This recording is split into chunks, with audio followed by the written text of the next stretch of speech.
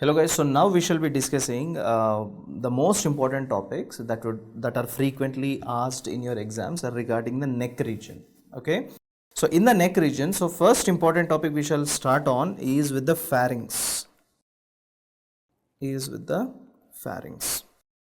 Now, if you look at the pharynx, what are the important things you need to know? So first of all, what is pharynx? So all of you just look here. Okay, so this is a picture of the pharynx here. You see three different colors over here. This is a picture of the pharynx. So what I will do is that first let me draw this picture over here and just tell you what are the different parts of the pharynx.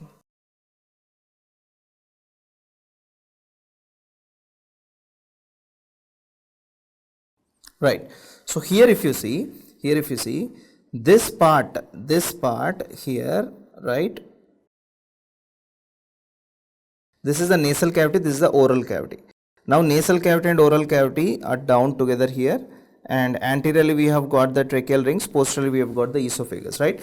So if you see here, this entire pharynx I am drawing it in three cases, I mean three different levels. So this part of the pharynx which I am highlighting it right now, this is called as the nasopharynx. Okay, and this part of the pharynx which you can see over here, this is called as oropharynx. Okay, we have got nasopharynx, oropharynx, and finally you see this part of the pharynx till the upper end of the esophagus, this is called as laryngopharynx. So what are the three different types of pharynx we have got? We have got one is called as a nasopharynx, oropharynx. Another one is your laryngopharynx. These are the three different types of pharynx we have got: nasopharynx, oropharynx, as well as laryngopharynx. Now if you look at the same picture over here, so this is called as your nasopharynx, this is called as your oropharynx, and this yellow color part you see, this part over here is called as your laryngopharynx, right? Or you call it as a hypopharynx. Nasopharynx, oropharynx, and hypopharynx. Okay. Now pharynx, what is the topography of the pharynx? What does basically pharynx do is that above the pharynx you see this is your nasal cavity, right? And till the upper end of the esophagus, in the sense down here you have got what do you have down over here? Down over here, continuing, you have got esophagus, you have got trachea in the front like this. Clear? What is this back part? This is all esophagus. So till the upper end of the esophagus, till here, this is a pharynx. So what is pharynx doing? See, this entire pharynx is connecting your nasal cavity with the esophagus. The connection between the nasal cavity and the esophagus is what? This connecting tube is what? Your pharynx. Okay. And if you see, pharynx ranges all the way from the base of the skull. You see, this is your base of the skull. Okay. So in this picture I can show it to you here. So let us say anterior cranial fossa, middle and posterior cranial fossa. So it means this is your base of the skull. So all the way from the base of the skull till where? All the way down till the cricoid cartilage, right? So you have got over here, let us say you have got over here the hyoid bone over here. You see, this is your hyoid bone. Just beneath the hyoid bone here you have got cricoid. Just beneath that you have got your thyroid cartilage over here, right? Just beneath the thyroid you have got what? This is your cricoid. So your pharynx is elevated all the way till the cricoid. Okay, and where is cricoid? Cricoid is at the level of C6. Okay. So all the way from the base of the skull till your cricoid cartilage, that is at the level of C6, you have got your pharynx over here. Okay. So these are the three important connections of your pharynx which you have over here. Okay. Now let me write down those points which I told you now before I proceed to the next important thing. Okay. So what did I tell you? Write along with me. What did I tell you? I told you that pharynx connects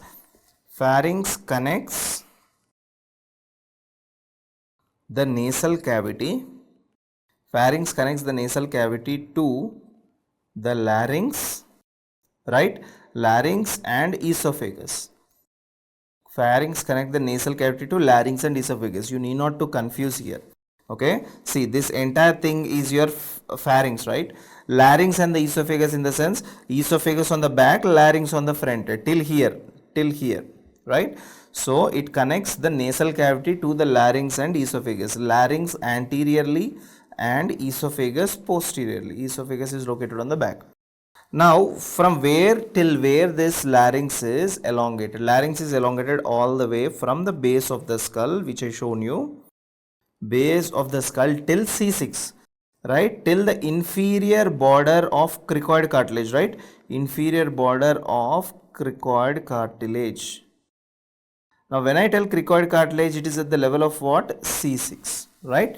And pharynx, as I already told you, divided into three parts: nasopharynx, oropharynx, laryngopharynx, or also called as your hypopharynx over here. Now, few important things you need to remember from this picture, that you see this part over here which is hanging down. This is not epiglottis, this is soft palate. Soft palate. Okay, and this part over here is called as epiglottis. This part over here is called as your epiglottis. That is soft palate, and this is epiglottis. If you look at this picture, let us discuss about the borders of the pharynx. Okay, pharynx has got a superior border. It is also having a inferior border. It is also having a anterior border, and it is also having a posterior border. So what are the borders of the pharynx? We have got the superior, inferior, anterior, and the posterior border. Now coming to the superior border. Okay. Now if I ask you, superior border of pharynx is made up of, superior border is this one, exactly here. So you might tell base of the brain. Yeah. But exactly speaking, particularly which part of the base of the brain? You see this? You see what is this particular bone over here? This is your sphenoid bone. Okay. So exactly speaking, the posterior part of the sphenoid bone. You see, the posterior part of the body of the sphenoid, that is forming the superior part. So superior part is formed by what? It is formed by the posterior part, right? Posterior part of what? Body of the sphenoid bone. Posterior part of the body of the sphenoid bone forms the superior border. Now coming to the inferior border. Now what did I tell you? Inferior border is at the level of cricoid. It will end at the level of cricoid, I told you. Cricoid is at the level of C6, right? So inferior border, I can also write this thing. Inferior border is till the upper part of esophagus. Upper part of esophagus. Upper part of esophagus. Larynx also I should write. And also cricoid cartilage, right? Cricoid cartilage, where at the level of C6. In the same way, anteriorly what do you have? Anteriorly what do I have? See, if this entire thing is a pharynx, anteriorly I have got nasal cavity, I have got oral cavity, I even have got larynx, that is your voice box, right? So anteriorly what are the important things I have got? Anteriorly I have got your nasal cavity. Nasal cavity is on the top, isn't it? Nasal cavity is on the top. Next I have got the oral cavity. Anteriorly I have also got the oral cavity, and down what do I have got? I have got larynx. So coming to the posterior border. Okay, so what is posterior border made up of? If you look at the posterior border, this is the posterior border. So in the posterior border what do you have? You have got vertebra like this, 1, 2, 3, all these vertebra are present, right? So which vertebra do you have over here? Till C6. Till C6 in the sense? Till C6 in the sense what? Only the cervical part of the vertebral column, right? So posteriorly you have got the cervical part of vertebral column. Cervical part of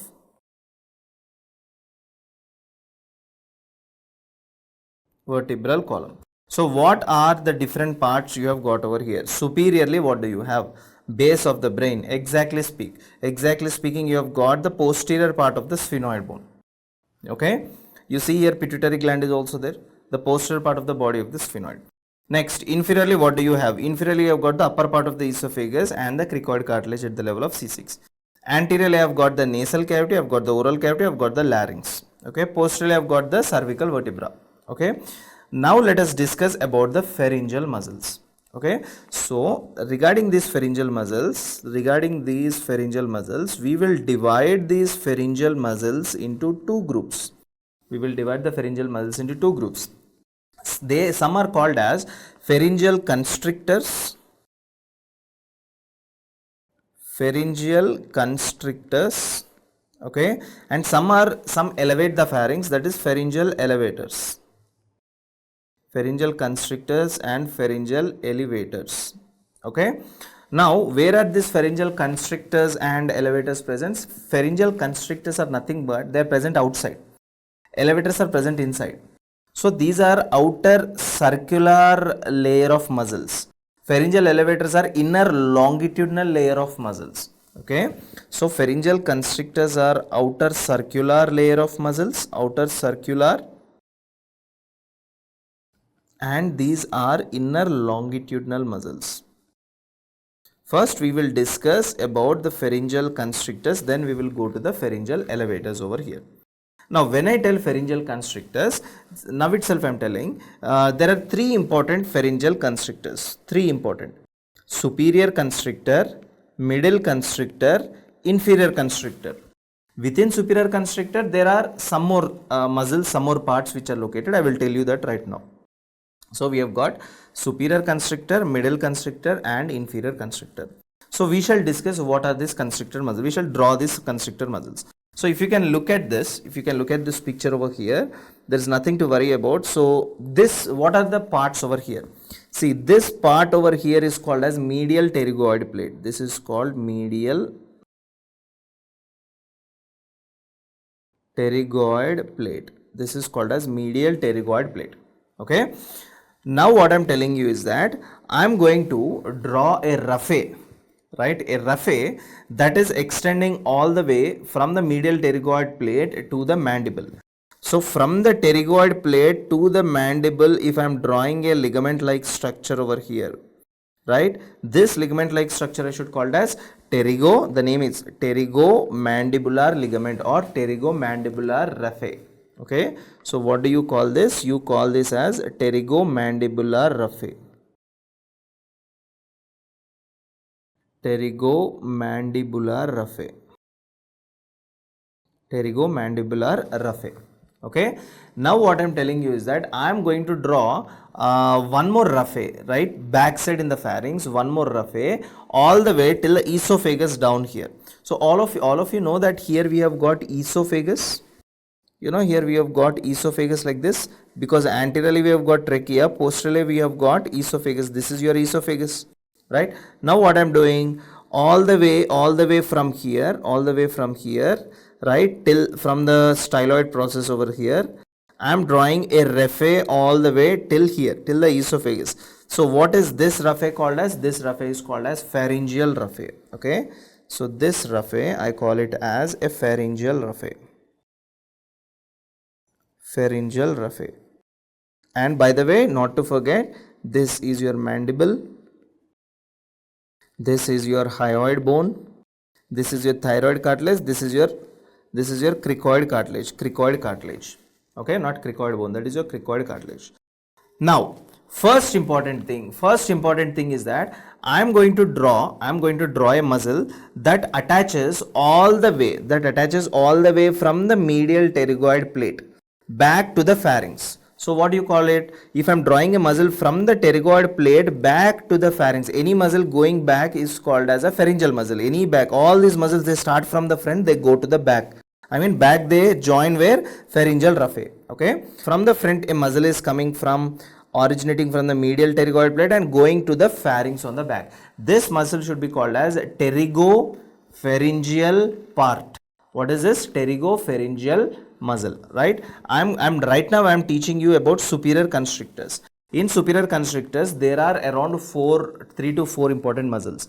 So 3 to 4 important parts, okay. The first part of this muscle is called as what is that?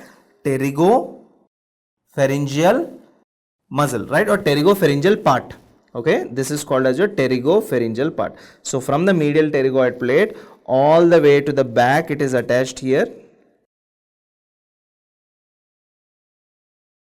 right. You see, this part of the muscle is called as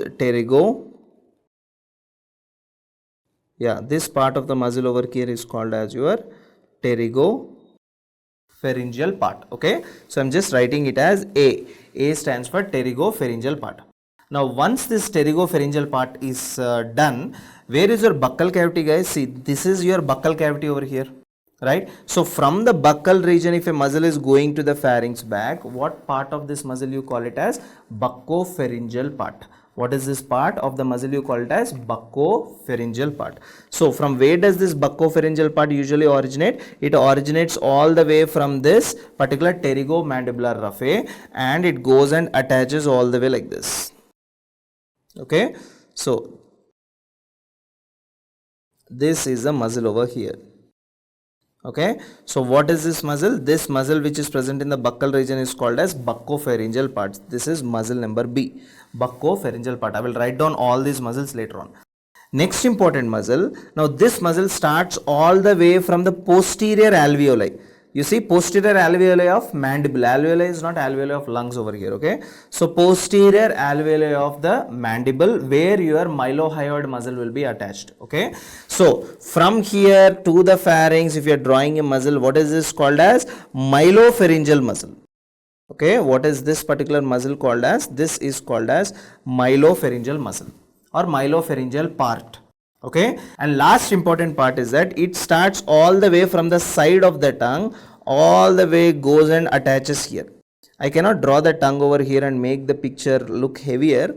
So this is a tongue, for example. See, this is the tongue over here. From the side of the tongue, you see a muscle, the pink color muscle going there, right? So this is called as glossopharyngeal part. So how many parts do we have, guys? Overall, we have got A, B, C, D. Okay, so we have got A, we have got, okay, let me write it down. We have got A, we have got B, we have got C, and we have got D. What is A called as? A from the medial pterygoid plate to the pharynx, that is called as pterygopharyngeal part. That is called as pterygopharyngeal part. Now after this pterygopharyngeal part, next in the buccal cavity to the pharynx you have got a muscle that is called as buccopharyngeal part. That is called as buccopharyngeal part. Pterygopharyngeal part, and you have got buccopharyngeal part. Next C is from the posterior alveoli to the pharynx you have got a muscle over here. This is called as myelopharyngeal part. What is this? Myelopharyngeal part. Myelopharyngeal part. Side of the tongue is your glossopharyngeal part.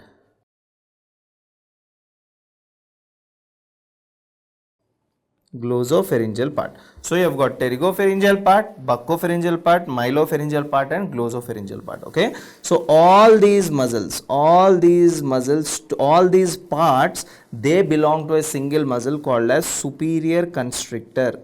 All these, they are called as superior constrictors. All of them together you call it as a superior constrictors.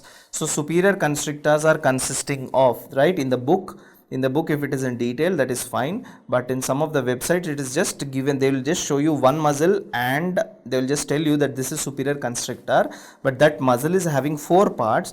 You need to see here pterygopalatine, buccopharyngeal, myelopharyngeal, as well as glossopharyngeal part. Okay, so these are the important parts of that muscle. Right, now I will also give you the mnemonic at the end, right? Once I finish up all the muscles, then I'll give you the mnemonic at the end. Now coming to the next important part. What is the next important part? The next important part over here is that, see, I am drawing one more ligament over here all the way from the styloid process to the hyoid bone. See, from the styloid process to the hyoid bone, this is called as stylohyoid ligament, right? So let me write it down. What is this ligament called as? Stylohyoid ligament. Okay, now what I am doing is that I am drawing another muscle that starts from the lower part of the stylohyoid ligament, and also what is this? See, here we have got greater horn and lesser horn of hyoid bone, and it also originates from the lesser horn of the hyoid bone. What is it? Lower part of stylohyoid ligament and lesser horn of your hyoid bone. So from here you come across a muscle like this, right? You see this muscle, right? So this muscle over here is called as chondropharyngeal part. What is this? This muscle over here is called as your chondropharyngeal part. And from the greater horn, whatever muscle is coming over here, greater horn of the hyoid bone, whatever muscle is coming, this is called ceratopharyngeal part. What is this? Ceratopharyngeal part. So what are these two parts over here again? E as well as F. What is E and F? E is called chondropharyngeal part. F is called ceratopharyngeal part. E originates from the lower part of your stylohyoid ligament and the lesser horn. From the remaining, the greater horn, the muscle that is arising over here is called as ceratopharyngeal part. So what is E and what is F over here? E is chondropharyngeal part and F is ceratopharyngeal part. E is chondropharyngeal and F is ceratopharyngeal. Okay. Now both of them together you call it as what? Both of them together you call it as middle constrictors. Both of them together you call it as middle constrictors. Okay. Both of them together you call it as middle constrictors. Next important thing is that you see another muscle all the way from the thyroid region to the pharynx. See, from the thyroid cartilage all the way to the pharynx, whatever muscle you can see over here, this is called as thyropharyngeus muscle. What is this muscle? This muscle over here is called as thyropharyngeus muscle. In the same way, from the cricoid cartilage you see another muscle that is going and attaching here, right? So this muscle is called as cricopharyngeus part. So here we have got G and here we have got H, right? So what is G over here? What is G over here? That is your thyropharyngeal part. Okay. And next you have got H, that is called as your cricopharyngeal part. Cricopharyngeal part. So thyropharyngeal and cricopharyngeal part together you call it as inferior constrictors. Inferior constrictors. So what are the different constrictors you have got? You have got superior constrictor, middle constrictor and inferior constrictor. In superior constrictors you have got four parts, right? From the medial pterygoid plate, pterygopharyngeal, in the buccal region, buccopharyngeal, from the posterior part of the mandible, myelopharyngeal, from side of the tongue, glossopharyngeal. Middle constrictors you have got chondro, cerato, right? Inferior from the thyroid cartilage, thyropharyngeal, and from the cricoid cartilage, that is cricopharyngeal. Now if you see carefully here, between the thyropharynges and cricopharynges, you actually can appreciate a very important triangle over here. Can you see a triangle over here which I am highlighting over here?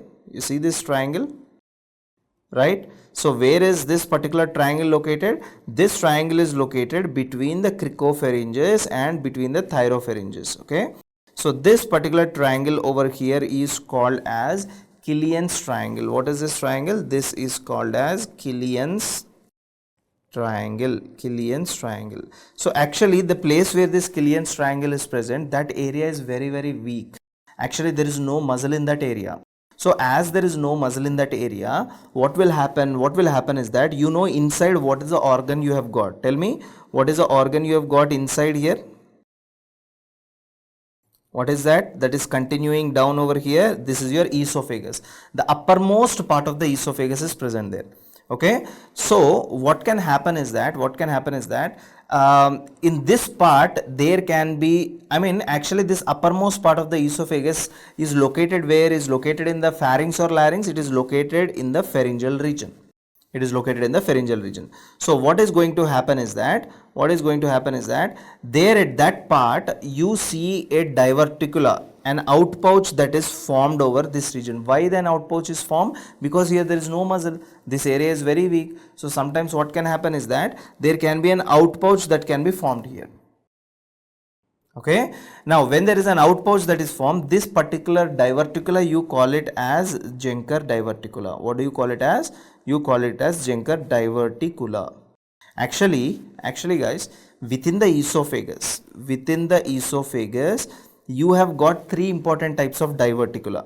Let us say if this is your entire esophagus, okay, I am dividing this entire esophagus into three parts. I am dividing it into three parts. So this upper part of the esophagus is called as a pharyngeal part of the esophagus. So if there is a diverticula over here, I call this diverticula as Jenker diverticula, or I call it as pharyngeal diverticula. Why? Because it is in the pharyngeal region.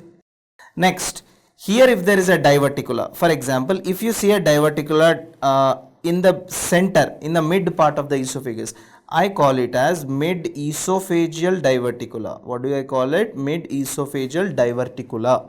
Okay, diverticula. For example, if there is a diverticula in the lower part, okay, what do I call it as? I call it as epinephric diverticula. Epinephric diverticula. So how many parts of esophageal diverticula you have got? You have got one is called as pharyngeal diverticula or Jenker diverticula, mid-esophageal diverticula, and epinephric diverticula. Actually, you need to remember that this particular pharyngeal diverticula and epinephric diverticula, they are called as false diverticula. False diverticula. And mid-esophageal diverticula is called as a true diverticula. Why they both are called as false diverticula? Because if you should call this as a diverticula, it should contain all the layers of that particular organ, right? So in this, why are you calling it as false? Because here you have got mucosa and submucosa only. You know, we have got innermost layer called as mucosa, right? Next you have got submucosa, next you have got muzzle layer, next you have got the last layer is serosa. These are the 4 different layers you have got in the intestine. If only mucosa and submucosa are present, right? And there is no muzzle layer. What do I mean by this? This pink color layer, let us say it is mucosa, okay? Outside this pink color layer, this blue color layer, let us say this is submucosa.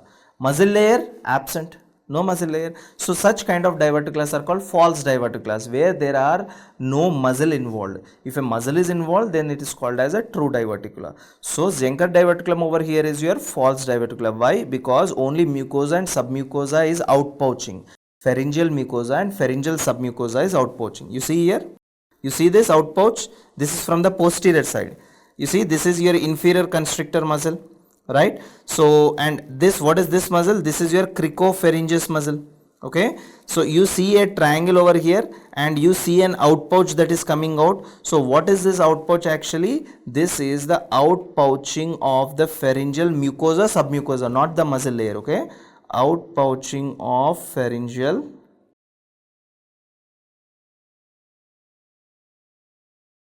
mucosa and submucosa, right? Pharyngeal mucosa and submucosa are outpouching here. So there is no muzzle layer, so it is called as a false diverticulum, right? It is not a true diverticulum, it is a false diverticulum. Clear all of you? So Jenker diverticulum is very important, and remember one thing, whenever a patient is having Jenker diverticulum, whenever he is swallowing any food, let us say this is the esophagus, the upper part of the esophagus, there is a Jenker diverticulum. Let us say whenever a patient is swallowing the food, there are chances that food can enter into this diverticula. As there is no muzzle, diverticula cannot contract. So when it cannot contract, it cannot throw back the food back into the esophagus. Yes or no? There is no muzzle in the Jenker diverticula, so it cannot contract. If it cannot contract, it cannot throw the food back into the esophagus. So what will happen? The food will stay here for a longer time. And whenever a patient is talking, there is a very, very bad smell coming out of the patient's mouth. Right? Now patient is telling, doctor, I brush daily, twice a day, but still whenever I talk, bad smell is coming out of my throat. What is the problem? So always and always listen to a patient. If a patient is complaining of halitosis, what is halitosis? Halitosis is bad breath. Bad breath, then you need to think of Jenker's diverticulum. Okay, then you need to think of Jenker's diverticulum. So these are the list of pharyngeal, what is this? These are the list of pharyngeal constrictors which we have discussed. Now let us discuss about. These are the list of pharyngeal constrictors which we have discussed. Now let us discuss about pharyngeal elevators. So now we shall be discussing regarding the pharyngeal elevators. Okay. So our topic will be now pharyngeal elevators. We have discussed about pharyngeal constrictors just now. We will discuss now about pharyngeal elevators. Now coming to this pharyngeal elevators, there are three important types of pharyngeal elevators. What are these three important types? So all of you just look over in this picture, right? Let us look at this picture. This is from the back, from the posterior view. Okay. First of all, before I show you about, discuss about these pharyngeal elevators, I'll just show you superior, middle and inferior constrictor over here. Okay. Now, from the posterior view, this is a posterior view over here. Okay. In this posterior view, you can see three important muscles. See here. This is called as superior constrictor muscle. Okay. This is called as middle constrictor muscle. Okay. This is called as your middle constrictor, and this is called as your inferior constrictor. Superior constrictor, middle constrictor as well as inferior constrictor. These are the three muscles. Okay. Now from the side also you can see these superior, middle and inferior, but not that clearly. One muscle you can see over. What is this? See, this is your superior pharyngeal constrictor muscle. Okay. And here you can see middle. See, this is your middle constrictor and this is your inferior constrictor. But that doesn't matter even if you can identify it or no. If you can identify from the posterior side, that is well and good. Okay.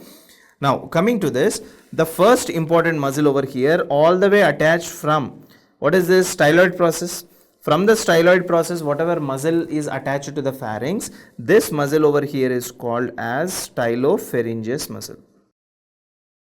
What is this? This is called as your stylopharyngeus muscle. After stylopharyngeus, from here if you see, you know that this is your hard palate. Back of the hard palate, what is this part? This is called as your soft palate. What is this? This is your soft palate. Hard palate, and this is your soft palate. Now, from the soft palate, you see a muscle that is coming down to the pharynx here. This muscle is called as palatopharyngeus. Palatopharyngeus. Palatopharyngeus muscle. So, what are the two muscles we discussed? One is called as your stylopharyngeus. Another one over here is called as your palatopharyngeus. Now, third muscle. What is this third muscle? If I zoom in, can you see a tube over here? You see this tube? This one? This is called as your eustachian tube. Okay. Actually, this is the posterior part of the eustachian tube. Attached to the posterior part of the eustachian tube, can you see this particular muscle over here? You see small string of muscle that is coming down, right? So, this particular muscle over here is called as salpingopharyngeus. What is this? Salpingopharyngeus. Salpingopharyngeus. So we have got three important types of muscles over here. What are these three important types of muscles? One from the styloid process to the pharynx, that is your stylopharyngeus. Stylopharyngeus. Next, from the palate, soft palate to the pharynx, palatopharyngeus. From the posterior, from the pharyngeal end of the eustachian tube or the posterior end of the eustachian tube, we have got salpingopharyngeus. Salpingopharyngeus. So salpingopharyngeus is from what? The posterior end or the pharyngeal end of the eustachian tube. Pharyngeal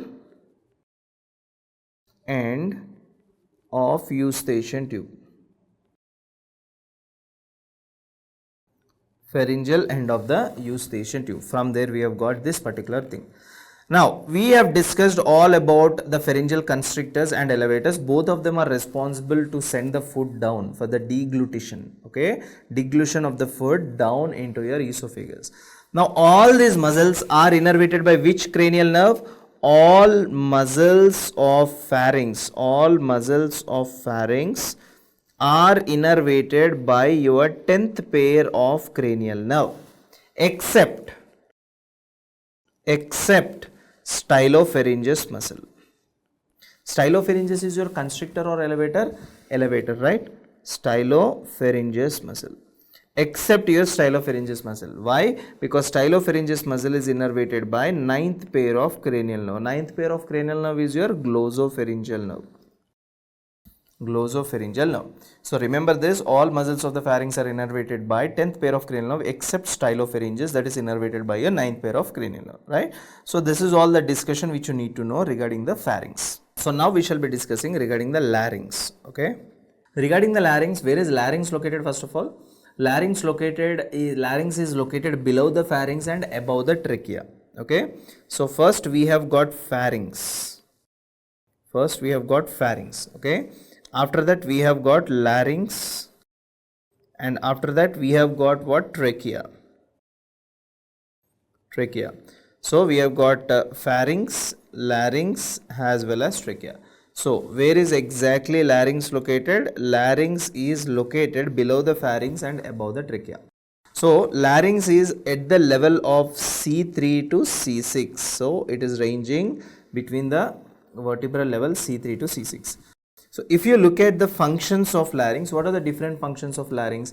Larynx is responsible. Larynx prevents aspiration, because whatever food you take into the esophagus, sometimes that can regurgitate up and get aspirated into the front part. Front you have got trachea, right? Inside that it can go. So larynx will prevent aspiration. Larynx will prevent the aspiration. Not only this, larynx will also produce sound. So you call it as phonation. Right? It also produces the sound, and it controls the ventilation. Larynx controls ventilation. And finally, larynx is responsible for the cough reflex. So these are the 4 main important functions of the larynx. So this entire part which you can see right now over here, this entire part over here is called as your larynx. Okay, so in the larynx there are different kinds of cartilages. Okay, so we shall write down all those things one by one. So first what we'll do is that here you have got some bones. What are these bones? Let us just look at it. So this bone over here, you call it as hyoid bone. This is called as hyoid bone. And this cartilage over here is called as thyroid cartilage. All these are the parts of larynx. Thyroid cartilage. Now this is a thyroid cartilage which you can see from the anterior view. Actually this is the anterior view. Which view is this? Anterior view. Next you have got another cartilage over here called as the cricoid cartilage. And finally you have got some rings called as a tracheal rings. Some rings over here called as your tracheal rings. Okay, so if you look at what are the different regions we have got within the larynx, so let us draw the picture and then discuss the different regions of the larynx over here.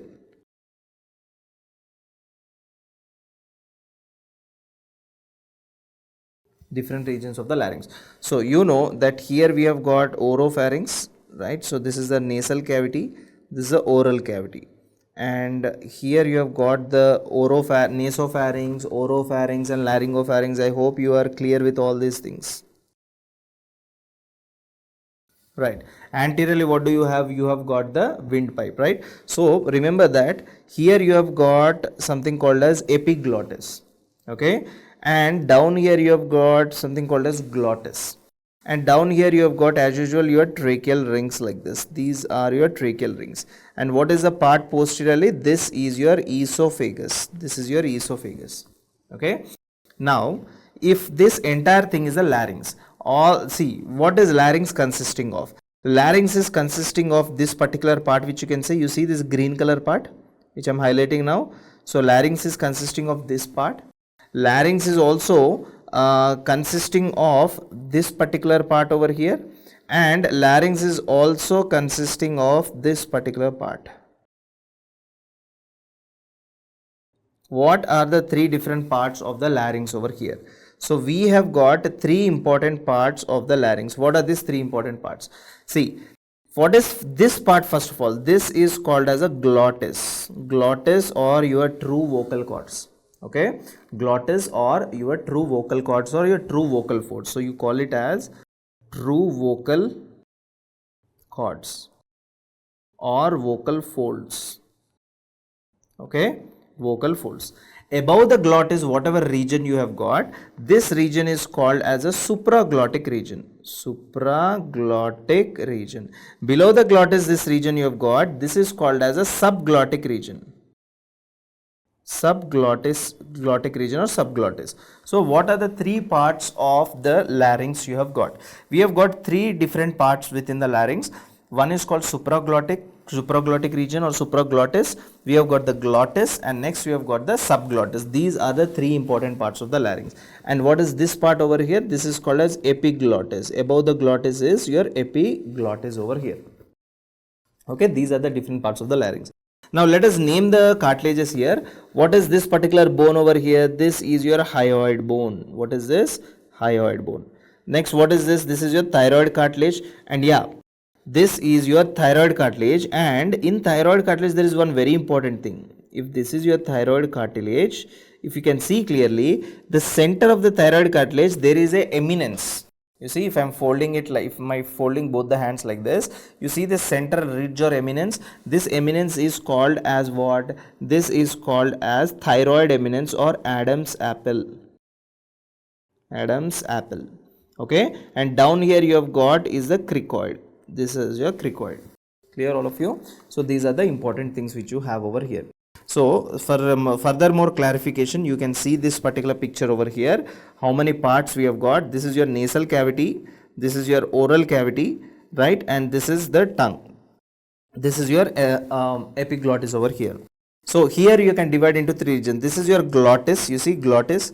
Above the glottis it is supraglottis, below the glottis it is subglottis. So these are the parts of the larynx. Same like pharynx we have got, you see, here we have got nasopharynx, here we have got oropharynx, here we have got laryngopharynx. The same way, this is your larynx and the three parts of the larynx over here, right? So let us look in another view, right? Let us look in another view. So this is basically the lateral view. So in the lateral view, and in this anterior view which you can see, no, this is from the posterior side. This is a posterior view and this is a lateral view. So in this lateral view you can see this is the base of the tongue, right? So laryngeal ventricle is also called as glottis. What is that called as? Glottis. Above that this part is called supraglottic space. Below that this part is called as subglottic space. Below the subglottic place you have got trachea. So this is also another kind of a revision which you can have over here. Okay, so these are the things. Now this picture I am leaving it for you, and now you will tell me where is supraglottis, where is glottis, and where is subglottis over here, right? But anyways, I am just telling you that if this part is glottis, this is your supraglottis, this is your subglottis. It is not that difficult to understand, I think, right? And by the way, you know this center part is called as your laryngeal ventricle or glottis. What is this? This is called as your laryngeal ventricle. Okay. Next important thing, can you see if I am zooming in the picture, can you see a fold on the top here, right? These two folds, right? These two folds are called as vestibular folds. What are they called? Vestibular folds. Can you see a fold on the bottom? These two folds are called as vocal cords, the true vocal cords, okay, or the vocal folds. So what I am telling you is that you can see folds on the top. These folds are called as vestibular folds, and these folds over here are called as vocal folds. Vocal folds. So the open space is your glottis. Clear? And by the way, this is your cricoid cartilage. Okay, and this is your hyoid bone. This is your hyoid bone, cricoid cartilage, and this is your thyroid cartilage over here. I don't think so this is difficult to remember. Right. So now what we will do is that we shall discuss first of all how many cartilages do you have. Okay, we will draw each one of them and I will also show you in a 3D animated image. So basically if you look at the cartilages which are located in the larynx, we have got unpaired cartilages, we have got paired cartilages. Okay, we have got unpaired cartilages, we have got paired cartilages. How many unpaired cartilages you have got? 3. How many unpaired you have got? We have got 3 unpaired cartilages. We have got 3 paid cartilages. So what are these unpaired and paid cartilages? First unpaired cartilage over here is your cricoid. Okay. Next you have got is the thyroid. Cricoid, thyroid. Next you have got is the epiglottis. Cricoid, thyroid and epiglottis. Paid cartilages you have got is the arytenoid. What do you have got? You have got the arytenoid. You have got the corniculate, arytenoid, corniculate, and you have got the cuneiform. cuneiform. These are the 3 paid cartilages. So we have got 3 unpaid cartilages, 3 paid cartilages. So all of you just look at this picture over here. This is, we discussed this. This is your thyroid cartilage which is unpaid. This is your cricoid cartilage which is unpaid, and you have got epiglottis also. So how can you see the epiglottis here? Can you see the epiglottis in this anterior view? What is this view? Anterior view. Can you see an epiglottis? No. Then how can you see the epiglottis? You can only look at the epiglottis from the posterior view clearly. Okay. For example, from the back, from the posterior side, if you see, this part over here is called as your cricoid cartilage. This is your cricoid cartilage. Now above the cricoid cartilage, you see 2 triangular shaped structures. These 2 triangular shaped structures are called as arytenoids. I will discuss all these things in a minute clearly. Right. Now where is your epiglottis over here located? See this one.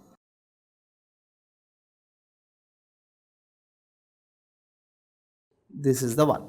Okay, and where is your thyroid cartilage? See, this is your thyroid cartilage. This is a picture from the posterior side, right? So from the posterior side, if you see this particular cartilage over here, this particular cartilage which you can see over here is called as your thyroid cartilage. Okay, so this cartilage over here is your thyroid cartilage. So I'm writing it down. So the name of this particular cartilage is your thyroid cartilage. And this is your epiglottis. How many epiglottis do you have? You have got only 1 epiglottis, 1 thyroid cartilage. And this is your cricoid. This is also 1. So what did I tell you? Thyroid, cricoid, epiglottis is 1. Okay. Coming to arytenoids. See, these 2 triangular shaped cartilages are called as arytenoids. These 2 triangular shaped cartilages are called as arytenoids. Next important thing is that this is called as corniculate, and the upper 2 are called as cuneiform cartilages. So cuneiform as well as corniculate cartilages. So cuneiform, corniculate, see cuneiform, corniculate and arytenoid. So all these cartilages are paid. So how many cartilages we have got over here? We have got paid cartilages, we have got unpaid cartilages also.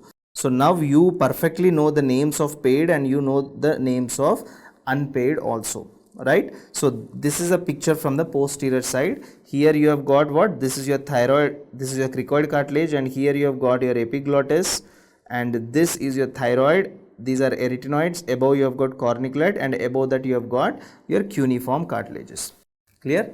So these are the important things which you need to know. Now let us look the same cartilages in another view.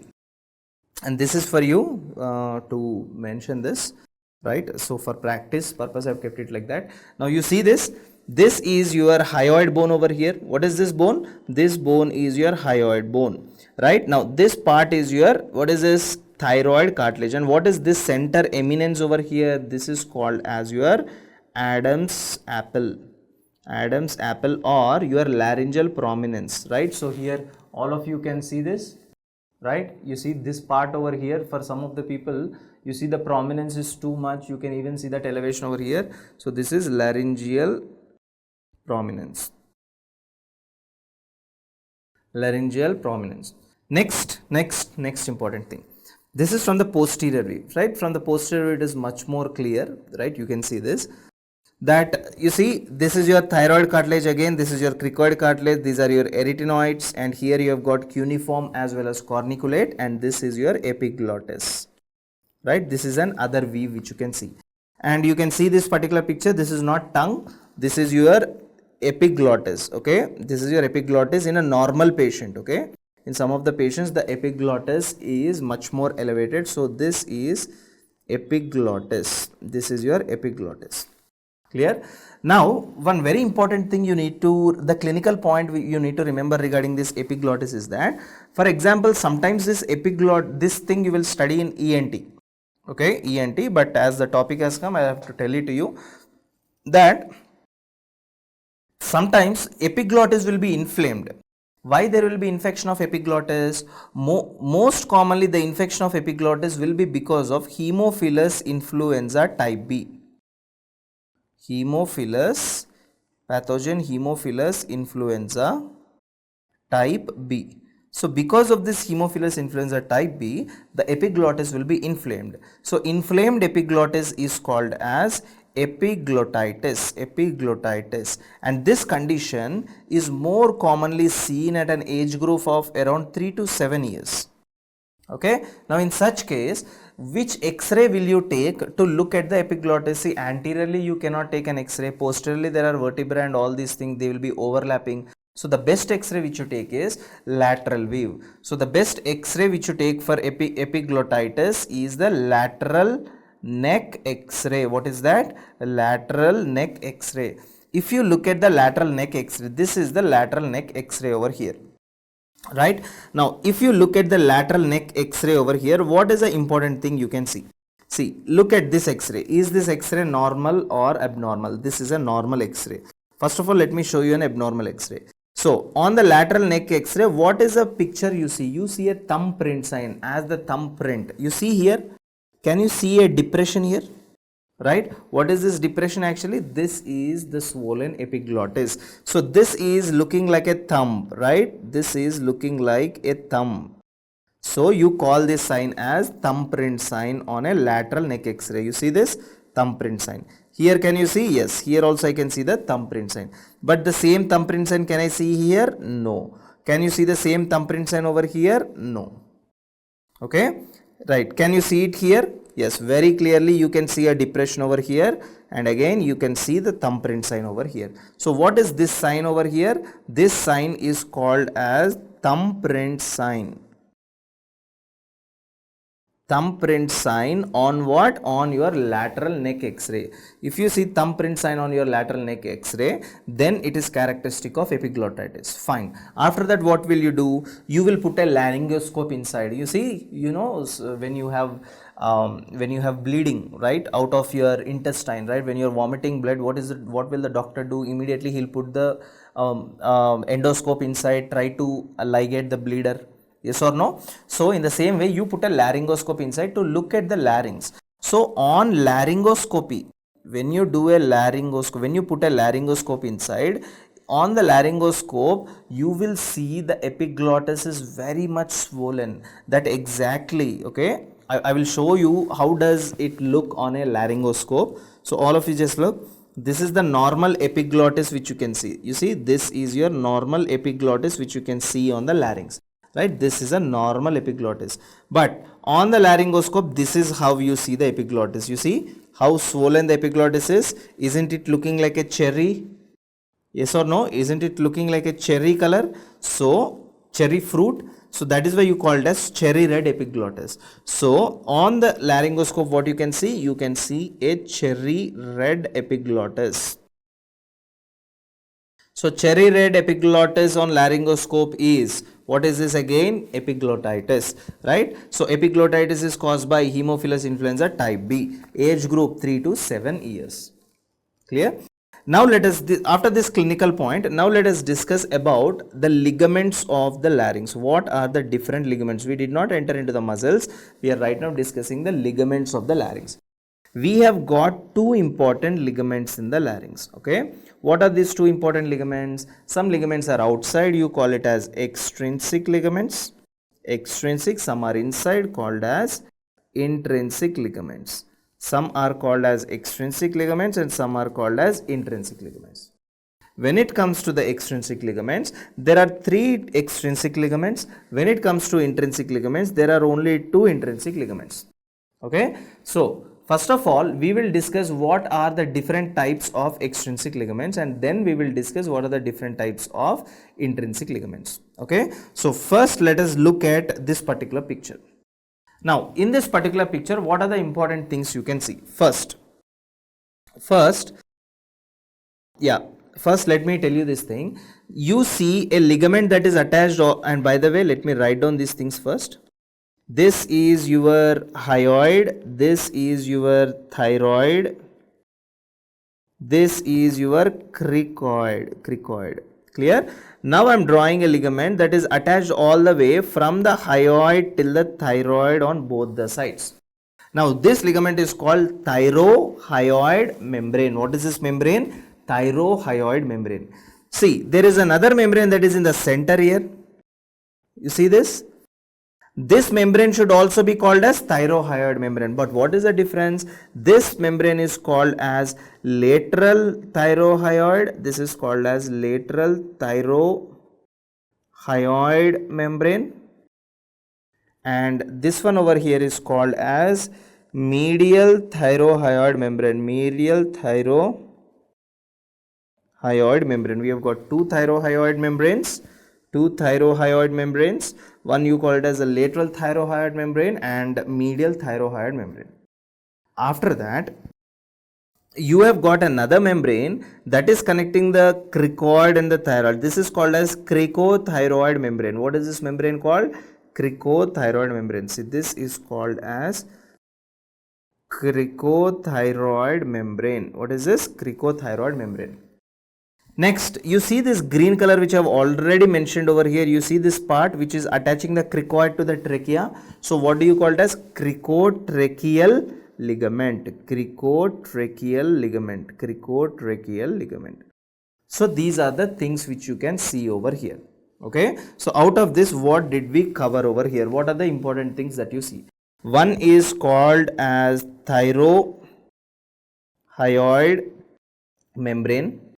Another one is called as cricotracheal ligament, and third one is called as hyoepiglottic. I will show that later on. Hyoepiglottic. Hyo in the sense below the epiglottis, the ligament is hyoepiglottic. Hyoepiglottic ligament. Okay, so these are the membranes and ligaments of the extrinsic part.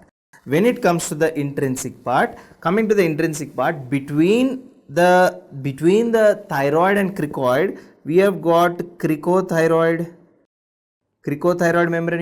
You see this here. We have got cricothyroid membrane. What is that? That is your intrinsic part. And now I will tell you about quadrangular membrane. I will tell you that in a minute. Okay, quadrangular membrane. So out of this, what pictures you have seen? You have seen thyrohyoid, you have seen cricotracheal, you have seen cricothyroid. Remaining two I will show it to you at the end. Okay, right. Let us look at this particular picture over here. What are the important things you can see over here? What are the important things you can see is that, see here, this is your hyoid bone, all of you know, right? This is your hyoid, this is your thyroid cartilage. Now what might be this membrane? This membrane is called as your, what is this? Thyrohyoid ligament. What is this? Thyrohyoid, because it is attached. You see, this membrane is called as your thyrohyoid membrane or thyrohyoid ligament. Now this is in the center, so I have to call it as median or lateral. That is your median, not L also, that is median. Now here also you can see this yellow color line here. You see this yellow color line connecting, what is this again? This is your hyoid and down is your thyroid. Again, what you called as thyrohyoid membrane, right, or thyrohyoid ligament. So this thyrohyoid ligament is medial or lateral? Lateral. So you call it as lateral thyrohyoid ligament. Okay, lateral thyrohyoid ligament. Next important thing, look at this particular thing. What is this? This is your epiglottis.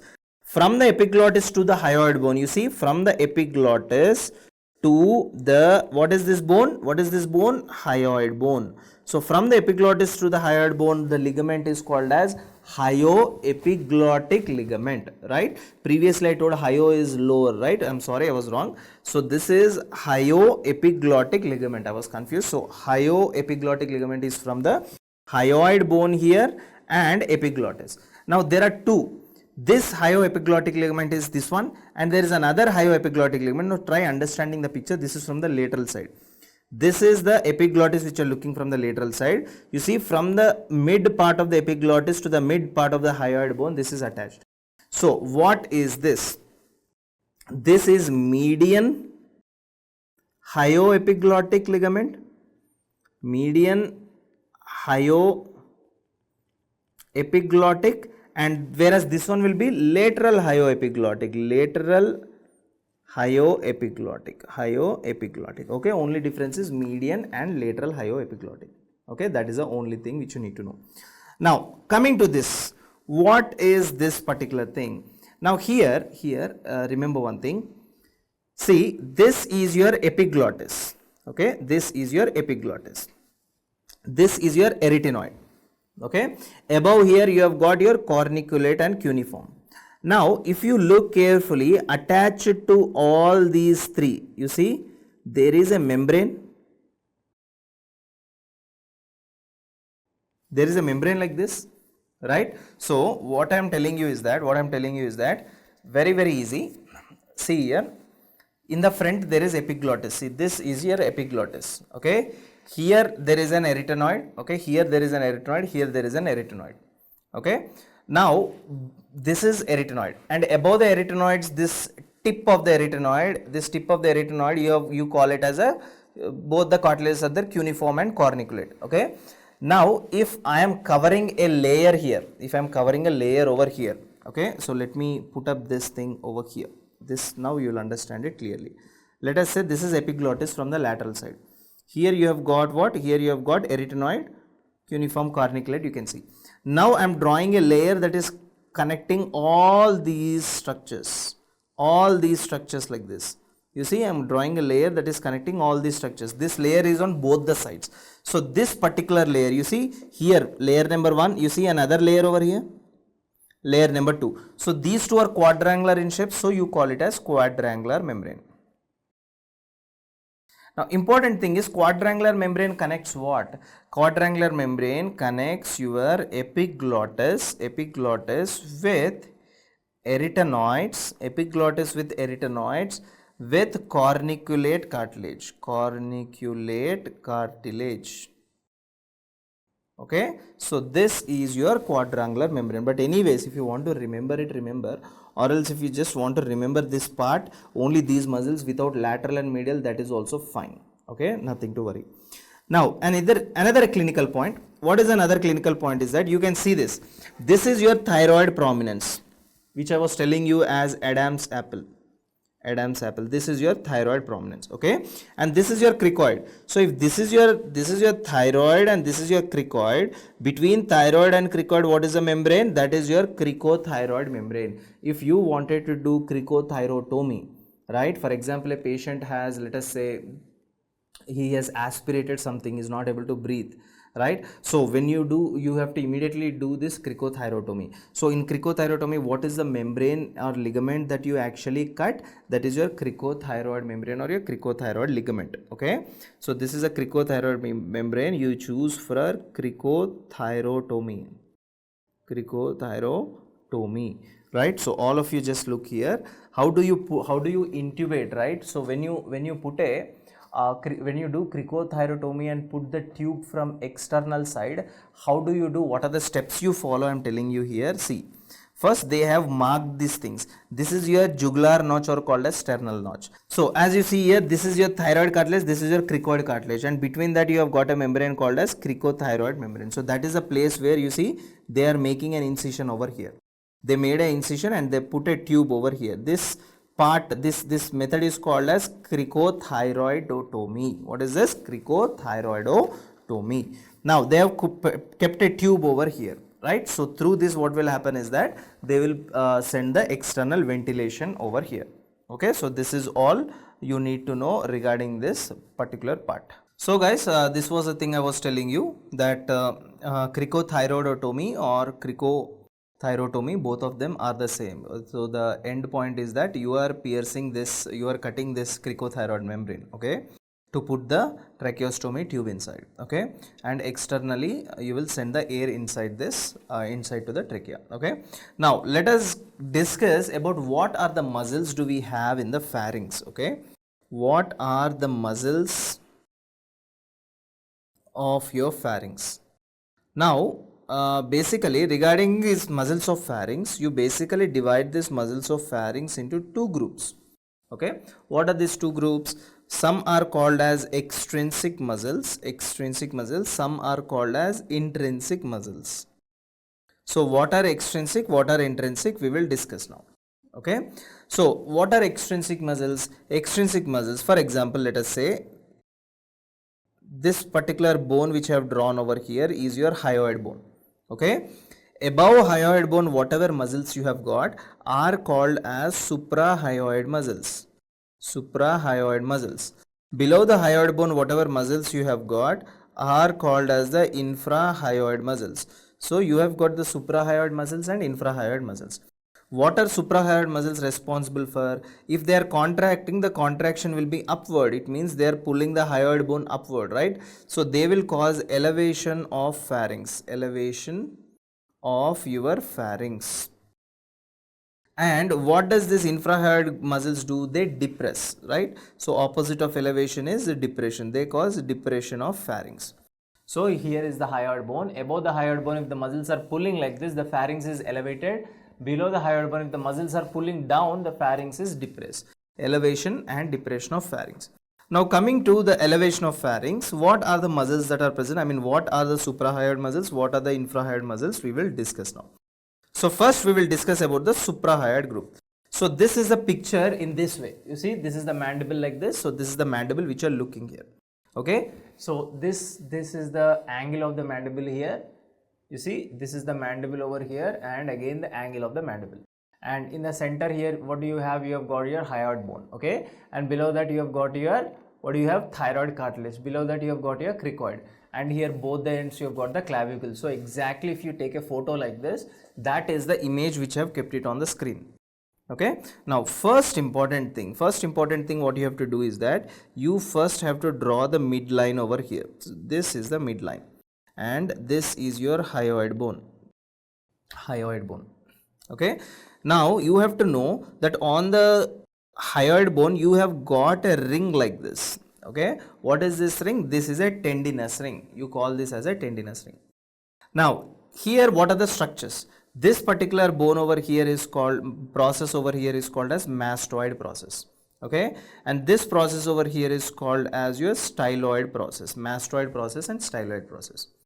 Now first I am drawing a muscle, just look here. Now this muscle starts all the way from the mastoid process and this muscle is coming all the way down like this. Okay. So this is a muscle that is coming all the way down in this way, and basically this muscle, as I already just now told you, that this muscle is having a tendinous ring. With the help of tendinous ring you see another belly of muscle that is going and all the way attaching to your lower surface of your mandible. So this particular muscle is having two important segments. So what are these two important segments you have got over here? This is called as segment A, or this is called as part A. This is called as part B. Instead of writing part A and part B, what we will do is that, see, this muscle is located all the way from here, you see, from here all the way this muscle comes and attaches to your hyoid bone here. And from here you see another part is going all the way and attaching to your mastoid here, right? So this part from the lower surface of the mandible which is attaching to the hyoid bone is the anterior part, because you can see from the anterior end. And from here whatever muscle is going and attaching to the mastoid process is the posterior part. So this is the anterior belly of the muscle, this is a posterior belly of the muscle. And by the way, what is the name of this muscle? This is called as diagastric muscle. So you have got two bellies in the digastric, anterior belly as well as what? Posterior belly. Okay, so these muscles are present on both the sides. Okay, so that is why I am not drawing onto the opposite side. I'll just draw. Okay, let me fastly draw then. So this is a muscle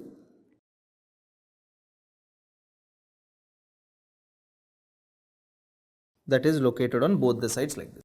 Now after this muscle, the next important muscle you have is here, just beneath the mandible all the way down till the hyoid.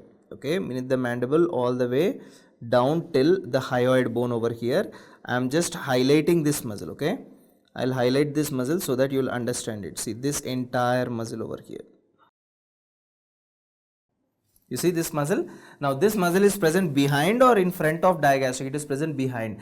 This is called as mylohyoid muscle. What is the name of this muscle? This muscle is called as mylohyoid muscle. Okay, so this particular muscle over here, you call it as mylohyoid muscle. Mylohyoid muscle.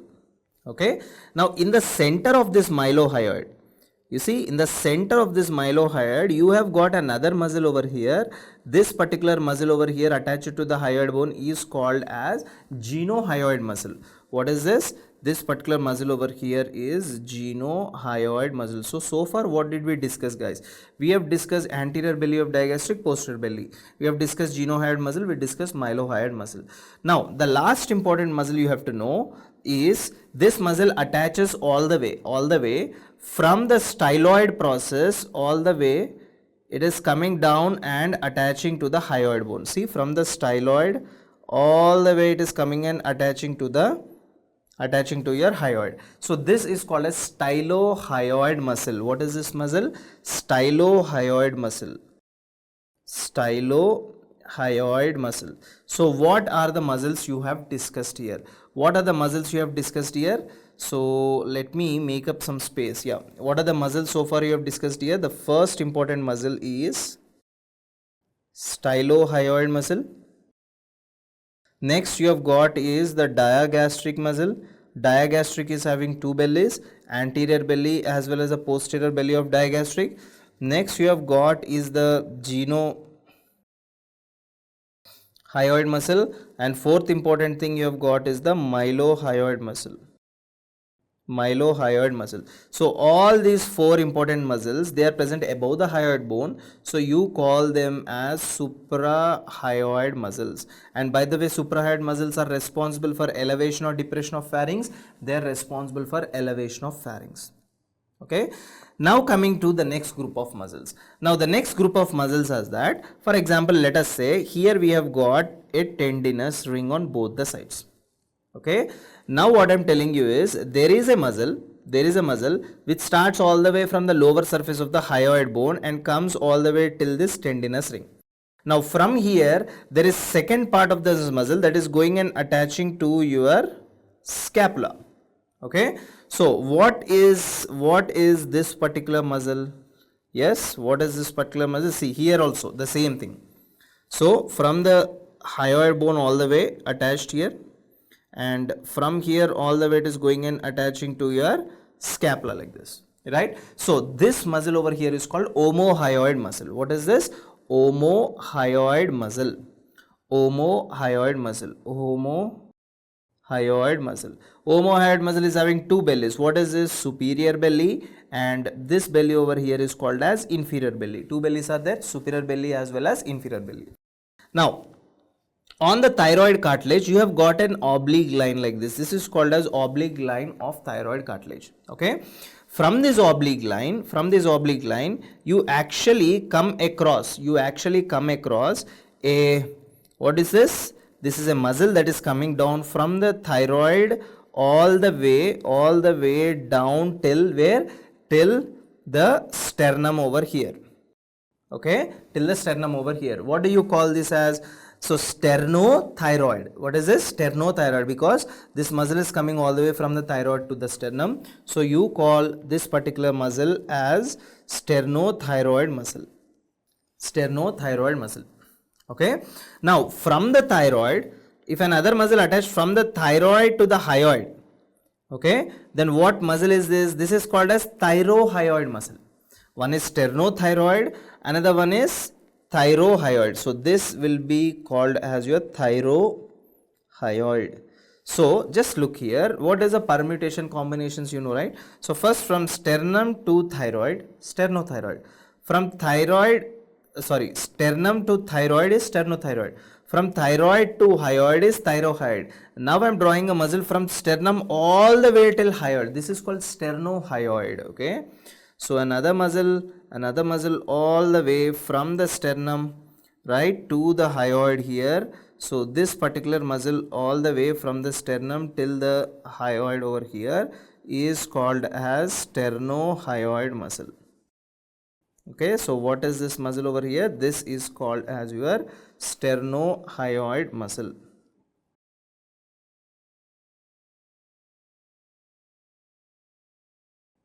This muscle over here is called as sternohyoid muscle. Okay, so what are the different muscles we have got? We have got a suprahyoid group, we have got the infrahyoid group. Suprahyoid group muscles we have already discussed. Now coming to the infrahyoid group. In the infrahyoid group, what are the muscles you have to discuss over here? What is the first muscle? First muscle is omohyoid, right? First muscle is omohyoid group. Omohyoid is having two bellies, superior belly, inferior belly, whereas digastric was having anterior belly and posterior belly.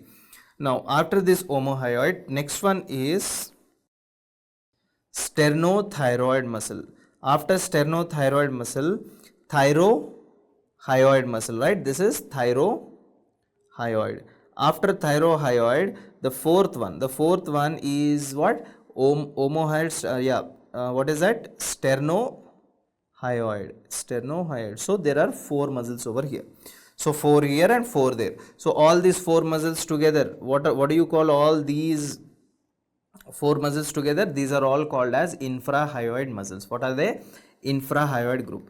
So all of them are called as infrahyoid,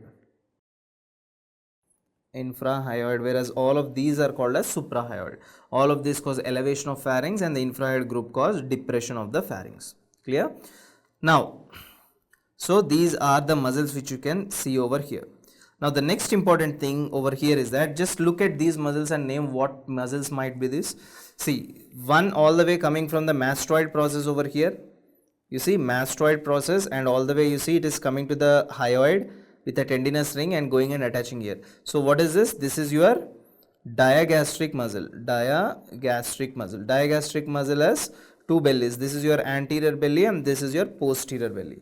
And what is this muscle over here? This is called as your mylohyoid muscle. What is this? Mylohyoid muscle. Okay. Now after this mylohyoid, what is this part over here? Yes, after mylohyoid, what is this part over here? See, this is the superior mylohyoid.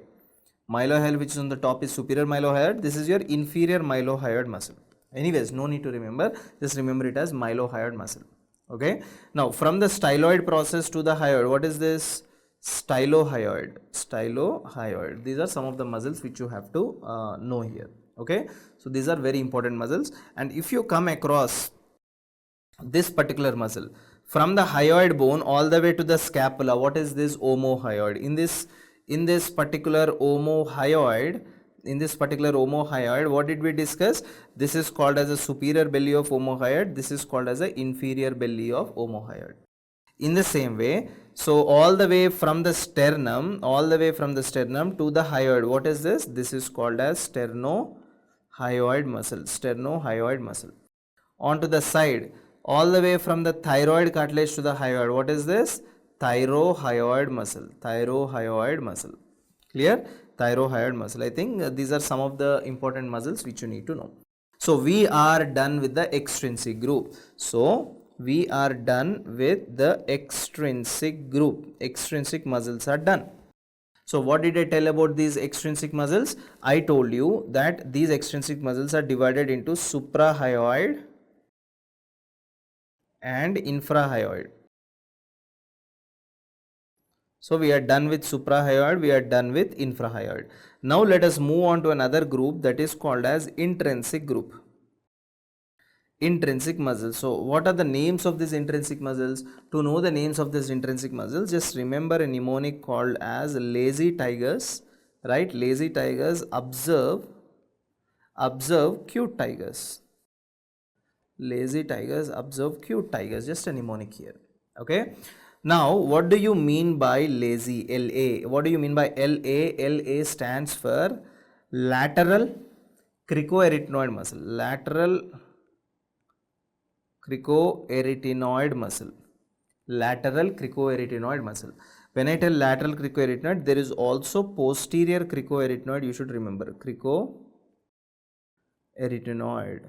Okay, there is also posterior cricoarytenoid. In the same way, what do you mean by T? T stands for transverse arytenoid.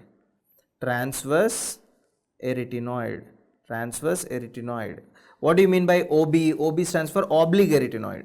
Oblique arytenoids. Okay, oblique arytenoids. Next, what do you mean by C? C stands for cricothyroid muscle.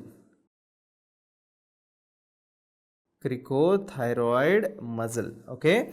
What do you mean by again T? Thyroarytenoid. Again, this is thyroarytenoid muscle over here. So all these muscles which I have given you the list, okay, so 1 2 3 4 5 6, all these 6 muscles over here, they are called as the intrinsic muscles. Out of all these intrinsic muscles, you should remember one thing, very important point, that the posterior cricoarytenoid muscle, whatever is there, right, this particular posterior cricoarytenoid is responsible for abduction of vocal cords.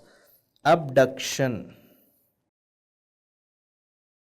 of vocal cords, whereas the remaining muscles from lateral all the way till the thyroarytenoid, from lateral all the way till the cricoarytenoid muscle, these are responsible for adduction of vocal cords. One is abduction of vocal cords, one is adduction of vocal cords.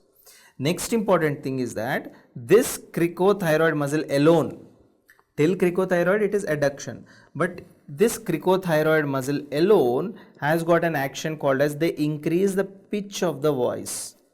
This is responsible to increase the pitch of the voice. It means if this muscle is paralyzed, there is no high pitch of the voice, okay, whereas thyroarytenoid muscle, whatever is there, they decrease the pitch of the voice. So one is they increase the pitch of the voice, another one is they decrease the pitch of the voice, okay. Now let us look at these muscles. So all of you just look at these two muscles over here. You see this muscle, right? So what is this muscle over here? And first of all, tell me, what is this cartilage? This is cricoid cartilage. This is arytenoid cartilage. So from the cricoid to arytenoid, you see a muscle. What is this? Cricoarytenoid. It is located on the back. So what should I call it as? Posterior cricoarytenoid. This is your posterior cricoarytenoid muscle. Okay. After posterior cricoarytenoid, we have got, you see this particular muscle over here. What is this? This is posterior. Just side to posterior we called as lateral. So this is called as lateral cricoarytenoid. Okay, lateral cricoarytenoid. Next, look at the fibers here.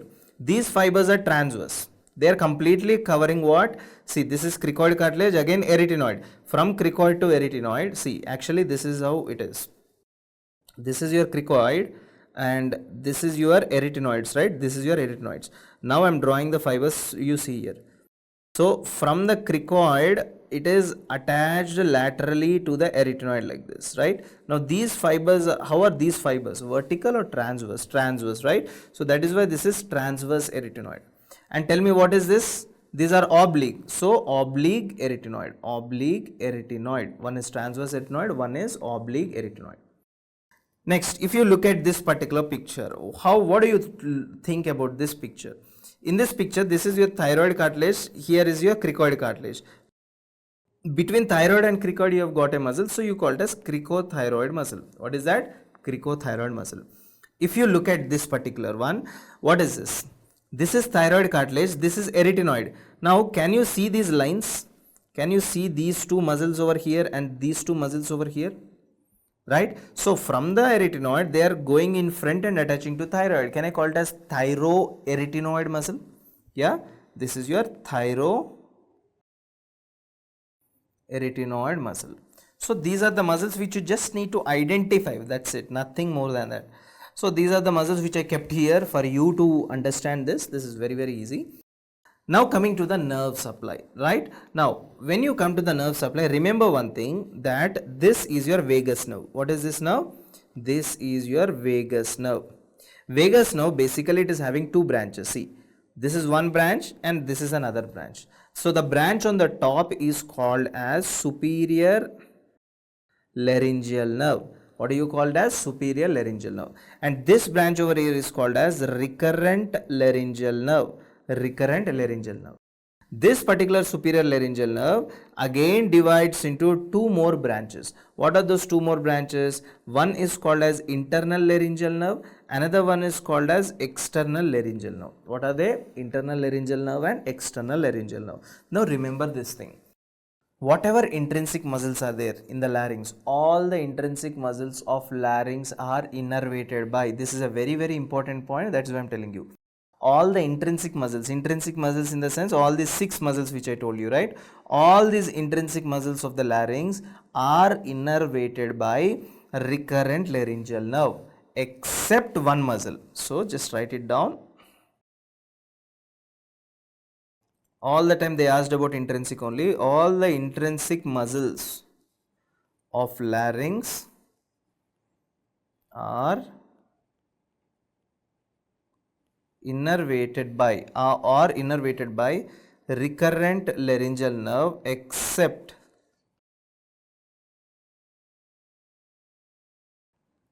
cricothyroid muscle. Except what? Cricothyroid muscle. Why? Because this particular cricothyroid muscle was innervated by what? External branch of superior laryngeal nerve. Where is superior laryngeal nerve? This one. Here, where is the external branch? This one. Okay, cricothyroid muscle is innervated by external branch of what is that? Superior laryngeal nerve. For example, see, recurrent laryngeal nerve is on the right side. If this is right vagus nerve, it will be on the left side also, right? If only one side recurrent laryngeal nerve is damaged, you call it as unilateral recurrent laryngeal nerve injury. So when there is unilateral recurrent laryngeal nerve injury, what will happen? Patient will have only hoarseness of voice. Okay, when these nerves will be damaged, usually during a thyroid surgery. If a patient is having a thyroid cancer or whatever it is, so when you are doing thyroid surgery, these nerves are located very near to the thyroid gland. So if by mistake if you cut one nerve, that would lead to what? Hoarseness of voice. For example, if the patient is having bilateral recurrent laryngeal nerve injury, what will happen? Completely patient will lose the voice. Okay, so what will happen? The vocal cords whatever are there, they will collapse. There is collapse of vocal cords. So when there is collapse of vocal cords, when the vocal cords are collapsed, see, vocal cords are kept open with the help of all these intrinsic muscles. If these intrinsic muscles are paralyzed, vocal cords are collapsed. If these vocal cords are collapsed, what is going to happen? See, this is how it is going to be. These are the two vocal cords. Okay, so this is these vocal cords here are supplied by right recurrent laryngeal nerve, left recurrent laryngeal nerve. One laryngeal nerve is damaged, right recurrent laryngeal nerve is damaged. What will happen? This side is collapsed. When this side is collapsed, still one side is open. But tell me, while the patient is talking, while both the vocal cords are open, then the voice will be clear, or when only one vocal, when the lumen is very narrow, then the voice will be clear. Obviously, when the lumen is wide, as the vocal cords keep on contracting and relaxing like that, because of these air changes, there will be voice that will be produced, right? So if one side it is collapsed, the opening is very narrow, so through this narrow opening the air goes and comes inside, leading to hoarseness of voice. So the unilateral recurrent laryngeal nerve injury will lead to the hoarseness of voice, whereas bilateral will lead to collapse. Once the vocal cords collapse, do you think the air can enter inside? No. So immediately what you need to do? You need to do a tracheostomy. Okay, you need to do the tracheostomy procedure over here. So this is one of the very important thing you have to understand. So now we shall be discussing the blood supply of the head. Okay. So in the neuroanatomy we discussed about internal carotid artery, because that is going inside and supplying to the brain. So now we will discuss about external carotid artery, because that supplies to the external surface. Okay. So our topic of discussion would be regarding the external carotid artery. So within this external carotid artery itself, we shall also discuss the branches of facial artery. Instead of discussing the facial artery separately, we will discuss the branch of facial artery here itself. Okay. So in a single picture, we shall discuss all these things. So let us start from the basics. Let us say this is your heart. Okay, this is your heart. Now, what are the important things you need to figure out here? For example, this is your aorta over here. Now this is your arch of aorta. Okay, I hope you know all these things, right? So this is your arch of aorta and this is your descending part of the aorta. So there are some openings here, here and here. Let us say that this particular artery which I am drawing is your brachiocephalic trunk. Brachiocephalic trunk is divided into, one is called as right subclavian artery over here, another one is called as your common carotid artery. Right subclavian and common carotid artery. This common carotid, and on the left side we have got left common carotid. One is right common carotid, another one is left common carotid. Here we have got left subclavian artery. What is this? Left subclavian artery. So this common carotid artery on the left and right are divided into, again, one is called external carotid artery, one is called as internal carotid artery. Here also one is called internal carotid artery, one is called as external carotid artery. Okay, so what are the branches over here? We have got the right subclavian artery, we have got the left subclavian artery. Okay, we have got the right common carotid artery, we have got the left common carotid artery. We have got the external carotid artery here, external carotid artery, and we have got the internal carotid artery. Here also we have got the internal carotid artery. Okay, now we shall discuss the branches of external carotid artery over here. So all of you just look at, this is the same picture I've been drawing again and again. So here is your hyoid bone, and this is your thyroid cartilage, and this is your cricoid. And all of you should know that between the cricoid and the thyroid, the membrane which I am drawing right now is your cricothyroid membrane. I hope all of you know this membrane. This is your cricothyroid membrane. Okay, cricothyroid membrane. In the same way, the membrane which I am drawing between the thyroid as well as the hyoid is called as a thyrohyoid membrane. What is this? Thyrohyoid membrane. And remember one thing, that here you have got a gland. What is this gland over here? This is called as your thyroid gland.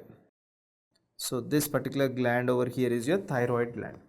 Okay, so before I draw all these important structures, first of all I have to draw some muscles over here.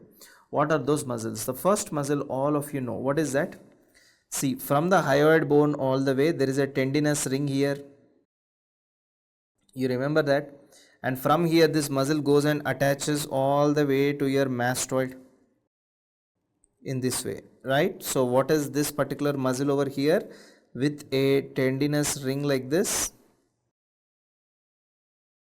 right? This is called as, what is this? This is called as diagastric muscle. Okay, so this particular muscle over here is called as diagastric. And by the way, diagastric is having how many how many bellies? Two bellies, anterior belly, posterior belly. We just talked about it. Next, another important thing is that from the mastoid you have got another muscle that is coming down like this. Okay, so can you guess the name of this particular muscle that is coming down? Attaching to this muscle is attaching to your sternum as well as your clavicle. What is this? Sternocleidomastoid muscle. Yes, because it is attaching to the sternum one side, cleido matlab clavicle on the other side, mastoid in the sense to the mastoid process. This is your sternocleidomastoid. And now I am telling you another muscle. This is called as the superior belly of your omohyoid muscle. What is this? We have got omohyoid with two bellies, right? Superior belly and inferior belly. Let us say this is the superior belly of your omohyoid. Okay, right. So what are the branches over here? First, again, let us start from the base. So here, this one over here is your internal carotid artery, and this is your external carotid artery. So this particular external carotid artery, this is external carotid artery. Okay, now this particular external carotid artery, now it is ascending up. You see, this external carotid artery is now ascending up like this, and this external carotid artery will now enter into your carotid triangle like this. Okay, once after entering into your carotid triangle, this external carotid artery is coming out of the carotid triangle. Once after it will come out of the carotid triangle, it will stop here. Now from here there is one branch of this one branch that is going up like this, you see, and supplying, this branch is supplying to which region over here? What is this particular region called as? This region is called as temporal region. So this branch is supplying your temporal region. And where is this artery present? This artery is present behind the mandible in front of the ear. So you see, this is your mandible, this is your acoustic meatus. So behind the mandible in front of ear, it means exactly here. If you want, you can palpate. You can feel the pulsations of one artery exactly if you put your fingers here, right? So this particular artery, let us put it as artery number 1. Okay, artery number 1, and this artery number 1 is superficial. Only then you can palpate, yes or no? Superficial, where it is located in the temporal region.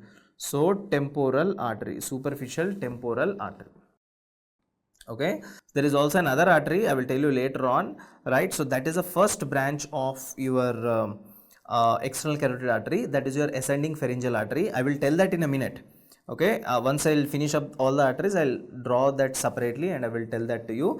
But for now, just look at the arteries, whatever I am drawing it here. Okay, one by one. There is no first, there is no second here. You just need to remember the names of the arteries over here. Okay, so after this, and by the way, why this canal is called as, what is this triangle? Can you see a triangle over here?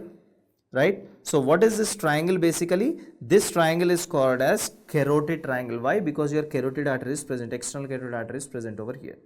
Right? And this carotid triangle is having borders. What are the borders? You have got sternocleidomastoid muscle, you have got posterior belly of omohyoid, you have got posterior belly of digastric, and superior belly of omohyoid. All these three together will make up what? Will make up a triangle over here. So this triangle is called as your carotid triangle. This triangle over here is called as carotid triangle. Okay, we will discuss about the triangles after this, where we will discuss all the different details of the triangle. Now the second important artery which you need to know over here. Now this artery is also a branch here. You see here, this artery is coming from this external carotid artery. Right?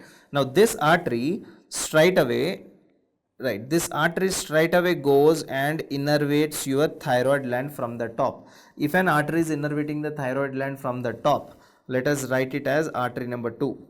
Artery number 2 is innervating the thyroid gland from the top. So superior, from the superior side it is innervating, right? It is supplying. So this is called superior thyroid artery. Artery number 2 over here is your superior thyroid artery. What is this? This is your superior thyroid artery.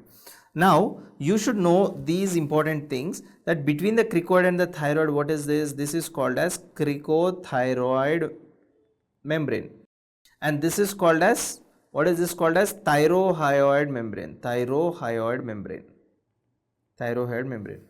Now look at these arteries. Now one artery is supplying, this is called superior thyroid artery. Superior thyroid artery is having some branches. What is the first branch? Now this branch goes and enters inside your cricothyroid membrane. So you call this artery as cricothyroid artery. Next, it also supplies to your thyrohyoid membrane. So you call this artery as thyrohyoid artery. Okay, and third artery is, it goes just below your hyoid bone. If the artery is passing just beneath the hyoid bone, it is called as infrahyoid artery. So what are the three other branches within this? What are the three branches within this? We have got, one is called as the cricothyroid artery. We have got the thyrohyoid artery. We have got the infrahyoid artery.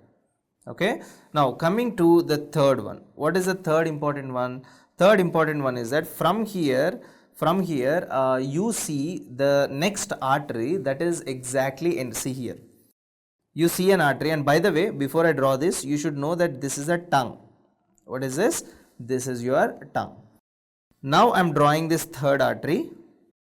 Now this third artery is entering inside the face over here, and this artery is divided into three branches. See here, one branch is supplying the top of the tongue, one is supplying to the lower part of the tongue, and one is supplying deep in the center of the tongue.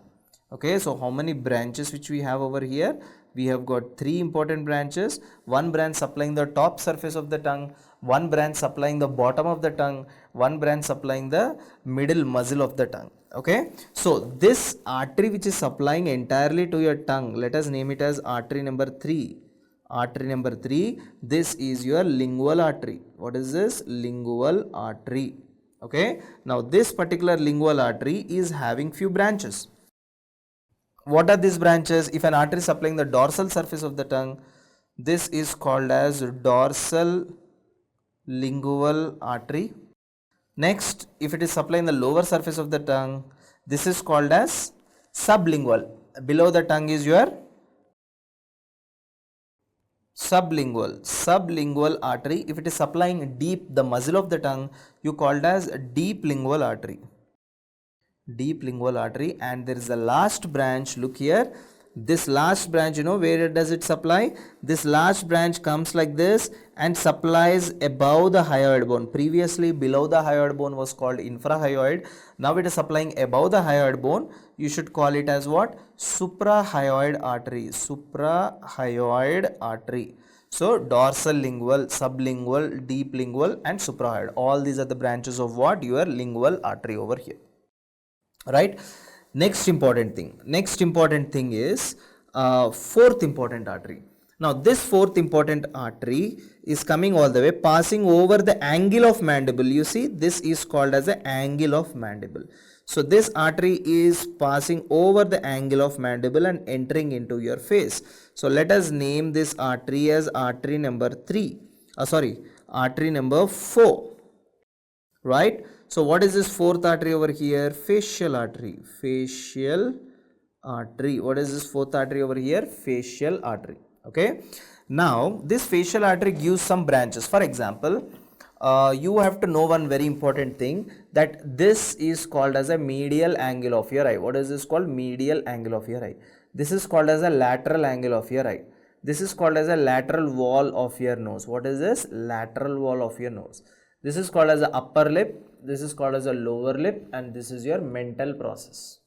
Once again, this is called as a medial angle of your eye, this is called as a lateral angle of your eye, this is called as the lateral wall of the nose, है ना? Lateral walls of the nose, this is your upper lip, this is your lower lip, and this is your mental process. Okay, mental process. So what are the arteries that are innervating these regions over here? For example, and by the way, did I name this artery? Yes, facial artery. So one branch, let me use these branches with the green, okay, so that it would be easy to identify. So one branch supplies, let it come all the way here. Yeah, one branch supplies your medial angle of the eye. One branch supplies your medial angle of the eye. You call this artery as medial angular artery. What do you call as? Medial angular artery. One branch supplies to the lateral wall of the nose. You call it as lateral nasal artery. What is this? Lateral nasal artery. One branch supplies to the upper lip.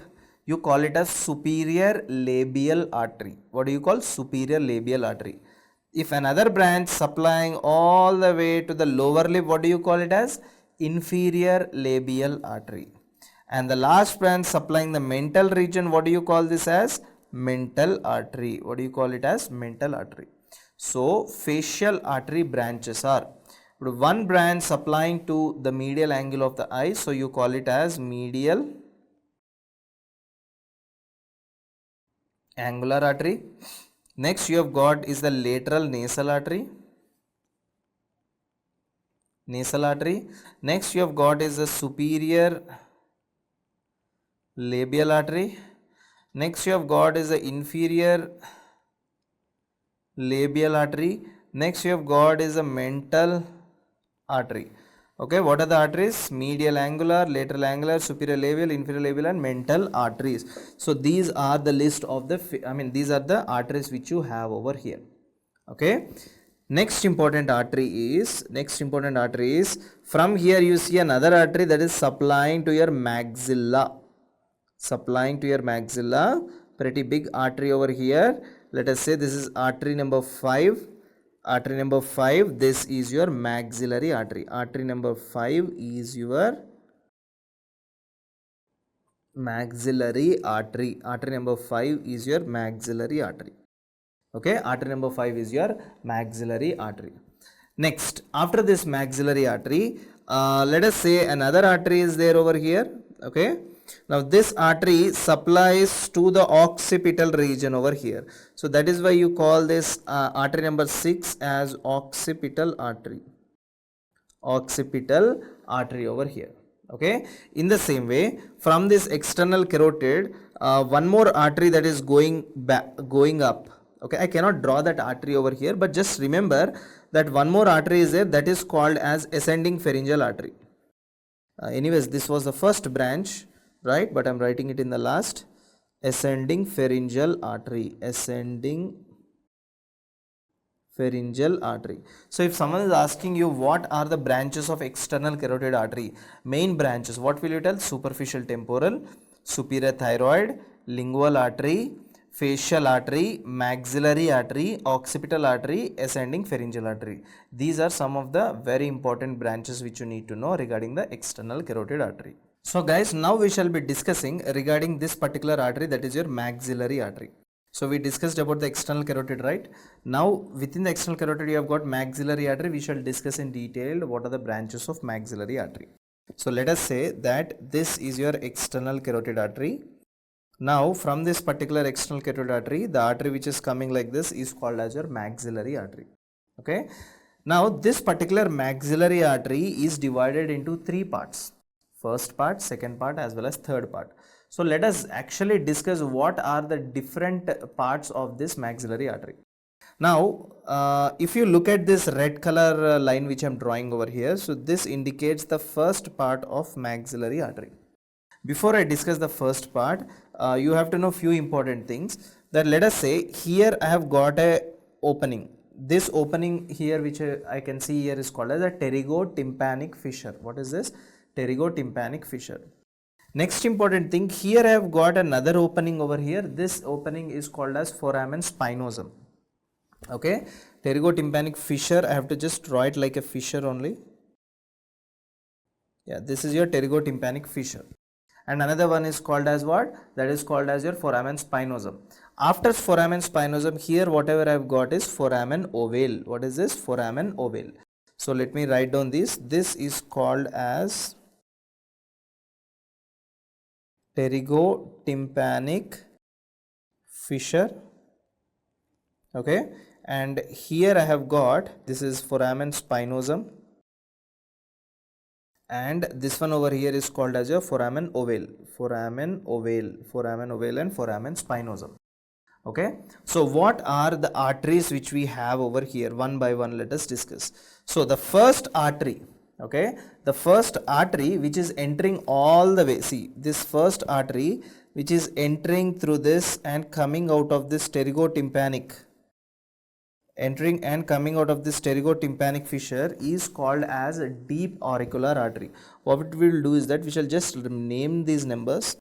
Artery number 1 is called as, I will also give mnemonic to remember all these arteries. There are around 16 to 17 arteries. I will give a very good mnemonic to understand this. Okay, so one is your deep auricular artery.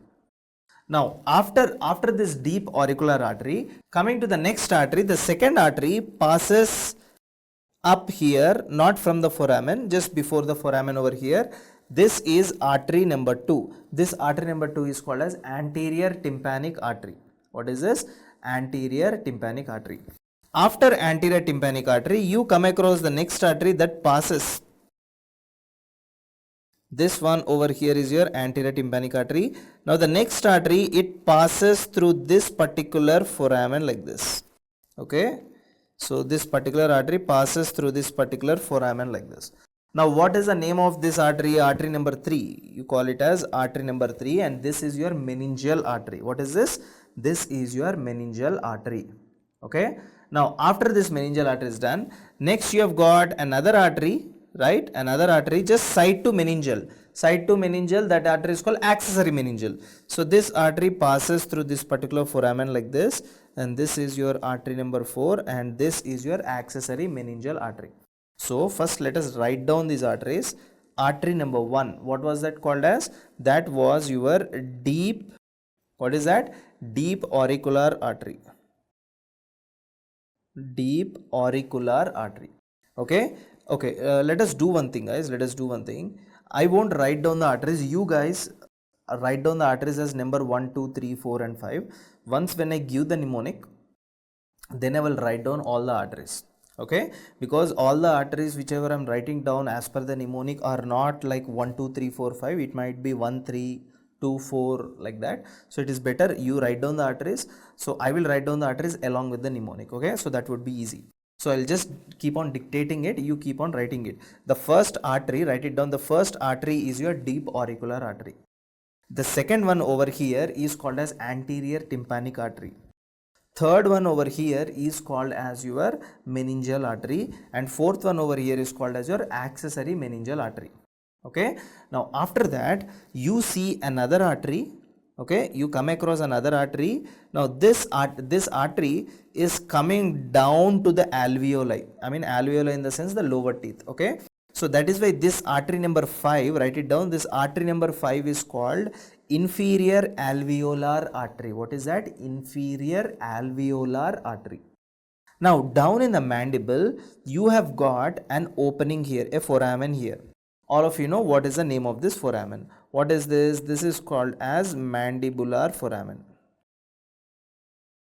Mandibular foramen. Okay, next anteriorly here also you have got a foramen over here. This foramen over here is called as mental foramen. Mental foramen. Connecting the mandibular foramen and the mental foramen, you have got actually a canal over here. This canal over here is called as what? Mandibular canal. What is this? This is called as mandibular canal. Now this artery over here is called as your inferior alveolar artery. Now this inferior alveolar artery is entering through your mandibular foramen. After that, this inferior alveolar artery gives branches like this. You see, what are these branches? These branches are called as dental branches. What are these?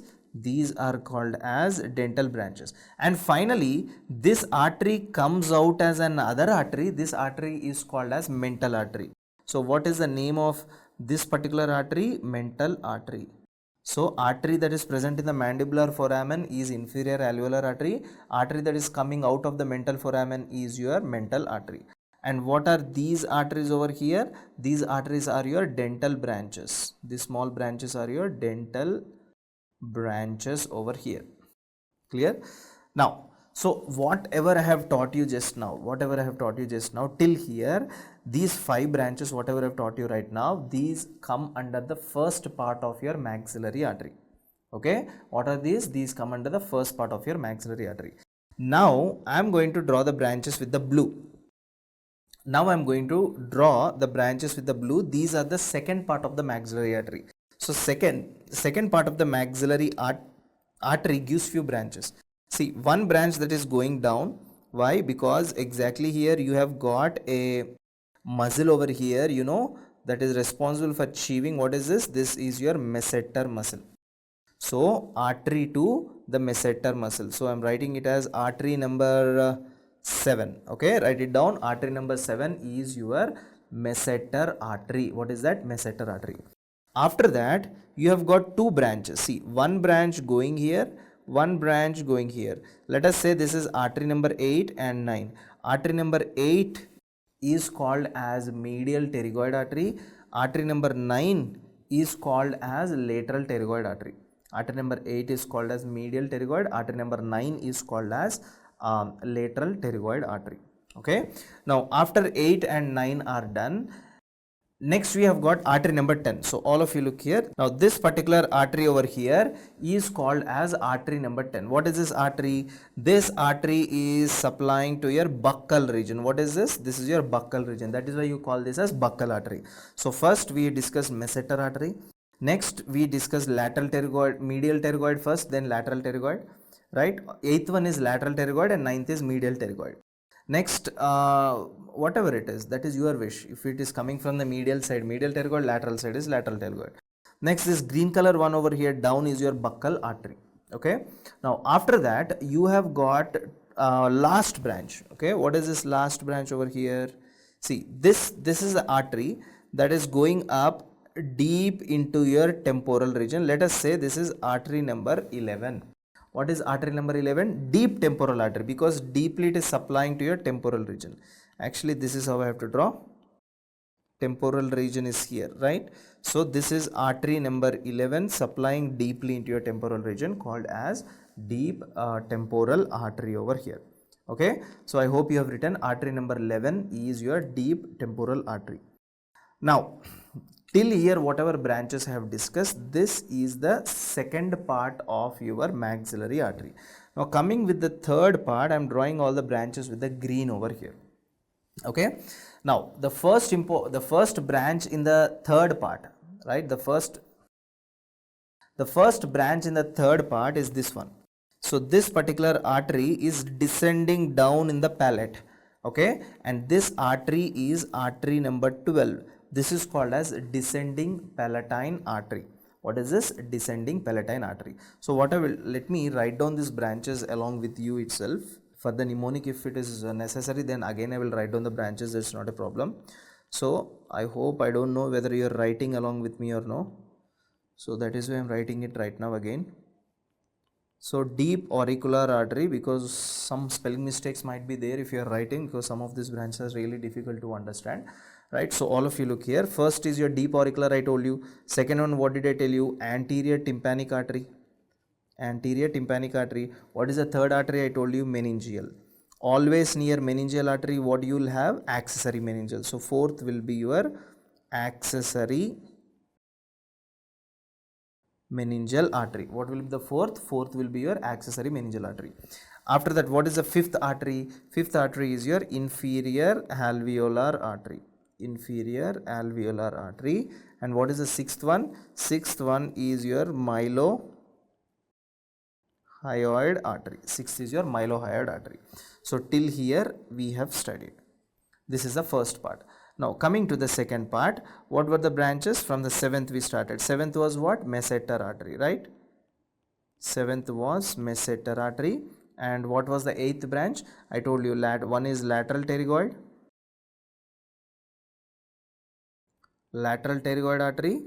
And another one is your medial pterygoid artery. Medial pterygoid artery. Lateral and medial pterygoid artery.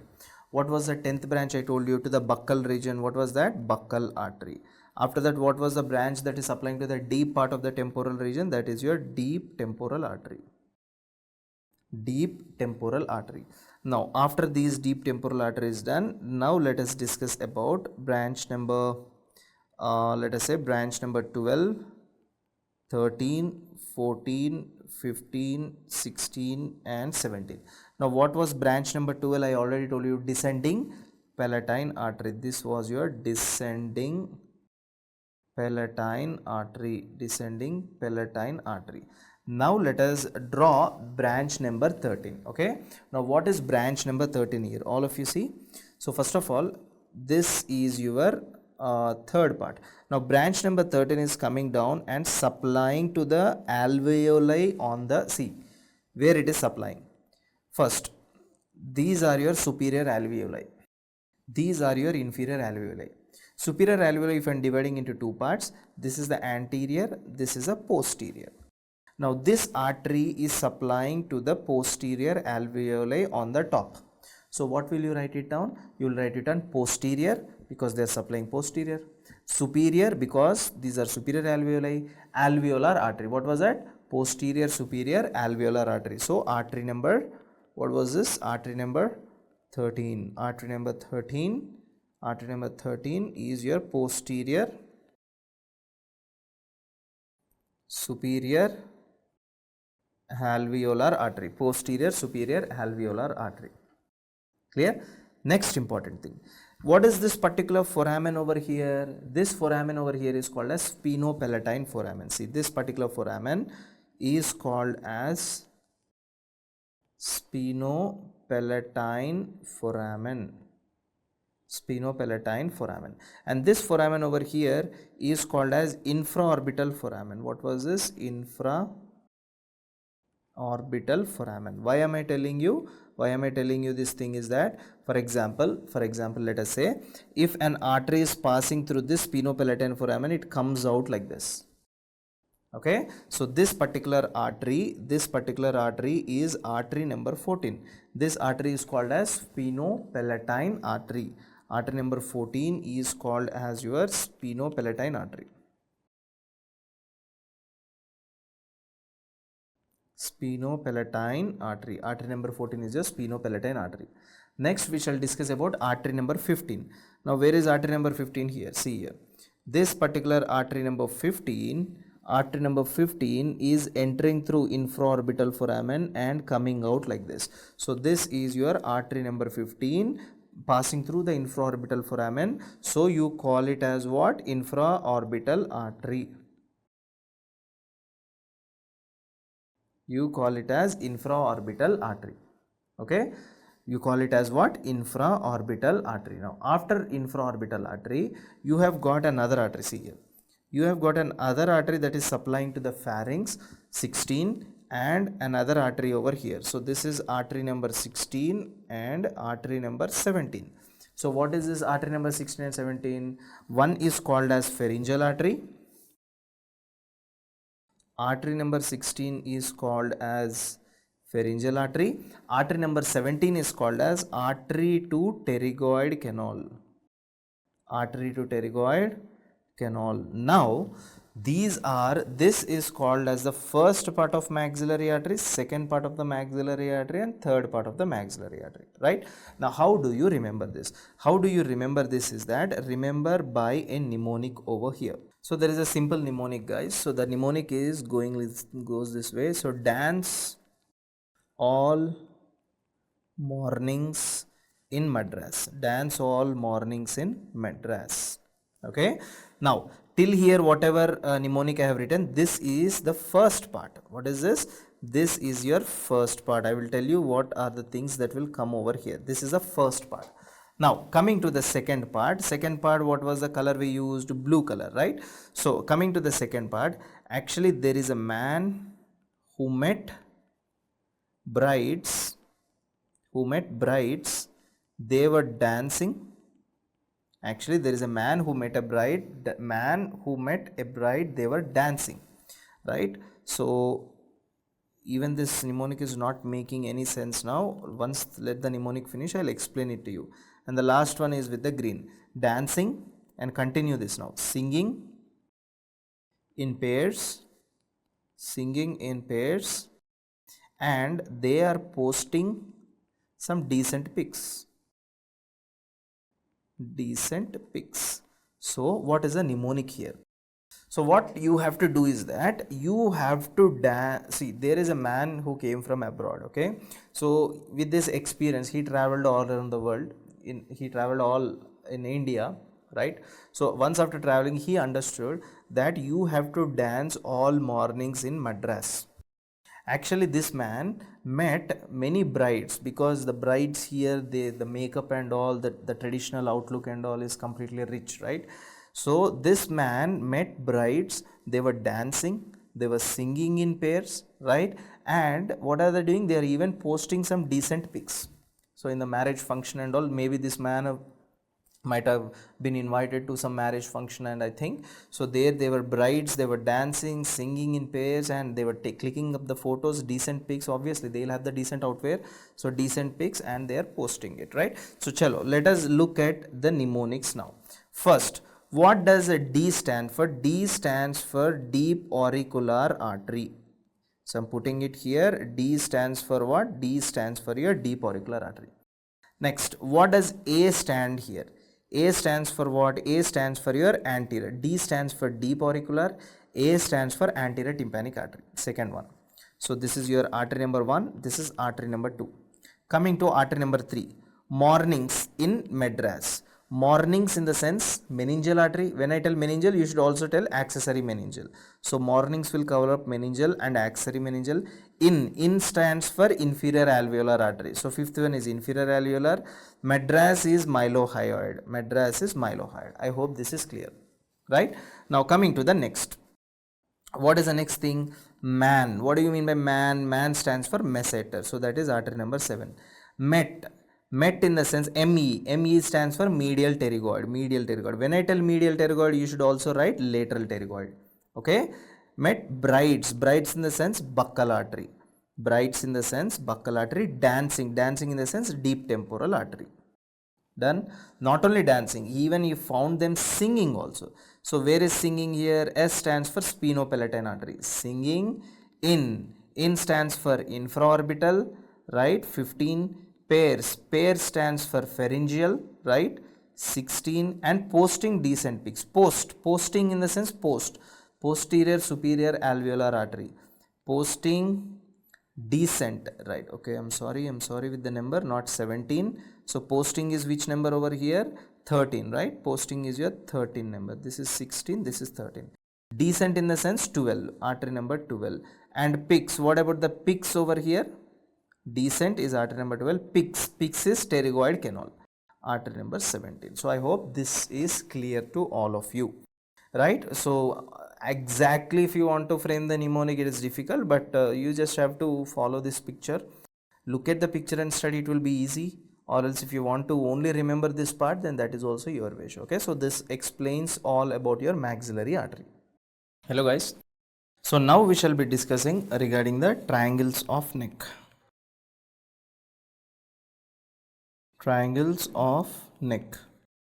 So what are the different triangles in the neck you basically have? Okay, so triangles of neck are divided into two groups. One is called as an anterior triangle of neck.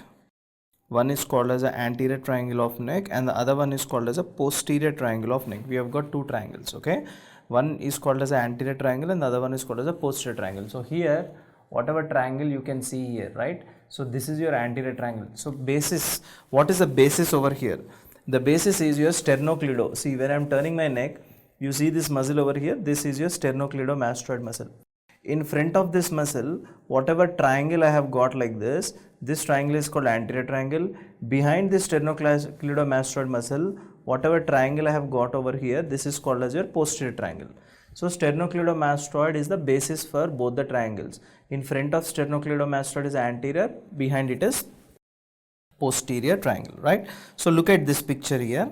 Now this is from the side view. Okay, so in this side view, what all triangles can we cover over here, we will discuss. First of all, these muscles you are already aware, because I have already discussed suprahyoid, infrahyoid muscles, if you remember, right? So there itself I have talked about all of these particular muscles. So this particular muscle which you can see over here, right, this particular muscle which you can see over here is your anterior or superior. This is your anterior belly. Anterior belly of what? Anterior belly of digastric muscle. What is this? Anterior belly of digastric. And what is this particular muscle over here? This is your posterior belly of digastric. Anterior belly of digastric muscle and posterior belly of digastric muscle. After that, what are these two muscles over here? See, this particular muscle over here is called as sternocleidomastoid muscle. Why are you calling it as sternocleidomastoid muscle? You know it, right? Because it is attached to the sternum and cleido is clavicle, right? And on the other side it is attached to your mastoid process. So this is your mastoid process.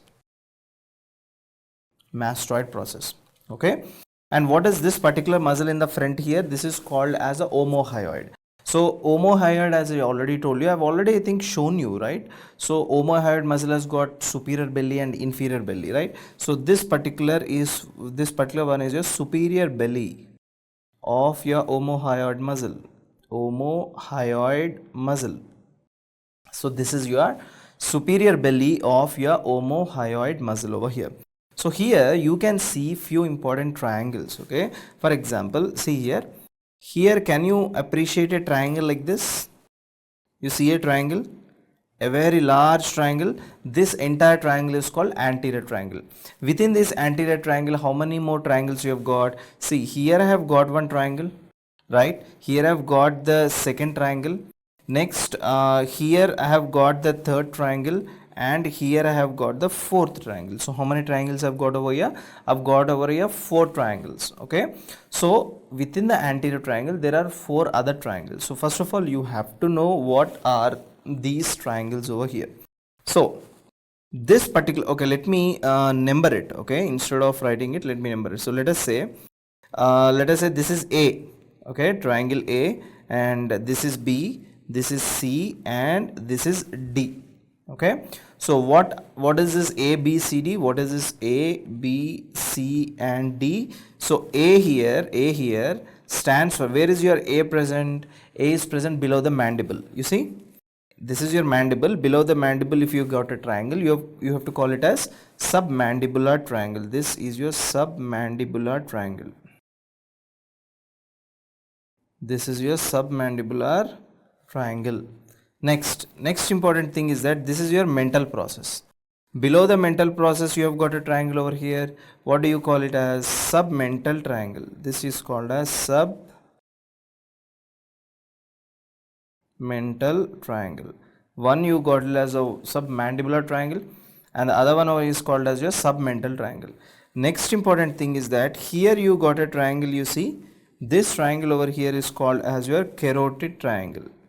This triangle over here is your carotid triangle. So you have got submandibular, submental and carotid.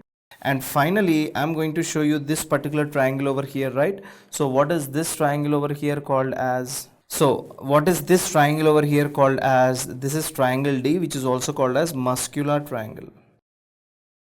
Muscular triangle. So let us now discuss about the borders of each and every triangle. First of all, we shall discuss about the borders of anterior triangle. Okay, later on we shall discuss the remaining things. Now if you look at this anterior triangle, what are the borders of anterior triangle? You can see this entire anterior triangle is having three borders. See this, first of all let me show you this anterior triangle. See this particular triangle which you can see is your anterior triangle. Okay, this is your anterior triangle. This anterior triangle is having how many borders? One is this particular border called as the anterior border. Okay, what is this? This is your anterior border. Next, this particular border is called as a superior border. Okay, and next, this is not posterior border, this is called as a infralateral border. What is this? Because it is down laterally located, so it is infralateral border. Okay, so we have got anterior border. What is anterior border made up of? Anterior border is made up of just the midline of the neck. So this is the midline of the neck like this. Okay, so this is your midline of the neck. So this is your anterior border, right? And next, this is your inferior border, and this is your infralateral border. Okay, so anterior border is the midline of the neck. Superior border is your, what is this? Inferior border of mandible, right? And infralateral border, what is this? Sternocleidomastoid muscle. Okay, so let us write down the three borders over here. Anterior border is the midline of the neck, midline of neck.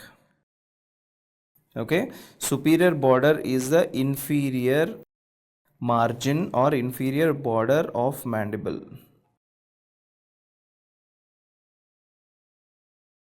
Third is infralateral is your sternocleidomastoid.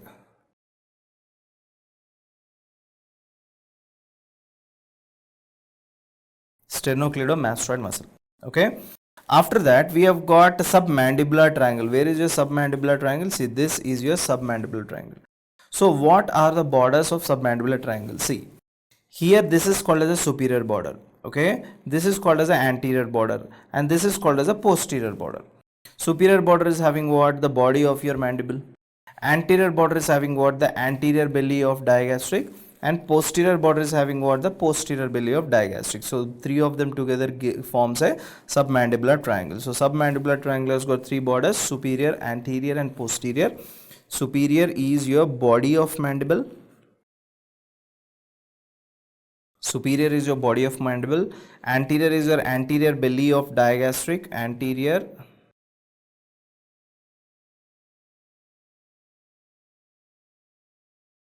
belly of your digastric muscle. Posterior is your posterior belly of your digastric muscle. Okay, digastric muscle. So these forms the submandibular triangle. Contents I will discuss at the end. Now coming to the carotid triangle. Okay, so what are the structures which you have in the carotid triangle? So this one over here is your carotid triangle.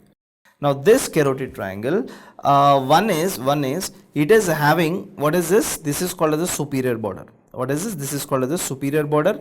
And next important thing is that, what is this particular border? This is called as the inferior border, and this is called as your infralateral border. I told you, right? So this is called as your lateral border. So if you look at this carotid triangle, if I am putting some arrows over here, let us say I'm putting one arrow straight onto the top, right? So one arrow. So what I'm doing is I will put one arrow facing this particular muscle, facing the next muscle like this, facing the third muscle. Now tell me how this border should be called as. See, this particular one is the superior border. Okay, and this particular border which you have over here, this one is called as what? This is your inferior border. And here what do you have? This is your Yeah, lateral border, right? So these are the three important borders which we have. Superiorly, what do you have? You have got the posterior belly of digastric. Next, inferiorly, what is this? This is called as your omohyoid muscle. That is your superior belly of omohyoid, right? And what is this? Sternocleidomastoid, that is posteriorly. Now in sternocleidomastoid also, you have got two borders. See, this particular border is facing outside, so lateral border, and this particular border is facing the midline, so medial border. Now tell me which border of sternocleidomastoid? Medial border of sternocleidomastoid. So these three things together they form what? Carotid triangle. So carotid triangle is consisting of what? Superiorly we have got the posterior belly of digastric muscle. Laterally we have got the medial wall, right? Oh sorry, medial border of what? Sternocleidomastoid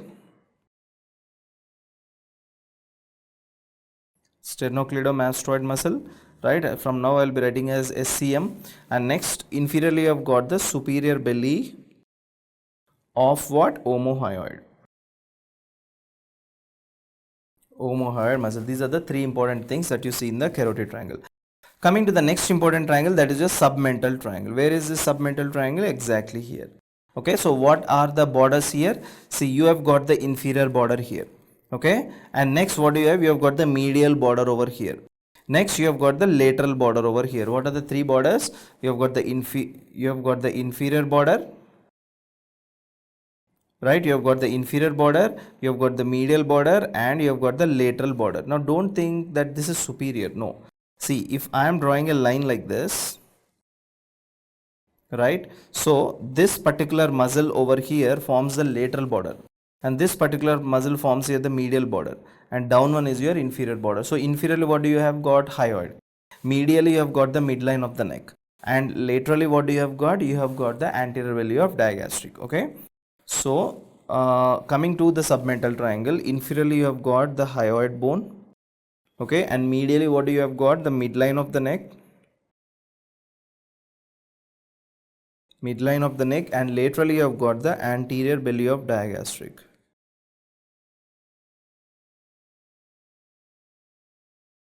Anterior belly of your digastric muscle. Now next important thing, coming to the muscular triangle. So muscular triangle is having many borders over here. So let us just look at what are the borders it is having. So first important thing is that, see, this is having this particular border, small gap. This is called as your superior border. Okay, and medial border is midline of the neck. See, on the top also medial border was midline of the neck. So here also it is your midline of the neck.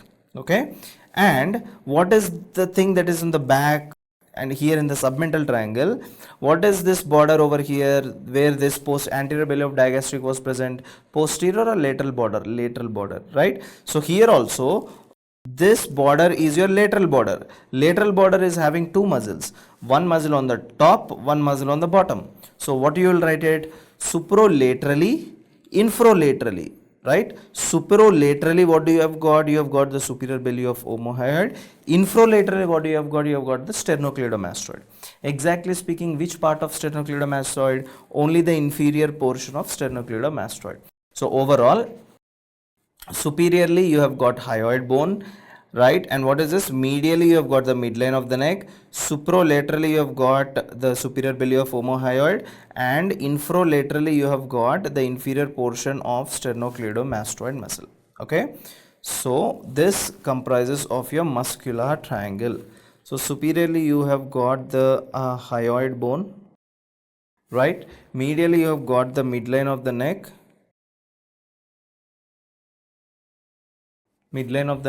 Suprolaterally, what do you have got? Superior belly of omohyoid.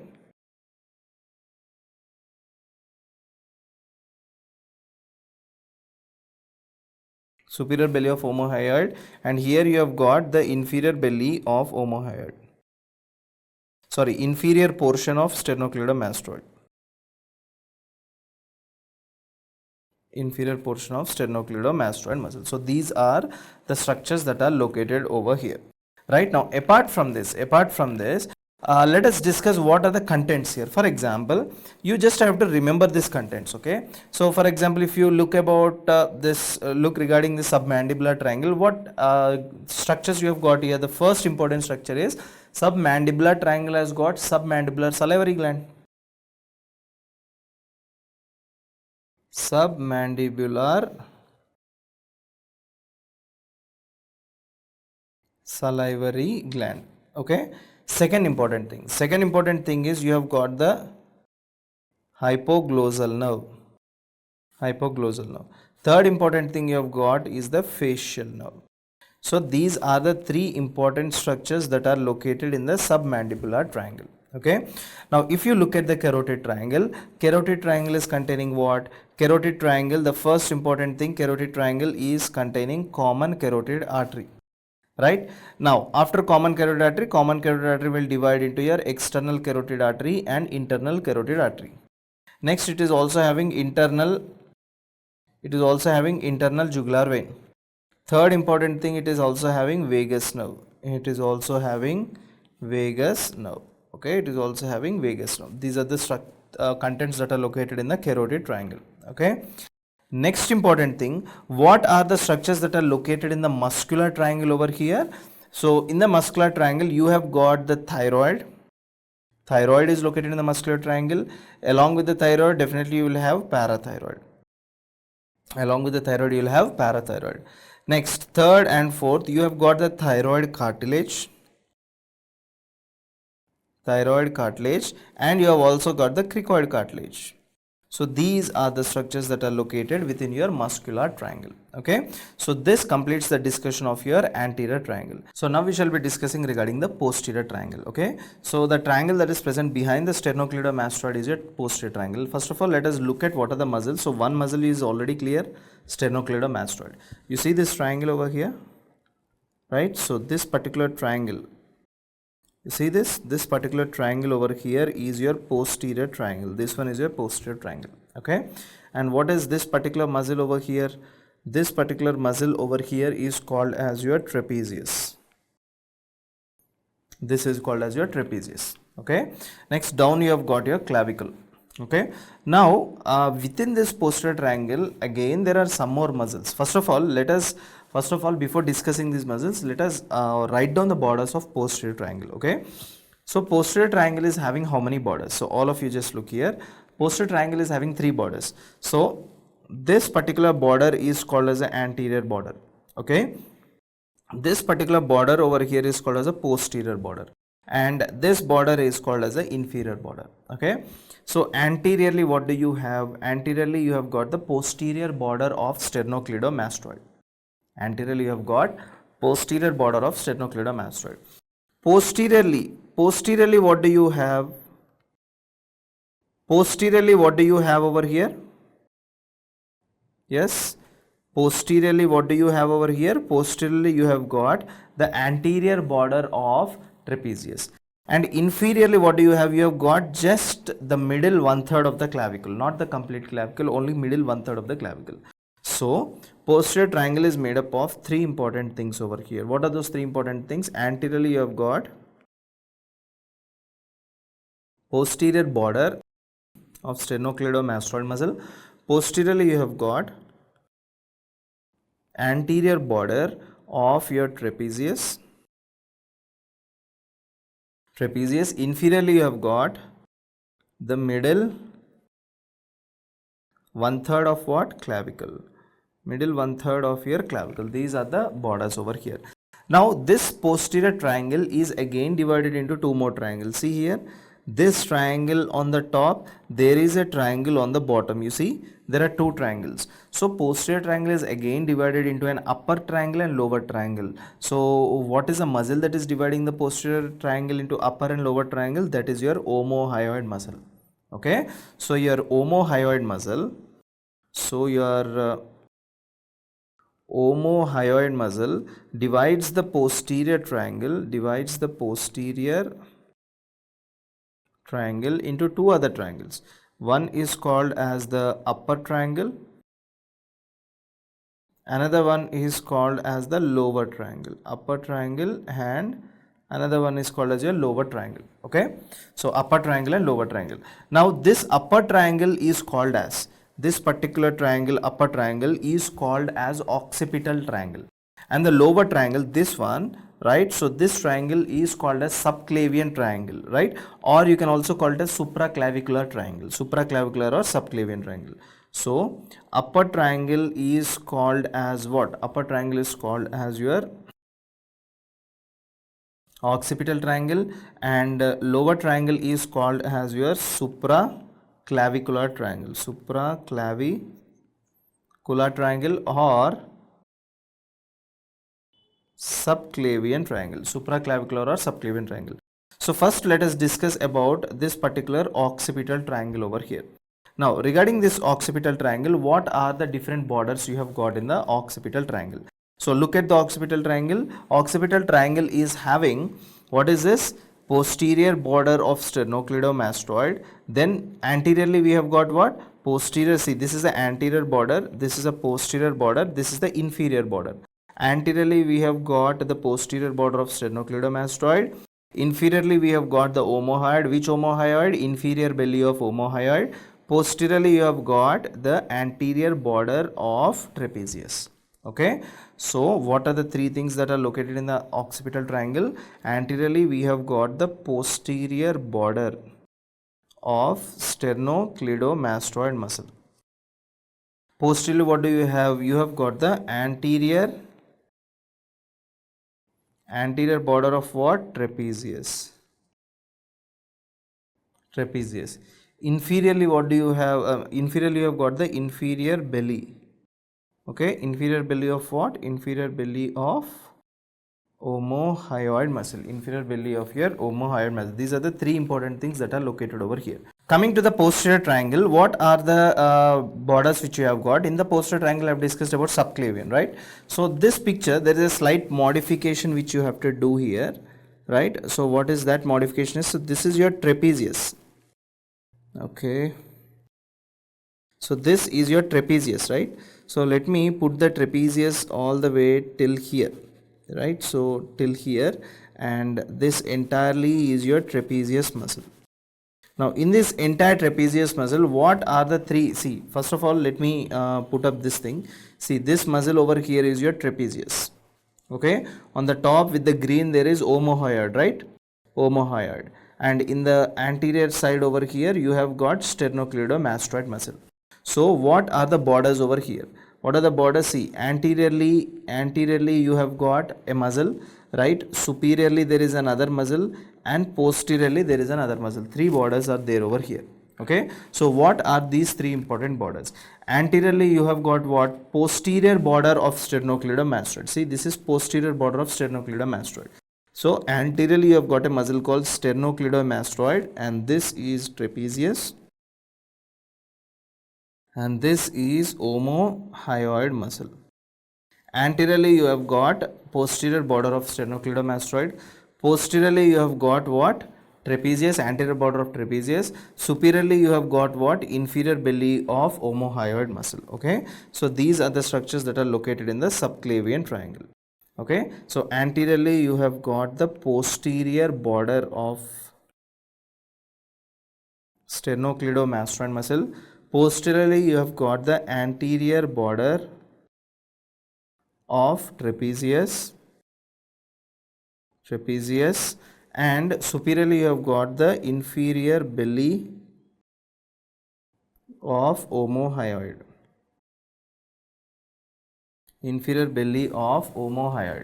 Okay, so these are the structures over here. Now when it comes to the contents, right, so what are the different contents you have got over here? You can see these particular contents which I am drawing over here. These are your trunks of what? Brachial plexus. These are your trunks of brachial plexus. This artery over here is called as your subclavian artery, and this particular vein over here is called as your subclavian vein. So these are the contents which you have within your supraclavicular triangle. So now we shall be discussing regarding what are the contents of carotid sheath. Okay, contents of carotid sheath. So what are the contents of carotid sheath you have got over here? Let us say that we have got an artery first of all. Okay, so this particular artery is your common carotid artery. Common carotid artery divides into two. One is called as your internal carotid artery, another one which is going out is called as your external carotid artery. Next you have got a vein over here. Okay, so what is this particular vein? This is called as your internal jugular vein. So you have got the common carotid artery, external carotid artery and internal carotid artery and internal jugular vein. Next you have got a nerve in between and this is called as your vagus nerve. Okay, now all these three structures are enclosed in a sheath. Okay, this particular sheath which is enclosing all these particular three important structures over here is called as what? This is called as what? This is called as your carotid sheath over here, right? So all these structures over here are together enclosed in a sheath called as carotid sheath. So all these structures over here are enclosed in a sheath called as carotid sheath, right? They are called as carotid sheath over here. So this is your carotid sheath. Okay, now within this carotid sheath, here the nerve which you have got is called as a vagus nerve. Okay, next this one over here is called as your internal carotid artery. This is your external carotid artery, and this particular vein over here is called as your internal jugular vein. Okay, so external carotid artery is outside the carotid sheath. External carotid artery is outside the carotid sheath. Carotid sheath. So this is a important question which you need to remember. Okay, so outside this you have got a ganglion called as stellate ganglion outside the sheath. So you have got a ganglion like this. This ganglion over here which is located outside the sheath is called stellate ganglion. So this is what you need to remember, stellate ganglion. Okay, right, now what we will do is that we shall discuss about, and by the way these are your triangles just now we discussed, right? So what is this particular triangle over here, guys? Yes, what is this particular triangle over here? What is this? This is called as your submandibular triangle. And what is this? This one is your submental triangle. Here you have got your carotid triangle, right? And this is called as your muscular triangle over here. On the back side again two triangles you have got. This is called as what? What is this triangle? Occipital triangle. And this is called as your another triangle, that is your what? Here we have discussed just now, that is your supraclavicular or subclavian triangle. Okay, so these are the triangles from the anterior view. So previously we discussed from the lateral view and the posterior view, right? So now we shall discuss about another important topic, right? That is nothing but called as your dural venous sinuses. Dural venous sinuses. Dural venous sinuses is a very important topic over here. So in this dural venous sinuses, how many sinuses do we have basically? We basically have got paid sinuses, right? We have got unpaid sinuses. How many sinuses? We have got the paid, we have got some unpaid sinuses over here. Okay, now what are the paid sinuses and what are the unpaid sinuses? So let us first discuss over here how many paid sinuses are there. So a paid sinuses are 8 plus 8, 8 on one side, 8 on the other side, unpaid are 7. So totally we have got around 23 sinuses. So what are these paid sinuses? You have to know. So what are these paid sinuses are? You just can remember by the mnemonic over here, missteps. Okay. So if I modify this missteps, you can just modify it as miss STEPC. Or STPC, okay, STPC. So S I have just modified it as C. So this is the only modification. So what are these sinuses? What is M over here? Okay, so M stands for middle meningeal sinus. Okay, what is M? M stands for middle meningeal sinus. So this middle meningeal sinus is a paid sinus. Okay, next after this middle meningeal sinus you have got another important sinus that is called as inferior petrosal sinus. Inferior petrosal sinus. When I tell inferior petrosal sinus, you will also have superior petrosal sinus. So M is done, I is done, and S is inferior, and S is superior petrosal sinus. Superior petrosal sinus. Okay. Superior petrosal sinus. So we so far discussed middle meningeal sinus, inferior petrosal and superior petrosal sinus. Fourth important thing, another S stands for sigmoid sinus. Okay, another S stands for sigmoid sinus over here. Next, another S over here stands for sphenoparietal sinus. Sphenoparietal sinus. Okay, another S stands for sphenoparietal sinus. And what does T here stands for? Transverse sinus. Again, transverse sinus also we have got two paid. So we have got transverse sinus over here. Okay. P stands for petrosquamous sinus. So T for transverse, P stands for petrosquamous sinus. P stands for your petrosquamous sinus. Okay. And finally you have got C. C stands for cavernous sinus. Cavernous sinus. So these are the sinuses which are paid. Okay, these are the paid sinuses which you have. So middle meningeal sinus, inferior petrosal, superior petrosal, sigmoid, sphenoparietal, transverse, petrosquamous and cavernous sinus. These are the list of paid sinuses which you have over here. Now when it comes to the unpaid sinuses, how many unpaid sinuses we have got? We have got 7 unpaid sinuses. So how do you remember this? Just remember it as passion, right? Remember it as passion. If you remove this N, it will become patio. Okay, so what does P here stands for? P here stands for posterior intercavernous sinus. What is that? Posterior intercavernous sinus. When I tell posterior intercavernous sinus, opposite of posterior will be what? Anterior. So write it also as anterior intercavernous sinus. Posterior intercavernous, anterior intercavernous sinus. Next, S here stands for straight sinus. S here stands for straight sinus. S stands for straight sinus. Another S over here stands for superior sagittal sinus. So again, superior sagittal sinus. When I tell superior sagittal, the opposite will be inferior sagittal.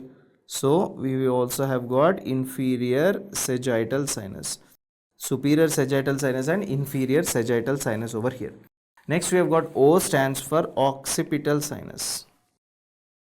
O here stands for occipital sinus. So these are the list of sinuses which we have, which are paid. How many are there? 6 are covered, and just write down last one, that is called as a basilar plexus of the veins.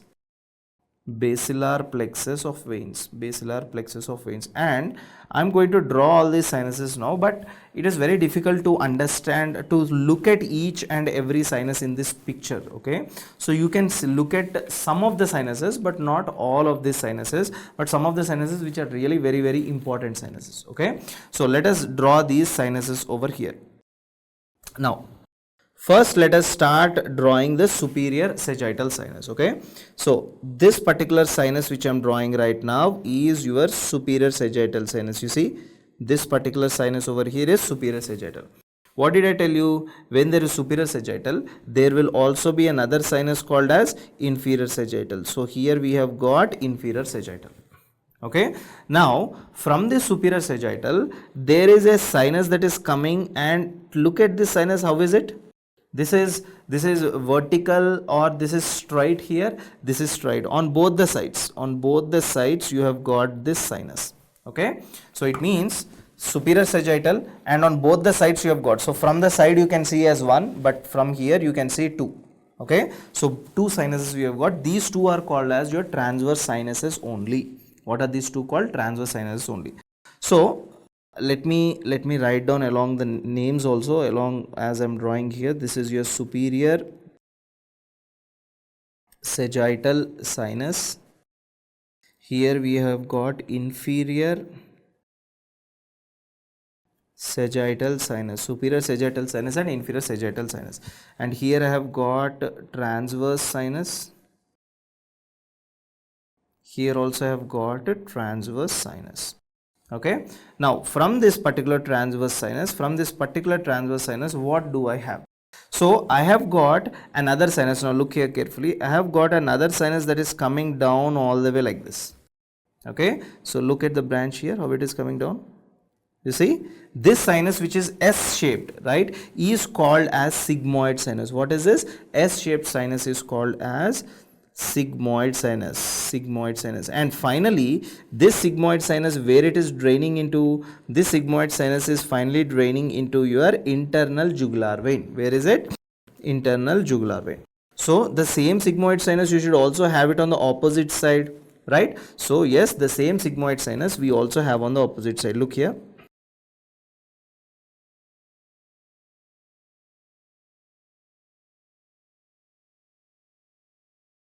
This is the same sigmoid sinus located on the opposite side. And yes, obviously here also you have got this internal jugular vein over here. Okay. So this is again the sigmoid sinus. I'm not writing it on the opposite side, but just remember that this is your sigmoid sinus. Now what I'm doing is that anteriorly over here, two other sinuses you have got. Okay. So one sinus on the top over here you have got, one sinus on the bottom over here you have got. Okay, so what is this sinus that is located on the top? These are called as cavernous sinus. Again, how many cavernous sinuses we have got? See, cavernous sinus, where did I write? I have written it in the paid one. So we have got two cavernous sinus. I'm just writing it as CS. Okay, CS. Here also CS, cavernous sinus. Now, attached to this cavernous sinus is attached to the sigmoid sinus. How it is attached? Now look here. Yeah. Now this is, I am drawing this particular picture with another color over here. Just look. So cavernous sinus is attached to the sigmoid sinus like this, and with another stem over here it is attached to another sigmoid sinus over here. Okay. So here also it is attached all the way to the sigmoid sinus in this way over here, and here also to the same sigmoid sinus, the cavernous sinus is attached like this. Okay, so now you will understand if I remove the parts in between like this. So this is how it is attached. Now what are these four structures over here? These four structures are also sinuses over here. See, this sinus over here is called as superior petrosal sinus. What is this? Superior petrosal sinus. Now when I tell superior petrosal, what is this sinus? This is called as inferior petrosal sinus. Superior petrosal and inferior petrosal. So here also down you have got superior petrosal and inferior petrosal. So two superior petrosals, two inferior petrosals we have got. Next important thing is that there is also an other important vein, that is other important sinus which you have over here. Okay, so this is that particular sinus. You see, what is the name of this sinus? This sinus over here is called as your middle cerebral vein. What is this? This vein over here is called as your middle cerebral vein. This is called as your middle cerebral vein over here. Okay. Now, when I tell middle cerebral vein, there will be greater cerebral vein, there will be inferior cerebral vein also. Okay. But whatever it is, you have connections. So you have got some connections over here.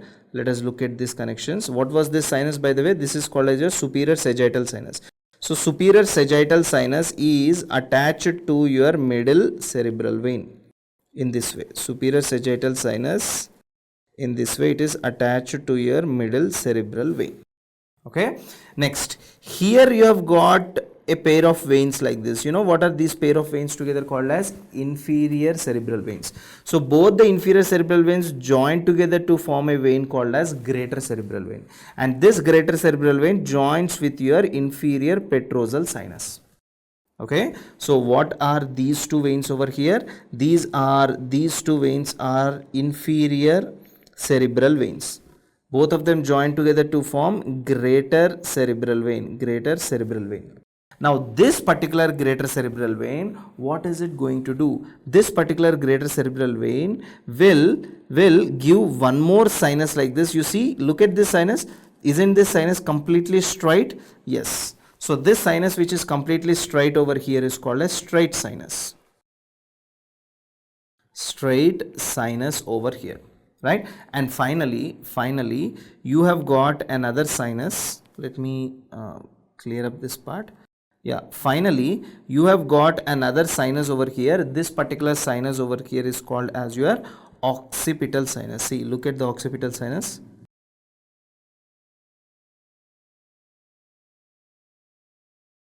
This particular sinus over here is called occipital sinus. This is called as your occipital sinus over here. So we have got the superior sagittal sinus, we have got the inferior sagittal sinus, right? We have got three important veins over here: middle cerebral vein, great cerebral vein, and inferior cerebral vein. Okay, and next we have got the sinuses. What are they?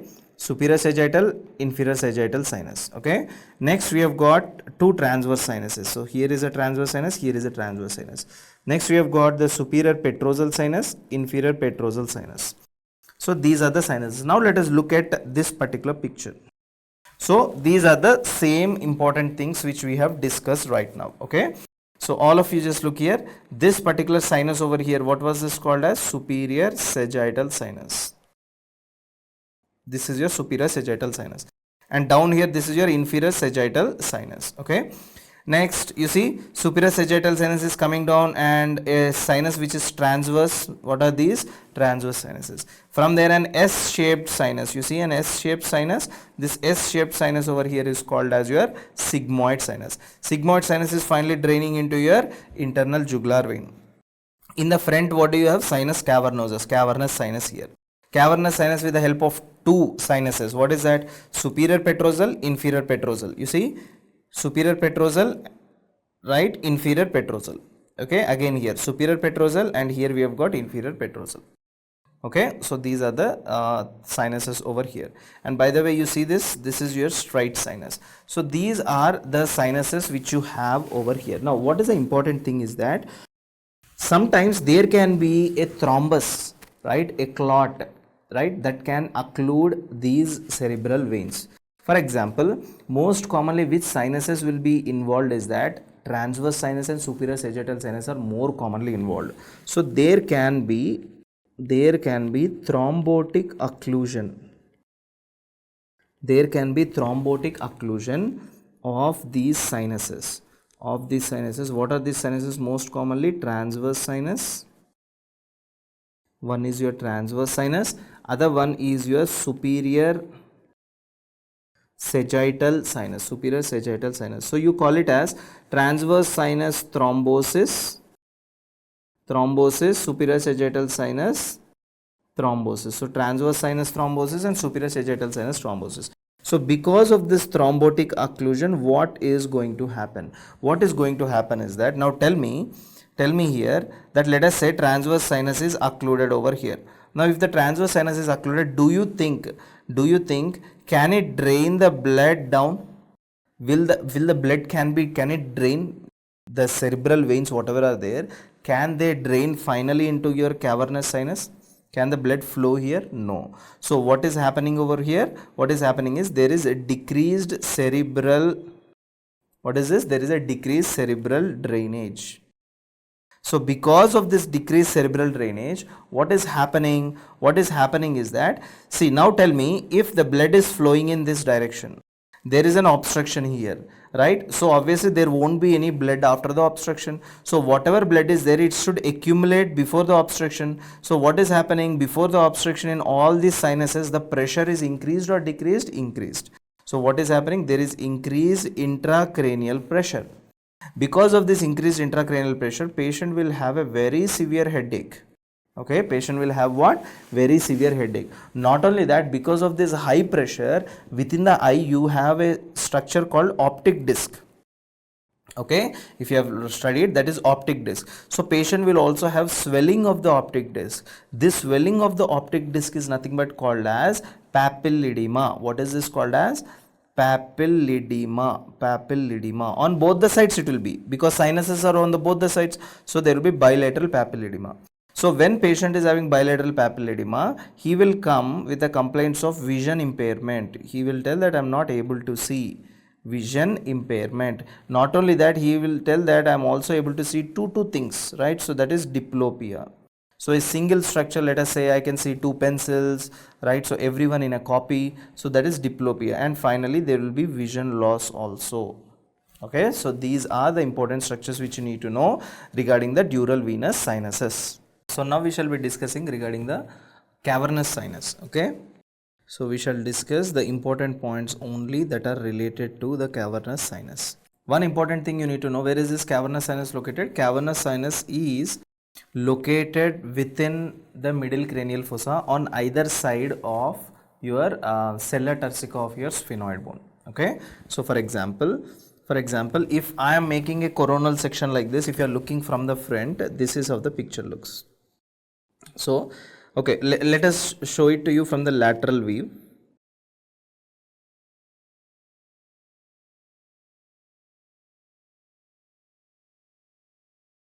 This is your anterior cranial fossa, this is your middle cranial fossa, this is your inferior cranial fossa, right?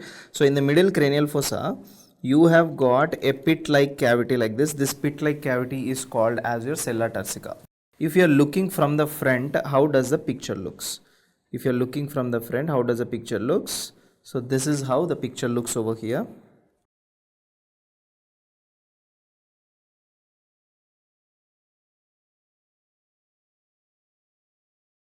So this is your sphenoid bone.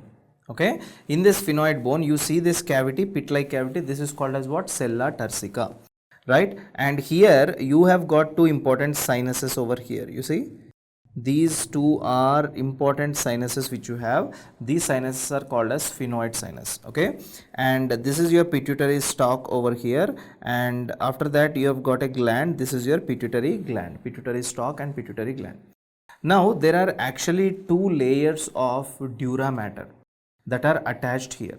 Okay, but first of all, as per the definition which I told you, where is cavernous sinus present? Cavernous sinus is present in the middle cranial fossa, in the middle cranial fossa on either sides. We discussed cavernous sinus previously, you remember here.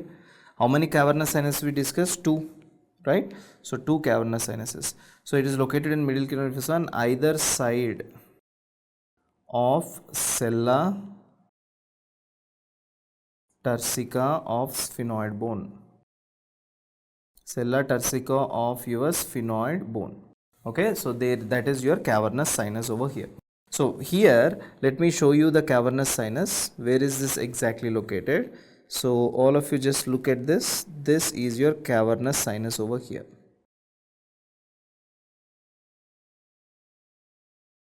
This is your cavernous sinus over here. Now you need to know one thing, that dura mater is divided into two layers. Okay, what are the two layers? One is called as a meningeal layer, which will cover the meninges. One is called as a endosteal layer. Okay, so for example, dura mater is like this. Okay, so suddenly it will divide into two layers like this.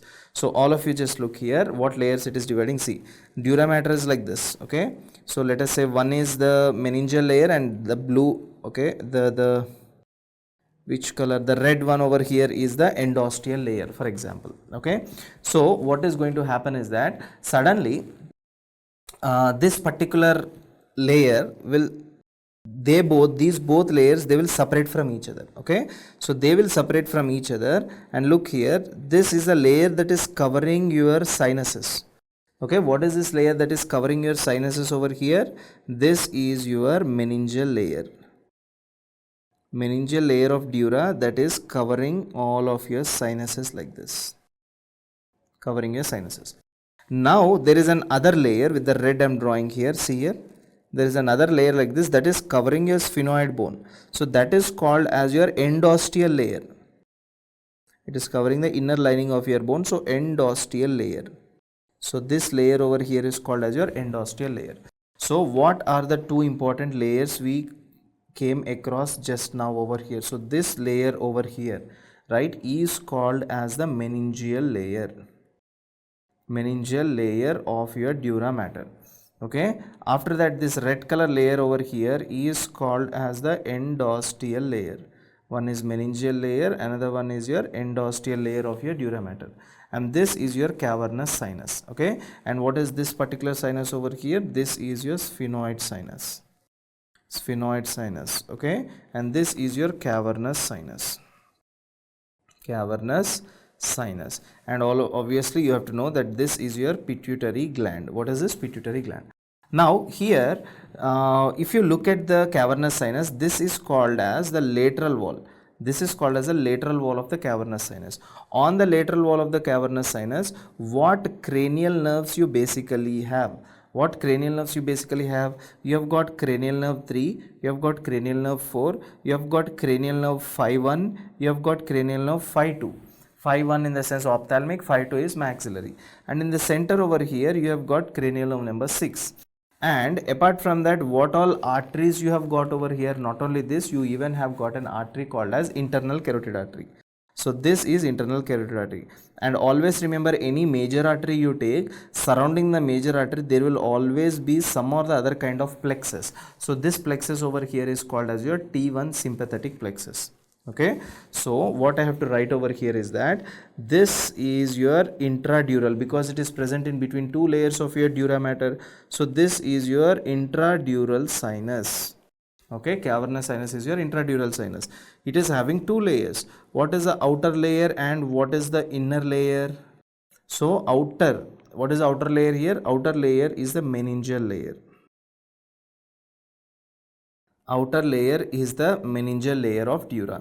Inner layer is your endosteal layer of your dura. Endosteal layer of your dura. Outer is your meningeal layer, inner is your endosteal layer. Next you have got a wall called as a lateral wall.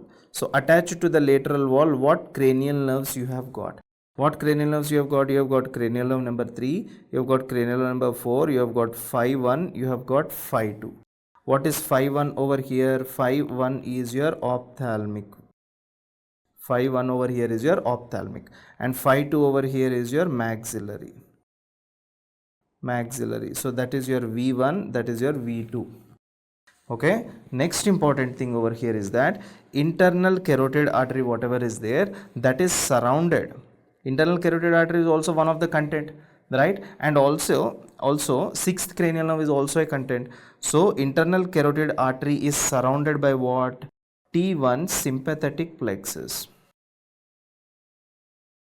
Sympathetic plexus, right? So once if there is a damage to this T1 sympathetic plexus, that would lead to a condition called as Horner syndrome, right? Horner syndrome. I think I have explained about Horner syndrome in the upper limb itself. Okay, so that is your Horner syndrome. Exactly speaking, the white horn of T1 sympathetic plexus, if it is damaged, that would lead to your the white rami, if the gray rami, sorry, yeah, the gray rami of T1 sympathetic plexus, if it is damaged, that would lead to your Horner syndrome.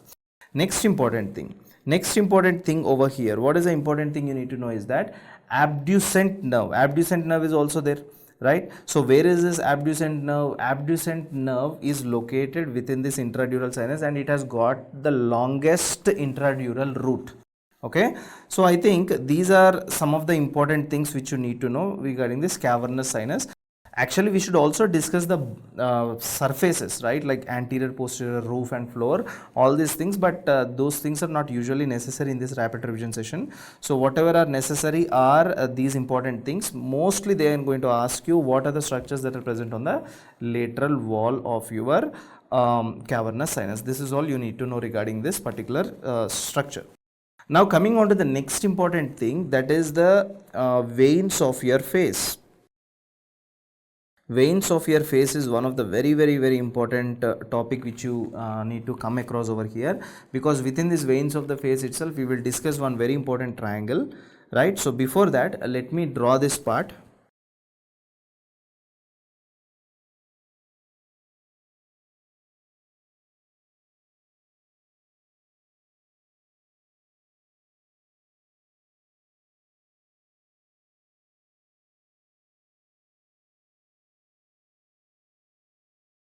So this is your mandible over here.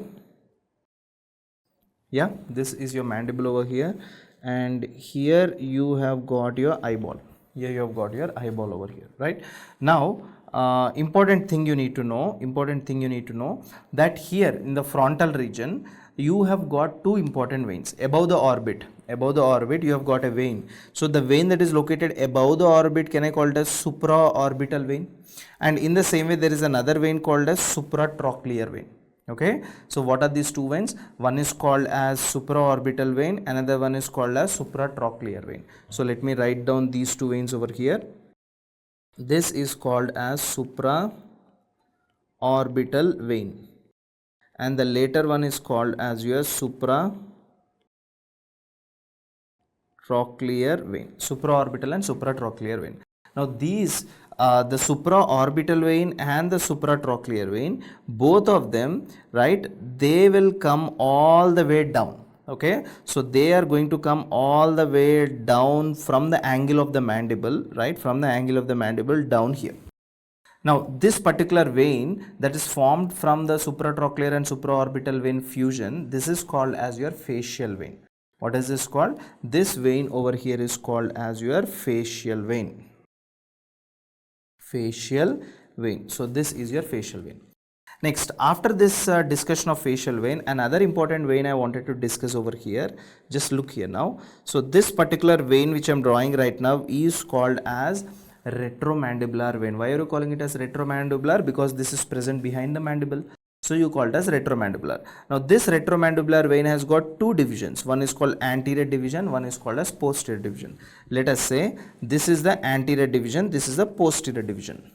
Okay, now what is happening? The anterior division of retromandibular vein and the facial vein, they join together to form a vein called as common facial vein. Okay, so what should I write over here? This one over here is your anterior division.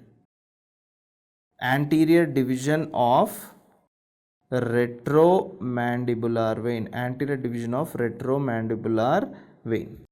Okay, and next, what is this one over here? This is called as your posterior division of retromandibular vein. Posterior division of your retromandibular vein.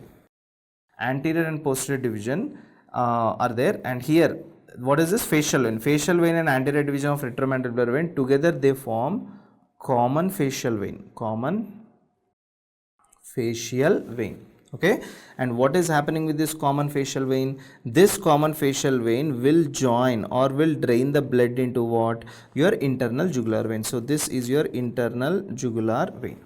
Common facial vein will drain into internal jugular vein. Okay, right. Next important thing is that if you look at this particular, what is this? This is your retro. I did not write here, right? So this particular vein over here is RMV. RMV is your retromandibular vein. This particular retromandibular vein, there are two other veins. So one is the temporal region. From the temporal region there is one more vein that is draining into this. This is called a superficial temporal vein. And next, from the maxillary region also you see a one vein draining into this. This is called as maxillary vein. So what are the two veins you have got over here? Right, what are the two branches of this, two veins draining into this retromandibular vein? One is a superficial temporal vein, another one is your maxillary vein. Why are you writing it as superficial temporal? Because this is your temporal region, right? So superficial temporal vein is equivalent to superficial temporal artery. So this one over here is your superficial temporal vein. Okay, and what is this particular artery over here, a vein over here? This is called as your maxillary vein. So superficial temporal vein and maxillary vein together they form what? Retromandibular vein. Okay, now next important thing over here is that you see this is facial vein. Now this facial vein is going to give a branch like this. This branch is called as a deep facial vein. So what is this branch? Let us write it now itself before we proceed. This is called as your deep facial vein. Now what is deep facial vein going to form? This deep facial vein will form a very important thing. This is called as plexus. What plexus is this? This is called pterygoid plexus. Okay, so deep facial vein will form your pterygoid plexus. Okay, so actually I'm sorry for this, but it is not forming pterygoid plexus, but deep facial vein will drain into pterygoid plexus. There is already a plexus there, but deep facial vein will drain into this pterygoid plexus, and from the pterygoid plexus you see across another vein that is coming. This is called emissary vein. What is this vein over here? This is called as emissary vein. Emissary vein. And finally emissary vein is draining into what? A sinus over here, which is located in the middle cranial fossa, right? You see, this is your middle cranial fossa, and this sinus over here is called as your cavernous sinus. What is this? Cavernous sinus. So what you need to understand over here, right? So what you need to understand over here, what you need to understand is that we have got a facial vein, right? Branch of facial vein is deep facial vein, and this deep facial vein is draining into your pterygoid plexus. Here we have got another branch called as emissary vein, which is draining into your, what is this? CS. What is this? CS. CS is your cavernous sinus over here. Now what about the posterior division of your retromandibular vein? What has to do with the posterior division of retromandibular vein? So here you know that here you have got your ear, right? So this is the place where your ear is located, isn't it? This is the place where your ear is located. Now what I am doing is that I am drawing a vein that is located behind the ear. What is this vein that is located behind the ear? Posterior to the ear, that is posterior auricular vein. Okay, so this particular vein over here is your posterior auricular vein. Now the posterior division joins with the posterior auricular vein. Okay, so it joins with the posterior auricular vein, and now it is draining into another vein that is called as your external jugular vein. It is draining external jugular vein. Clear over here? So these are the veins of your face. Now one very important thing you need to know over here is that, guys, so all of you just pay attention that this part, whatever I am showing it to you, from the lateral ala of the nose till the upper lip, you see, this part is called as a dangerous area of the face. Why this area is called as a dangerous area of the face? Because whenever you get hit by something, and if there is any kind of infection in this area, right? So exactly in this area you have got a,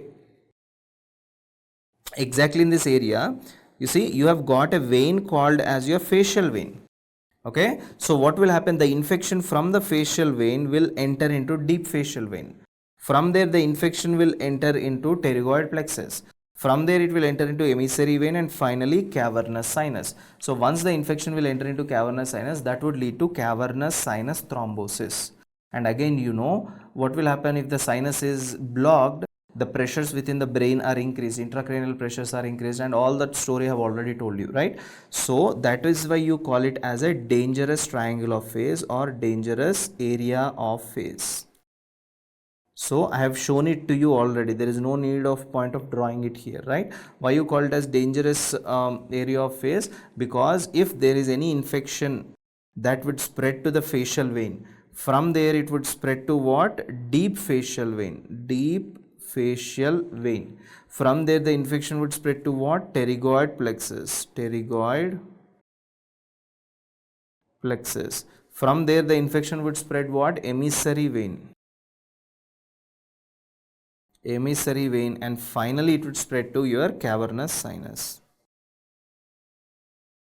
Cavernous sinus. It would spread to your cavernous sinus over here.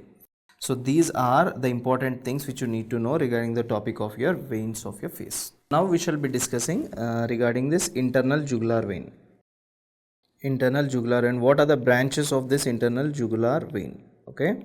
So we shall discuss what are the list of branches of this internal jugular vein. First of all, you need to know one thing, that there is a sinus which is transverse, right? So that you called as transverse sinus.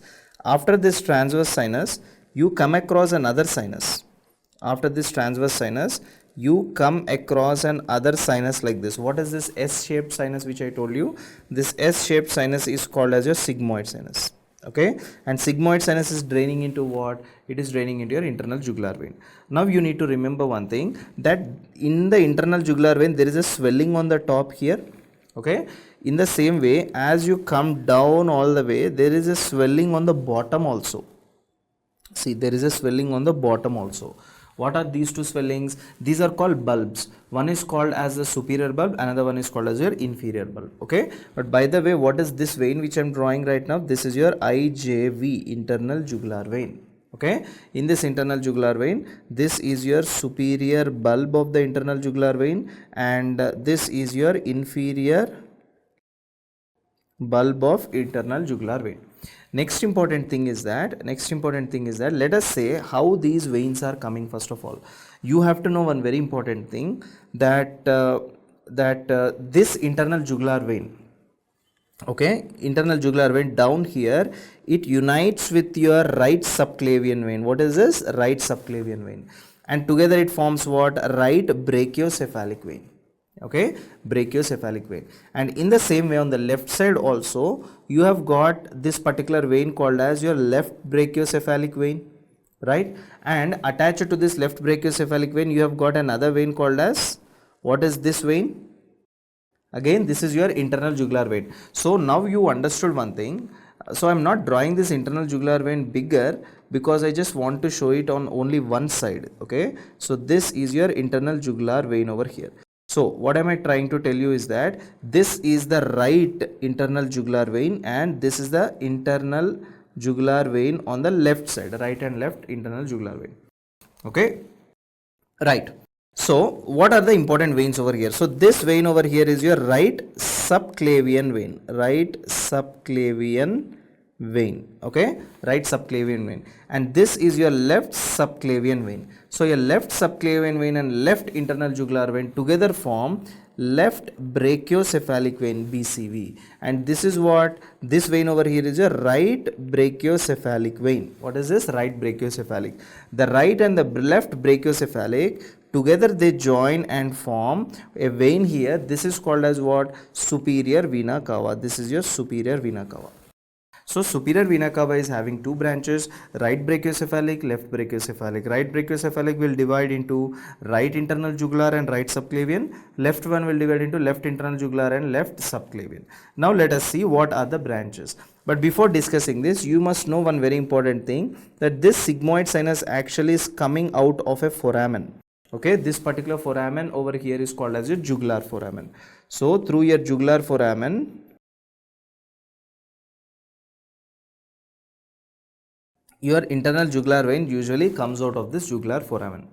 Okay, now there is an important sinus that is draining into this sigmoid sinus. If you remember the sinuses which I taught you, right? Okay, let me show that sinuses chart. So these are the sinuses which I taught you. So where is your sigmoid sinus over here? See, this is your sigmoid sinus. What are the two sinuses draining into sigmoid sinus? Superior petrosal and inferior petrosal sinus. Okay, out of which I am drawing only one sinus over here. So this sinus over here is called as your inferior petrosal sinus. Okay, so this is your inferior petrosal sinus, which is draining into your what? Your sigmoid sinus. Don't forget, this is your sigmoid sinus. Okay, and there is also a vein. That is directly draining into your internal jugular vein. This vein over here is called as your occipital vein. This vein over here is called as your occipital vein over here. Okay, now there are other few important things which you need to understand. What are these important things? Let us look at what are the veins that are directly draining into this internal jugular vein. Okay, so the first vein that is draining into this, that is, see, there is a vein that is draining here. This is called as pharyngeal vein. Okay, and there is an other vein that is draining here. This is called as lingual vein. So what is this vein over here? This is called as pharyngeal vein. This is called as lingual vein. Two veins are there, pharyngeal vein and lingual vein. Next, there are thyroid veins. What are the thyroid veins? There are three thyroid veins. One is superior, one is inferior, and one is middle. So superior thyroid veins, inferior thyroid veins, and middle thyroid veins. So for example, here I am drawing a thyroid vein over here. This is called superior thyroid vein. Down here I am drawing two thyroid veins over here. These are called inferior thyroid veins. And in between the superior and inferior, I am drawing a third thyroid vein over here. This is called as middle thyroid vein. So what are these thyroid veins here? So this is called as superior thyroid vein. This is called as middle thyroid vein, and this one over here is called as your inferior thyroid vein. Superior, middle as well as inferior thyroid vein over here. So these are the structures which you have to understand over here. Now important part you need to understand is that there is a thoracic duct. Okay, so if you look at the thoracic duct, so where does the thoracic duct exactly drain? So if you look here, so this is your thoracic duct. So this thoracic duct is making a loop and it is draining at the junction. Where is this thoracic duct draining? This thoracic duct is draining. If you look here, this thoracic duct is draining at this junction between left subclavian vein and left internal jugular vein. Okay, so this is your thoracic duct.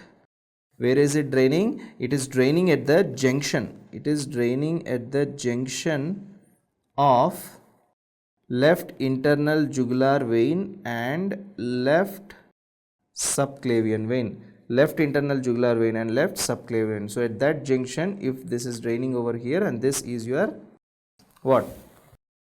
This is your thoracic duct over here. Okay, in the same way there is another duct. Okay, this is your right lymphatic duct. So this is your right lymphatic duct. Where is your right lymphatic duct draining? Your right lymphatic duct is draining at the junction between right subclavian vein and what is this? This is your right internal jugular vein. So at the junction between right subclavian vein and right internal jugular vein, your right lymphatic duct is draining. So this duct over here is your right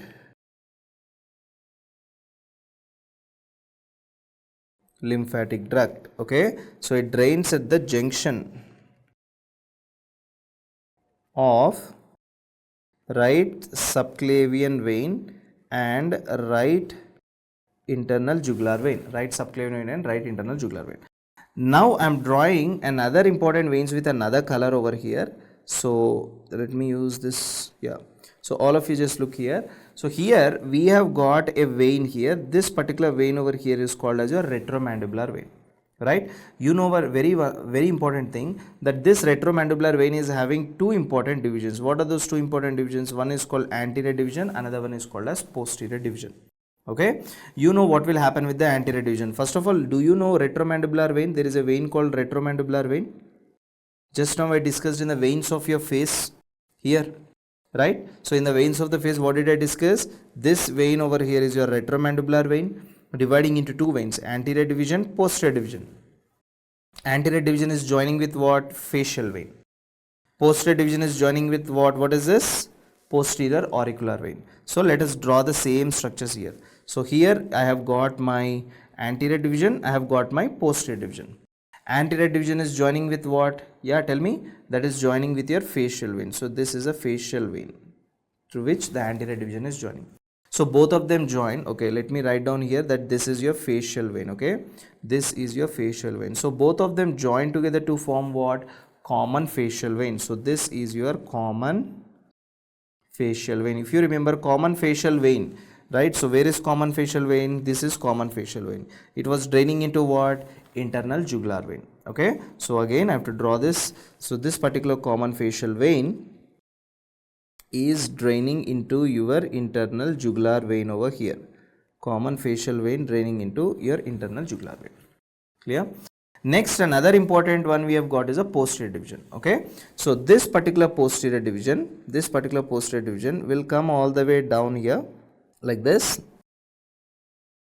So this is your posterior division over here.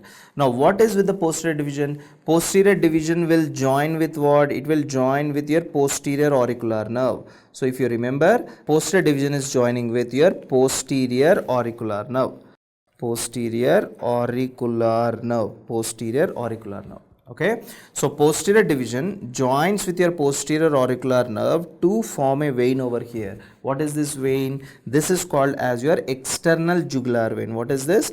This is your external jugular vein. And where is this external jugular vein draining? This external jugular vein will directly drain into your right subclavian vein. Okay, so if you remember over here, I have discussed here, right? This is your external jugular vein. So where is your external jugular vein draining here? It is draining down into your subclavian vein. Okay, it is draining down into your subclavian vein. Okay, so these are some of the very important branches which you need to know regarding the internal jugular vein over here, right? So I think this is very clean and smooth. So these are the branches of your internal jugular vein. So now we shall be discussing regarding a very important ring that is present in the throat region, that is called as Valdeir's ring. Okay, so what is this Valdeir's ring? Valdeir's ring is also called as NALT. What is NALT? NALT stands for nasal associated lymphoid tissue. Okay, nasal associated lymphoid tissue. So what is this nasal associated lymphoid tissue? So in the throat region, we basically have different kinds of lymphoid tissue together that are making a circle in the form of a ring, right? So along with this lymphoid tissue, there are other lymph nodes also. So all of them together that form a ring over here. This is called as NALT, or a group of immunity that is present at a single place in the form of a ring. Okay, so an immunity community that is present, immune community that is present in a single place in the form of a ring is called as your Valdeir's ring. So what does, see, this is your Valdeir's ring over here. You see, we have got different kinds of tonsils, like we have got lingual tonsils, we have got pharyngeal tonsils, we have got tubal tonsils. So all these tonsils which are located, right? So if you are looking from the top, all these tonsils are located like this in the form of a ring. So what are the tonsils and where are they located? We will discuss right now. Okay. So for example, we have got one tonsil in the front. Okay, so this tonsil in the front which is present over here, this is called as a lingual tonsil. Okay, what is this? Lingual tonsil. Okay, where is this located? Anteriorly. And posteriorly little bit above, you have got another tonsil here. So posterior superiorly, right? Posteriorly and little bit above, in the sense, for example, let us say that this is one tonsil. Okay, so this is the tonsil that is present over here. Okay, so this is the tonsil that is present over here. This tonsil is located anteriorly. Okay, posterior superiorly, in the sense there is another tonsil that is located posteriorly and superiorly on the top. You see, posterior superiorly you have got another tonsil. This is called as your pharyngeal tonsil. What is this? This is called as your pharyngeal tonsil. So I will write down all these things. I'm just telling you right now. Next, on either sides over here, on either sides, you have got another important group of tonsils. These are in pair. These are called as tubal tonsils. And just below the tubal tonsils, you have got another important pair of tonsils over here. These are called as palatine tonsils. Okay, so all these tonsils, this is what I was telling you, all these tonsils, they join and form a ring like this. Okay, they are located in the form of a ring. So this ring is called as a malt or a Valdeir's ring. On the outer circle, this is the inner circle. On the outer, there is also another circle called outer circle, where your lymph nodes will be situated there. Okay, so what are the important things you need to know? So what is this particular part over here? This tonsil over here is called as your lingual tonsil. So where is lingual tonsil located? Lingual tonsil is located anteriorly.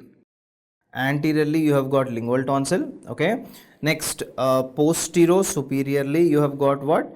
Posterior superiorly you have got pharyngeal tonsil. Pharyngeal tonsil you have got posterior superiorly. Posterior superiorly you have got the pharyngeal tonsil. Next, on either sides laterally you have got the tubal tonsil. Tubal tonsil located laterally. Even palatine tonsils are also located laterally. These are your palatine tonsils. Palatine tonsils. So these two are located laterally. These are located laterally. Okay, so together they form a ring called as Valdeir's ring, right? Now let us discuss about the development of the face. Okay, so what are the structures that are formed here? So if you can see that this is the developing phase. Now in this developing phase there are few important parts. For example, this part over here is called as a frontal region. What is this? This is a frontal part. Okay, now after this frontal part, and down over here you have got the nasal region. There are two nasal regions. See, this part over here is called as a lateral nasal process. Lateral nasal process, and this pink one over here is your medial nasal process. Medial nasal process. And down here you have got the maxillary process. maxillary process, and down here what is this? This is called as your mandibular process. Mandibular process. So this frontal part in the future, how it is going to develop? See, this frontal part will develop into your forehead. Okay, what is this lateral nasal part doing? This lateral nasal part will develop into the ala, right? These are called as the ala, and the medial nasal part will develop into the medial part, I mean the median of the nose. And not only that, this part of the upper lip is called philtrum. What is this called? This is called as a philtrum of upper lip. So even the medial nasal part is developing into the philtrum of your upper lip. Okay, what is the maxillary part doing? This maxillary part is forming the cheeks, and not only that, it is also forming the upper part in the sense upper lateral part. These are called as the lateral parts of the upper lip.